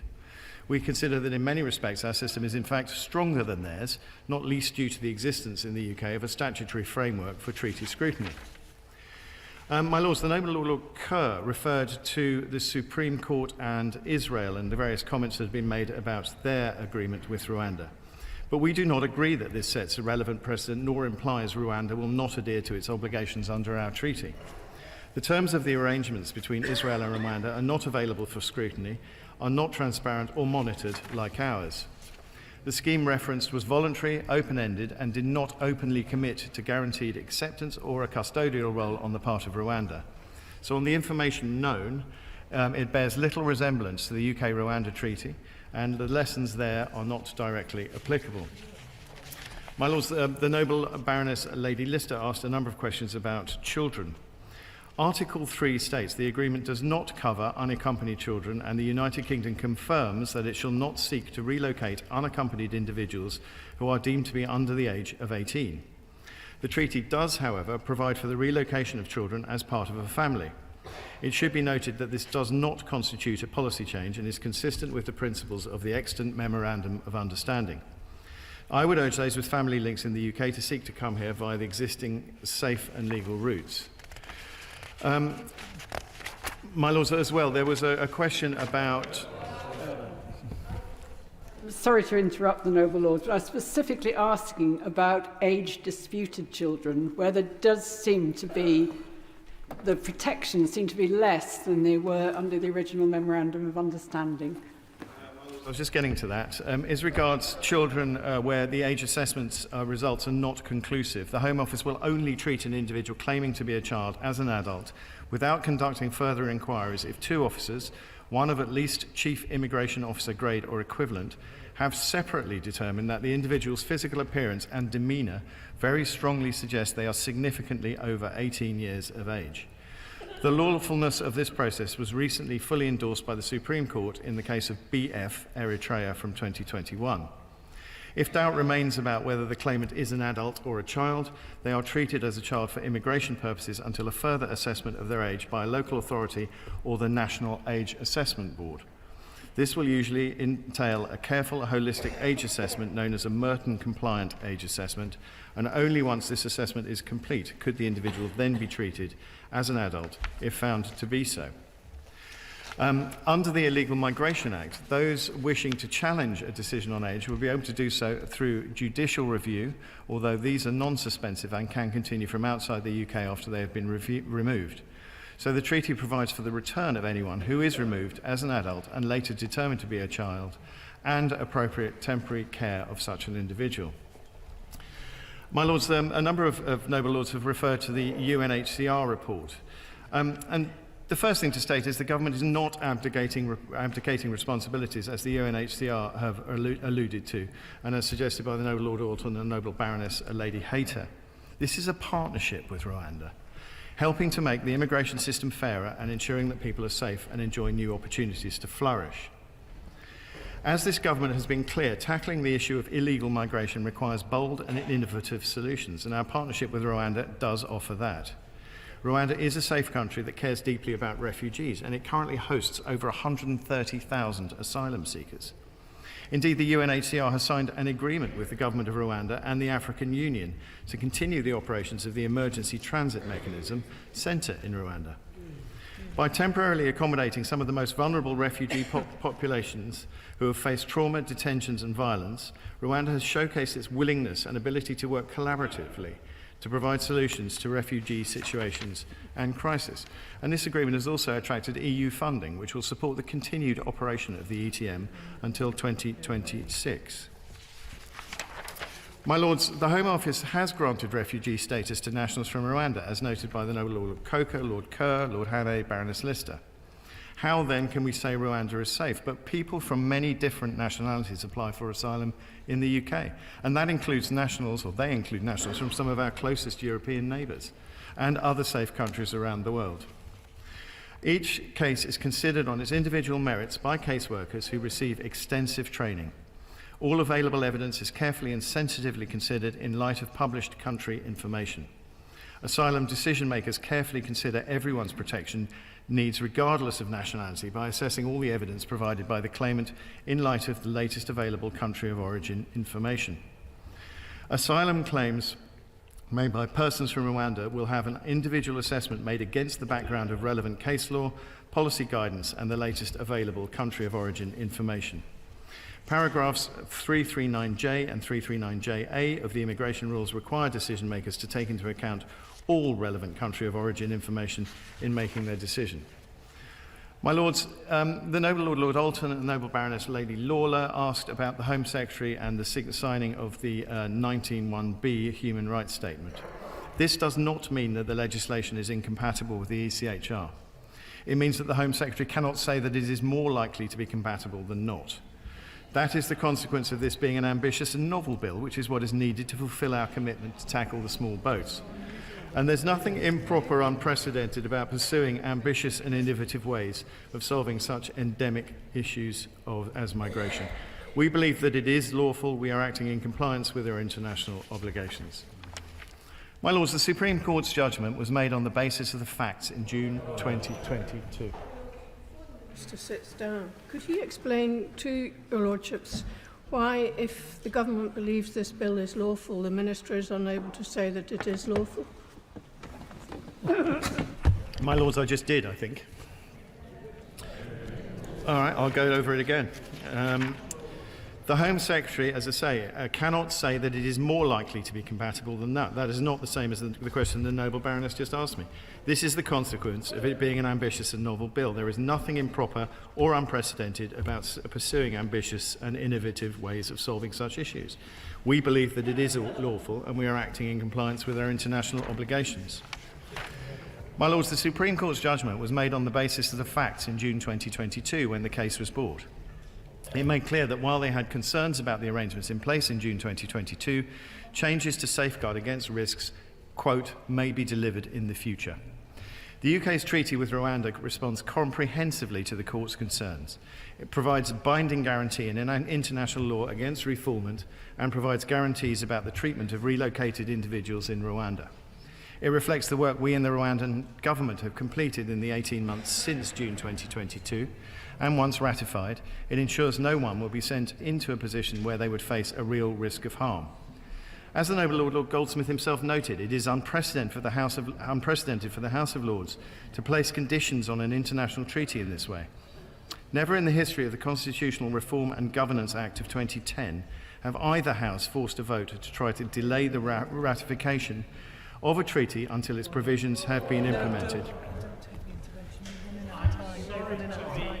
I'm sorry to be naggy, but the Minister, I think, got close to promising me an answer to my simple question about when, in relation to paragraph 5. Could we have that answer before he sits down? This is the Noble Lord Carlisle, is when we have the treaty, the bill, and the Rwandans have passed their laws. That is when. My Lords, as I was saying, this begs the question, is Labour using the House of Lords to try to frustrate our plan to stop the boats? Last week, the Prime Minister urged the opposition in the House of Lords to get on board and do the right thing to stop the boats. You have a choice tonight: push this amendment to try to obstruct an effective deterrent, or back down and let this treaty pass like every time this procedure has been used before. I offer thanks again to all who participated. We must stop the boats. We must put an end to this mass trafficking of people and save lives. That is the humane thing to do, and it is the fair thing to do, and that is what we remain absolutely committed to delivering, this partnership without delay. Well, my Lords, that last piece from the Minister I very much resent. I presented this on the basis it was not Labour Party, it was the views of the committee as a whole. I've tried to be completely unpolitical in what I've said, and I think it's a great shame that the Minister should choose to make that particular observation towards the end of his speech. Last refuge. I do want to thank all noble lords who participate in this debate. So many very, very good, powerful, insightful thoughts from your lordships. And there is not time, I'm looking at the time now, to comment on all of them. There are two questions I want to touch on. One is the powers of this House, and the second is the question before this House. As the powers of this House, there was some suggestion, I'm afraid I have to say, to some extent it seemed to come out from the speeches of the noble lords, Lord Sandhurst and Lord Wolfson, whom they both know I very much admire and respect them, but they seemed to be suggesting there was something improper in asking this House to do what I'm asking it to do tonight. The power not to delay the treaty, not to block the treaty, because we can't do that. That's very clear. What we can do is pass a resolution, if we so agree, the resolution that it should not be ratified at the moment. That's all I've asked. And I will ask for a vote on that later. That's not the moment for that. But it's not right to say that that's improper. The statute itself provides in section 20 that we can pass that resolution. So I think it's really not satisfactory at all for anyone to be suggesting doing that is an inappropriate use. We've got one power. That's all we're asking you to do. My Lords, on the question, I do want to come back to this because it's important, and I dealt with it in my opening remarks.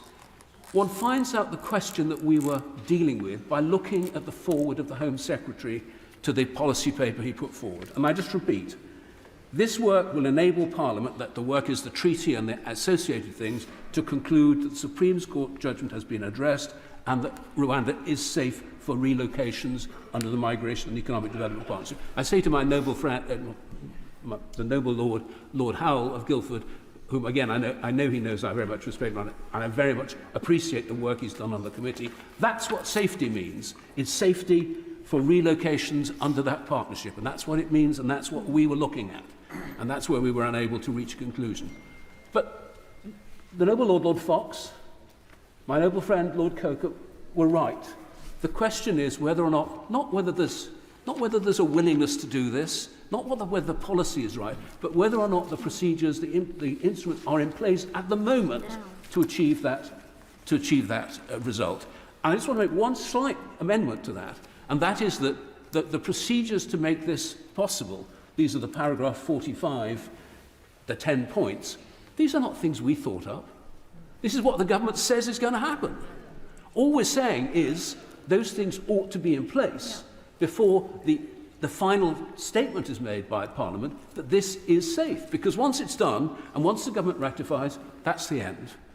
And that is why it's important in my submission to follow what the committee decided unanimously, that the treaty should not be ratified until those things are in place. Just let me give one example. Emphasis was rightly placed on the principle of non-refoulement, and the noble Lord the Minister referred to that. But he will recall, and the House will recall, that one of the ways that is supposed to be protected, and it's set out in the treaty, is an agreement is to be reached between Rwanda and this country as to what the procedures are to effect that. It's not in place. As I said in my opening speech, we don't know when it will be in place, though we asked about it. And so that's why I will say I'm going to ask for the motion now to be put, and then we'll come back to the vote if that's what we do on the second motion. So I beg to move. My Lords, the question is that Lord Goldsmith's first motion be agreed to. As many as are of that opinion will say content. Content. To the contrary, not content. The contents have it. Resolution on the UK-Rwanda agreement on an asylum partnership. Lord Goldsmith. My Lords, I don't say anything more. I've said everything I want to say about that, but I do wish to test the opinion of the House. The question is that this motion be agreed to. As many as are of that opinion will say content. Content. To the contrary, not content. Not content. The question will be decided by a division. I will advise the House when voting is open. Very good, Peter. Thank you.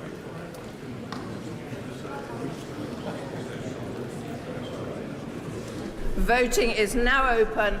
Clear the bar.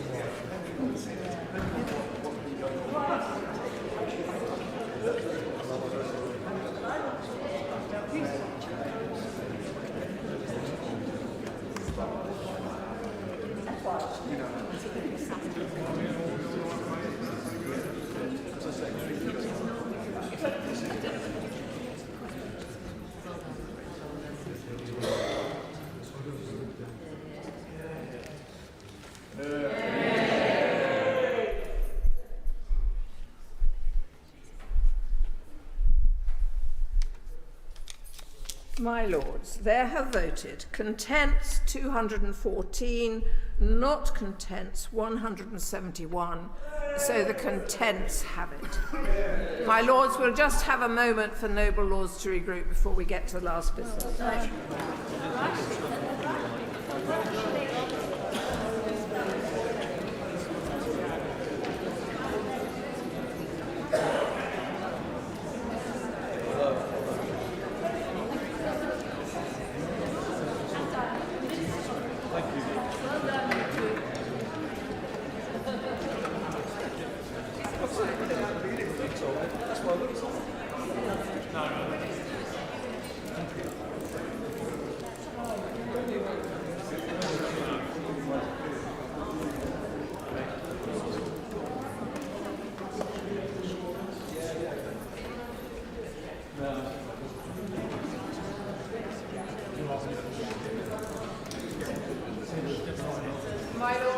I think we are to move to last business now, which is repeat of the answer to an urgent question asked in the House of Commons today on funded childcare for 2-year-olds in working families. Baroness Barron.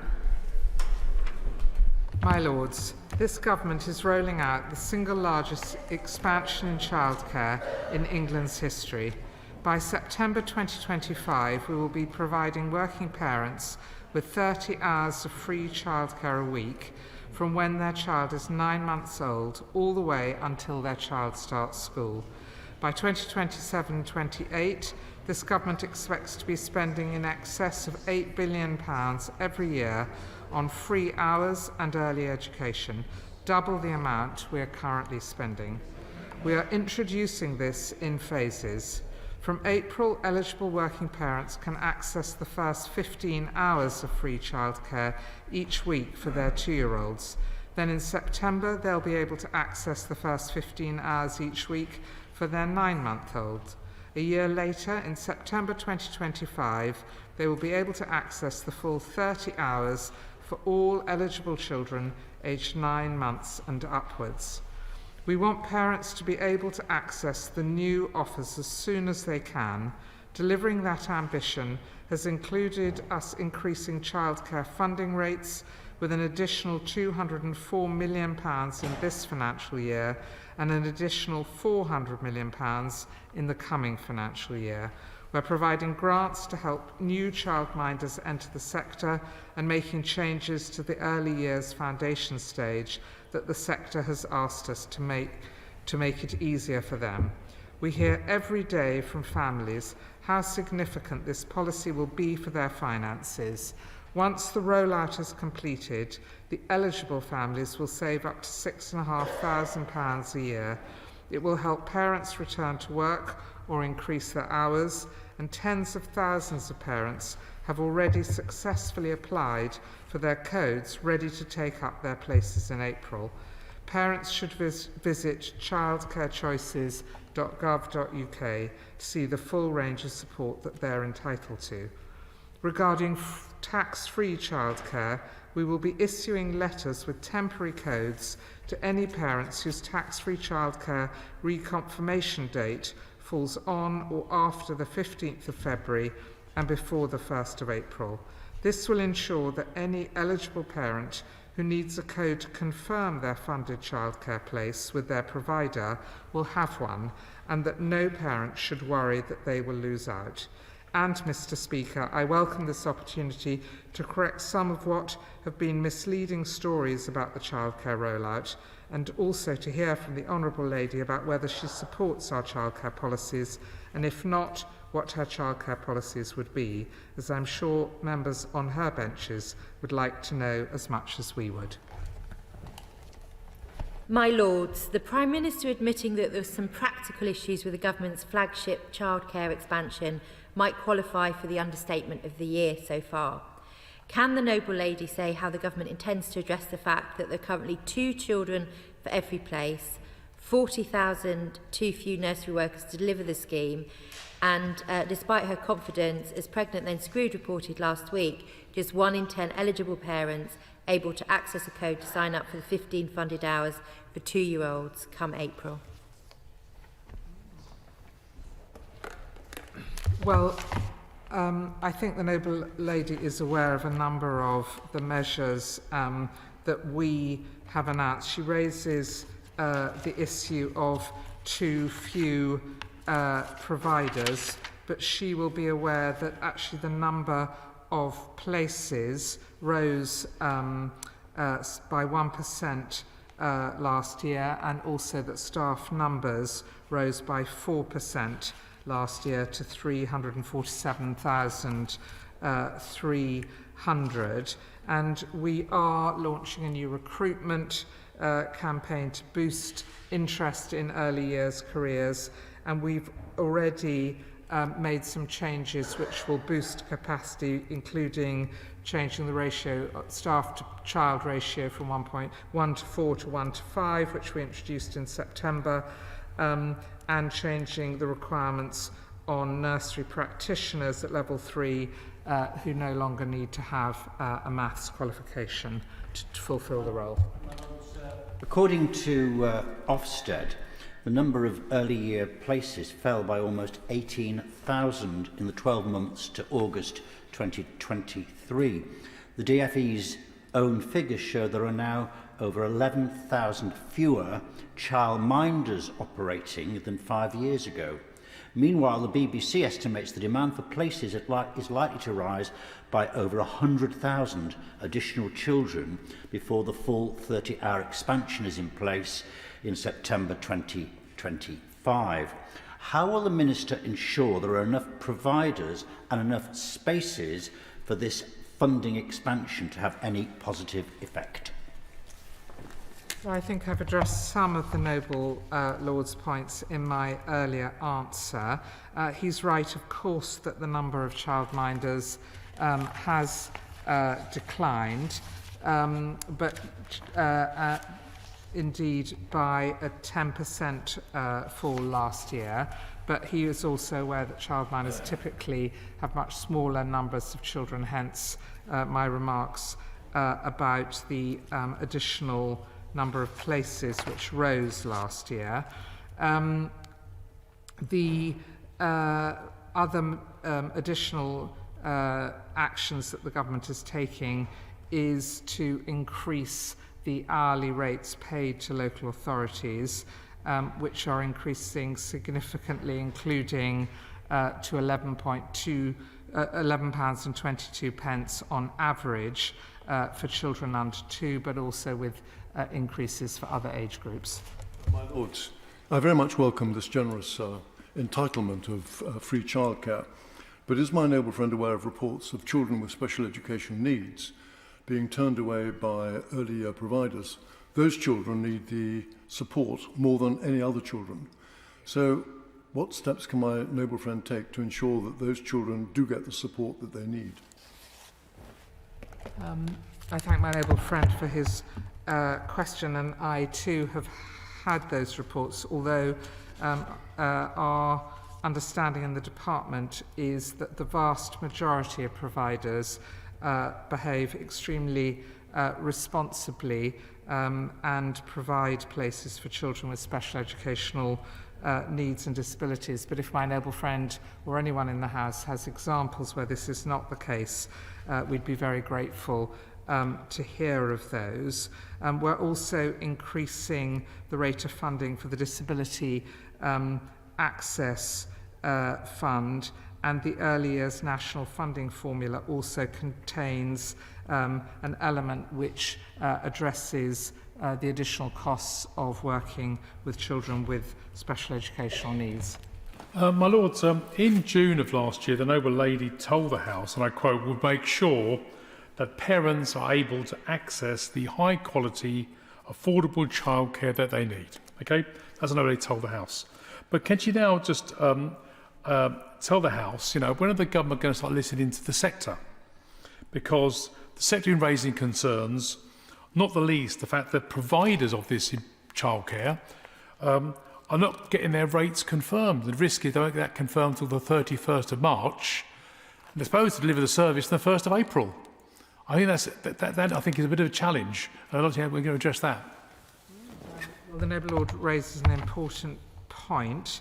and he will be aware that we have already, back at the end of November 2023, published the local authority level hourly funding rates. And of course, it is then up to local authorities to pass that information and to decide the funding rates for their local providers. We're aware that there are some local authorities who haven't yet done that, and we're working closely with them and stressing to them exactly the points that the Noble Lord has made.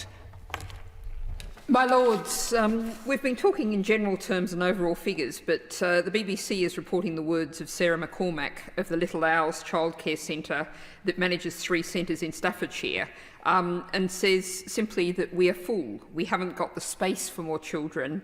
We haven't got enough staff to offer those places.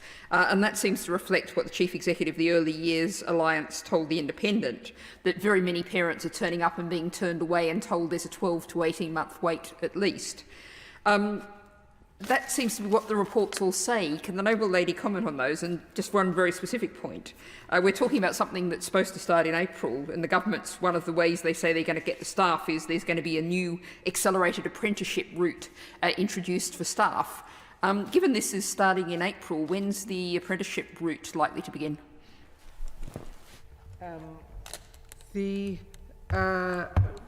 I hear the Noble Lady's concerns about space and staff, although I would point out that the growth in demand for places, we believe, will be at its greatest towards the introduction in September 2025. So actually there is quite a lot of time for us to be working with the sector and building capacity. I absolutely can reassure the Noble Lady that colleagues in the department and my honourable friend, the Minister for Children and Families, work very closely with the sector and listen carefully to their demands. Does the Minister accept the comments made by the Chief Executive of the Early Year Alliance that represents 14,000 nurseries, childminders and preschool provision, that it would be financial suicide for providers to offer places without knowing the funding level they will receive? He said, you cannot run a nursery if you know what your costs are, but you have no idea what your revenue is likely to be. Well, I think I addressed this in the Noble Lord, Lord Kennedy's question. We have given, in November of last year, every local authority their funding rates, and it is for them then to communicate with local providers what the specific rates and the range of rates will be in their area. Just to pursue that point a bit further, I mean, the Noble Lady said she's given the rates to the local authorities, but some local authorities haven't and then moved on that. So what are we doing then to ensure that the local authorities very quickly get the rates out so that the organisers know what the rates are charged and parents can have some certainty? Because it's the 22nd of January now, we're talking about the 1st of April. It's, you know, I think we need a bit of urgency here, I think. I couldn't agree more.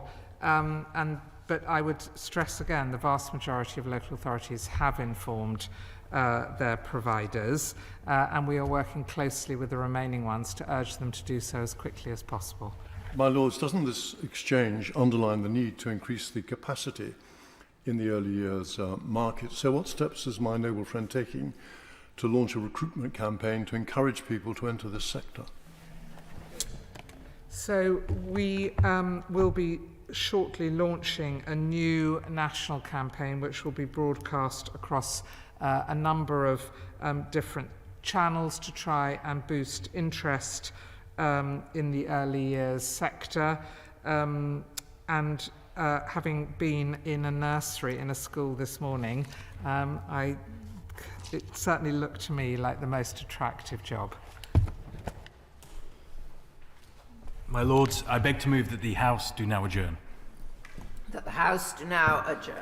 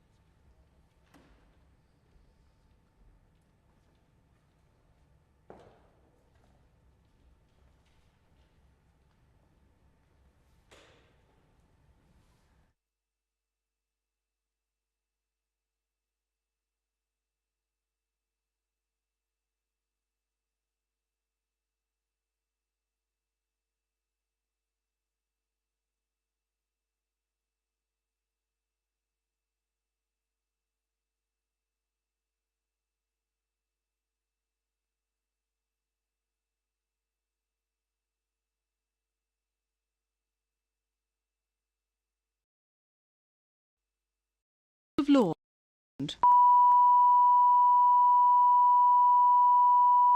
House of Lords.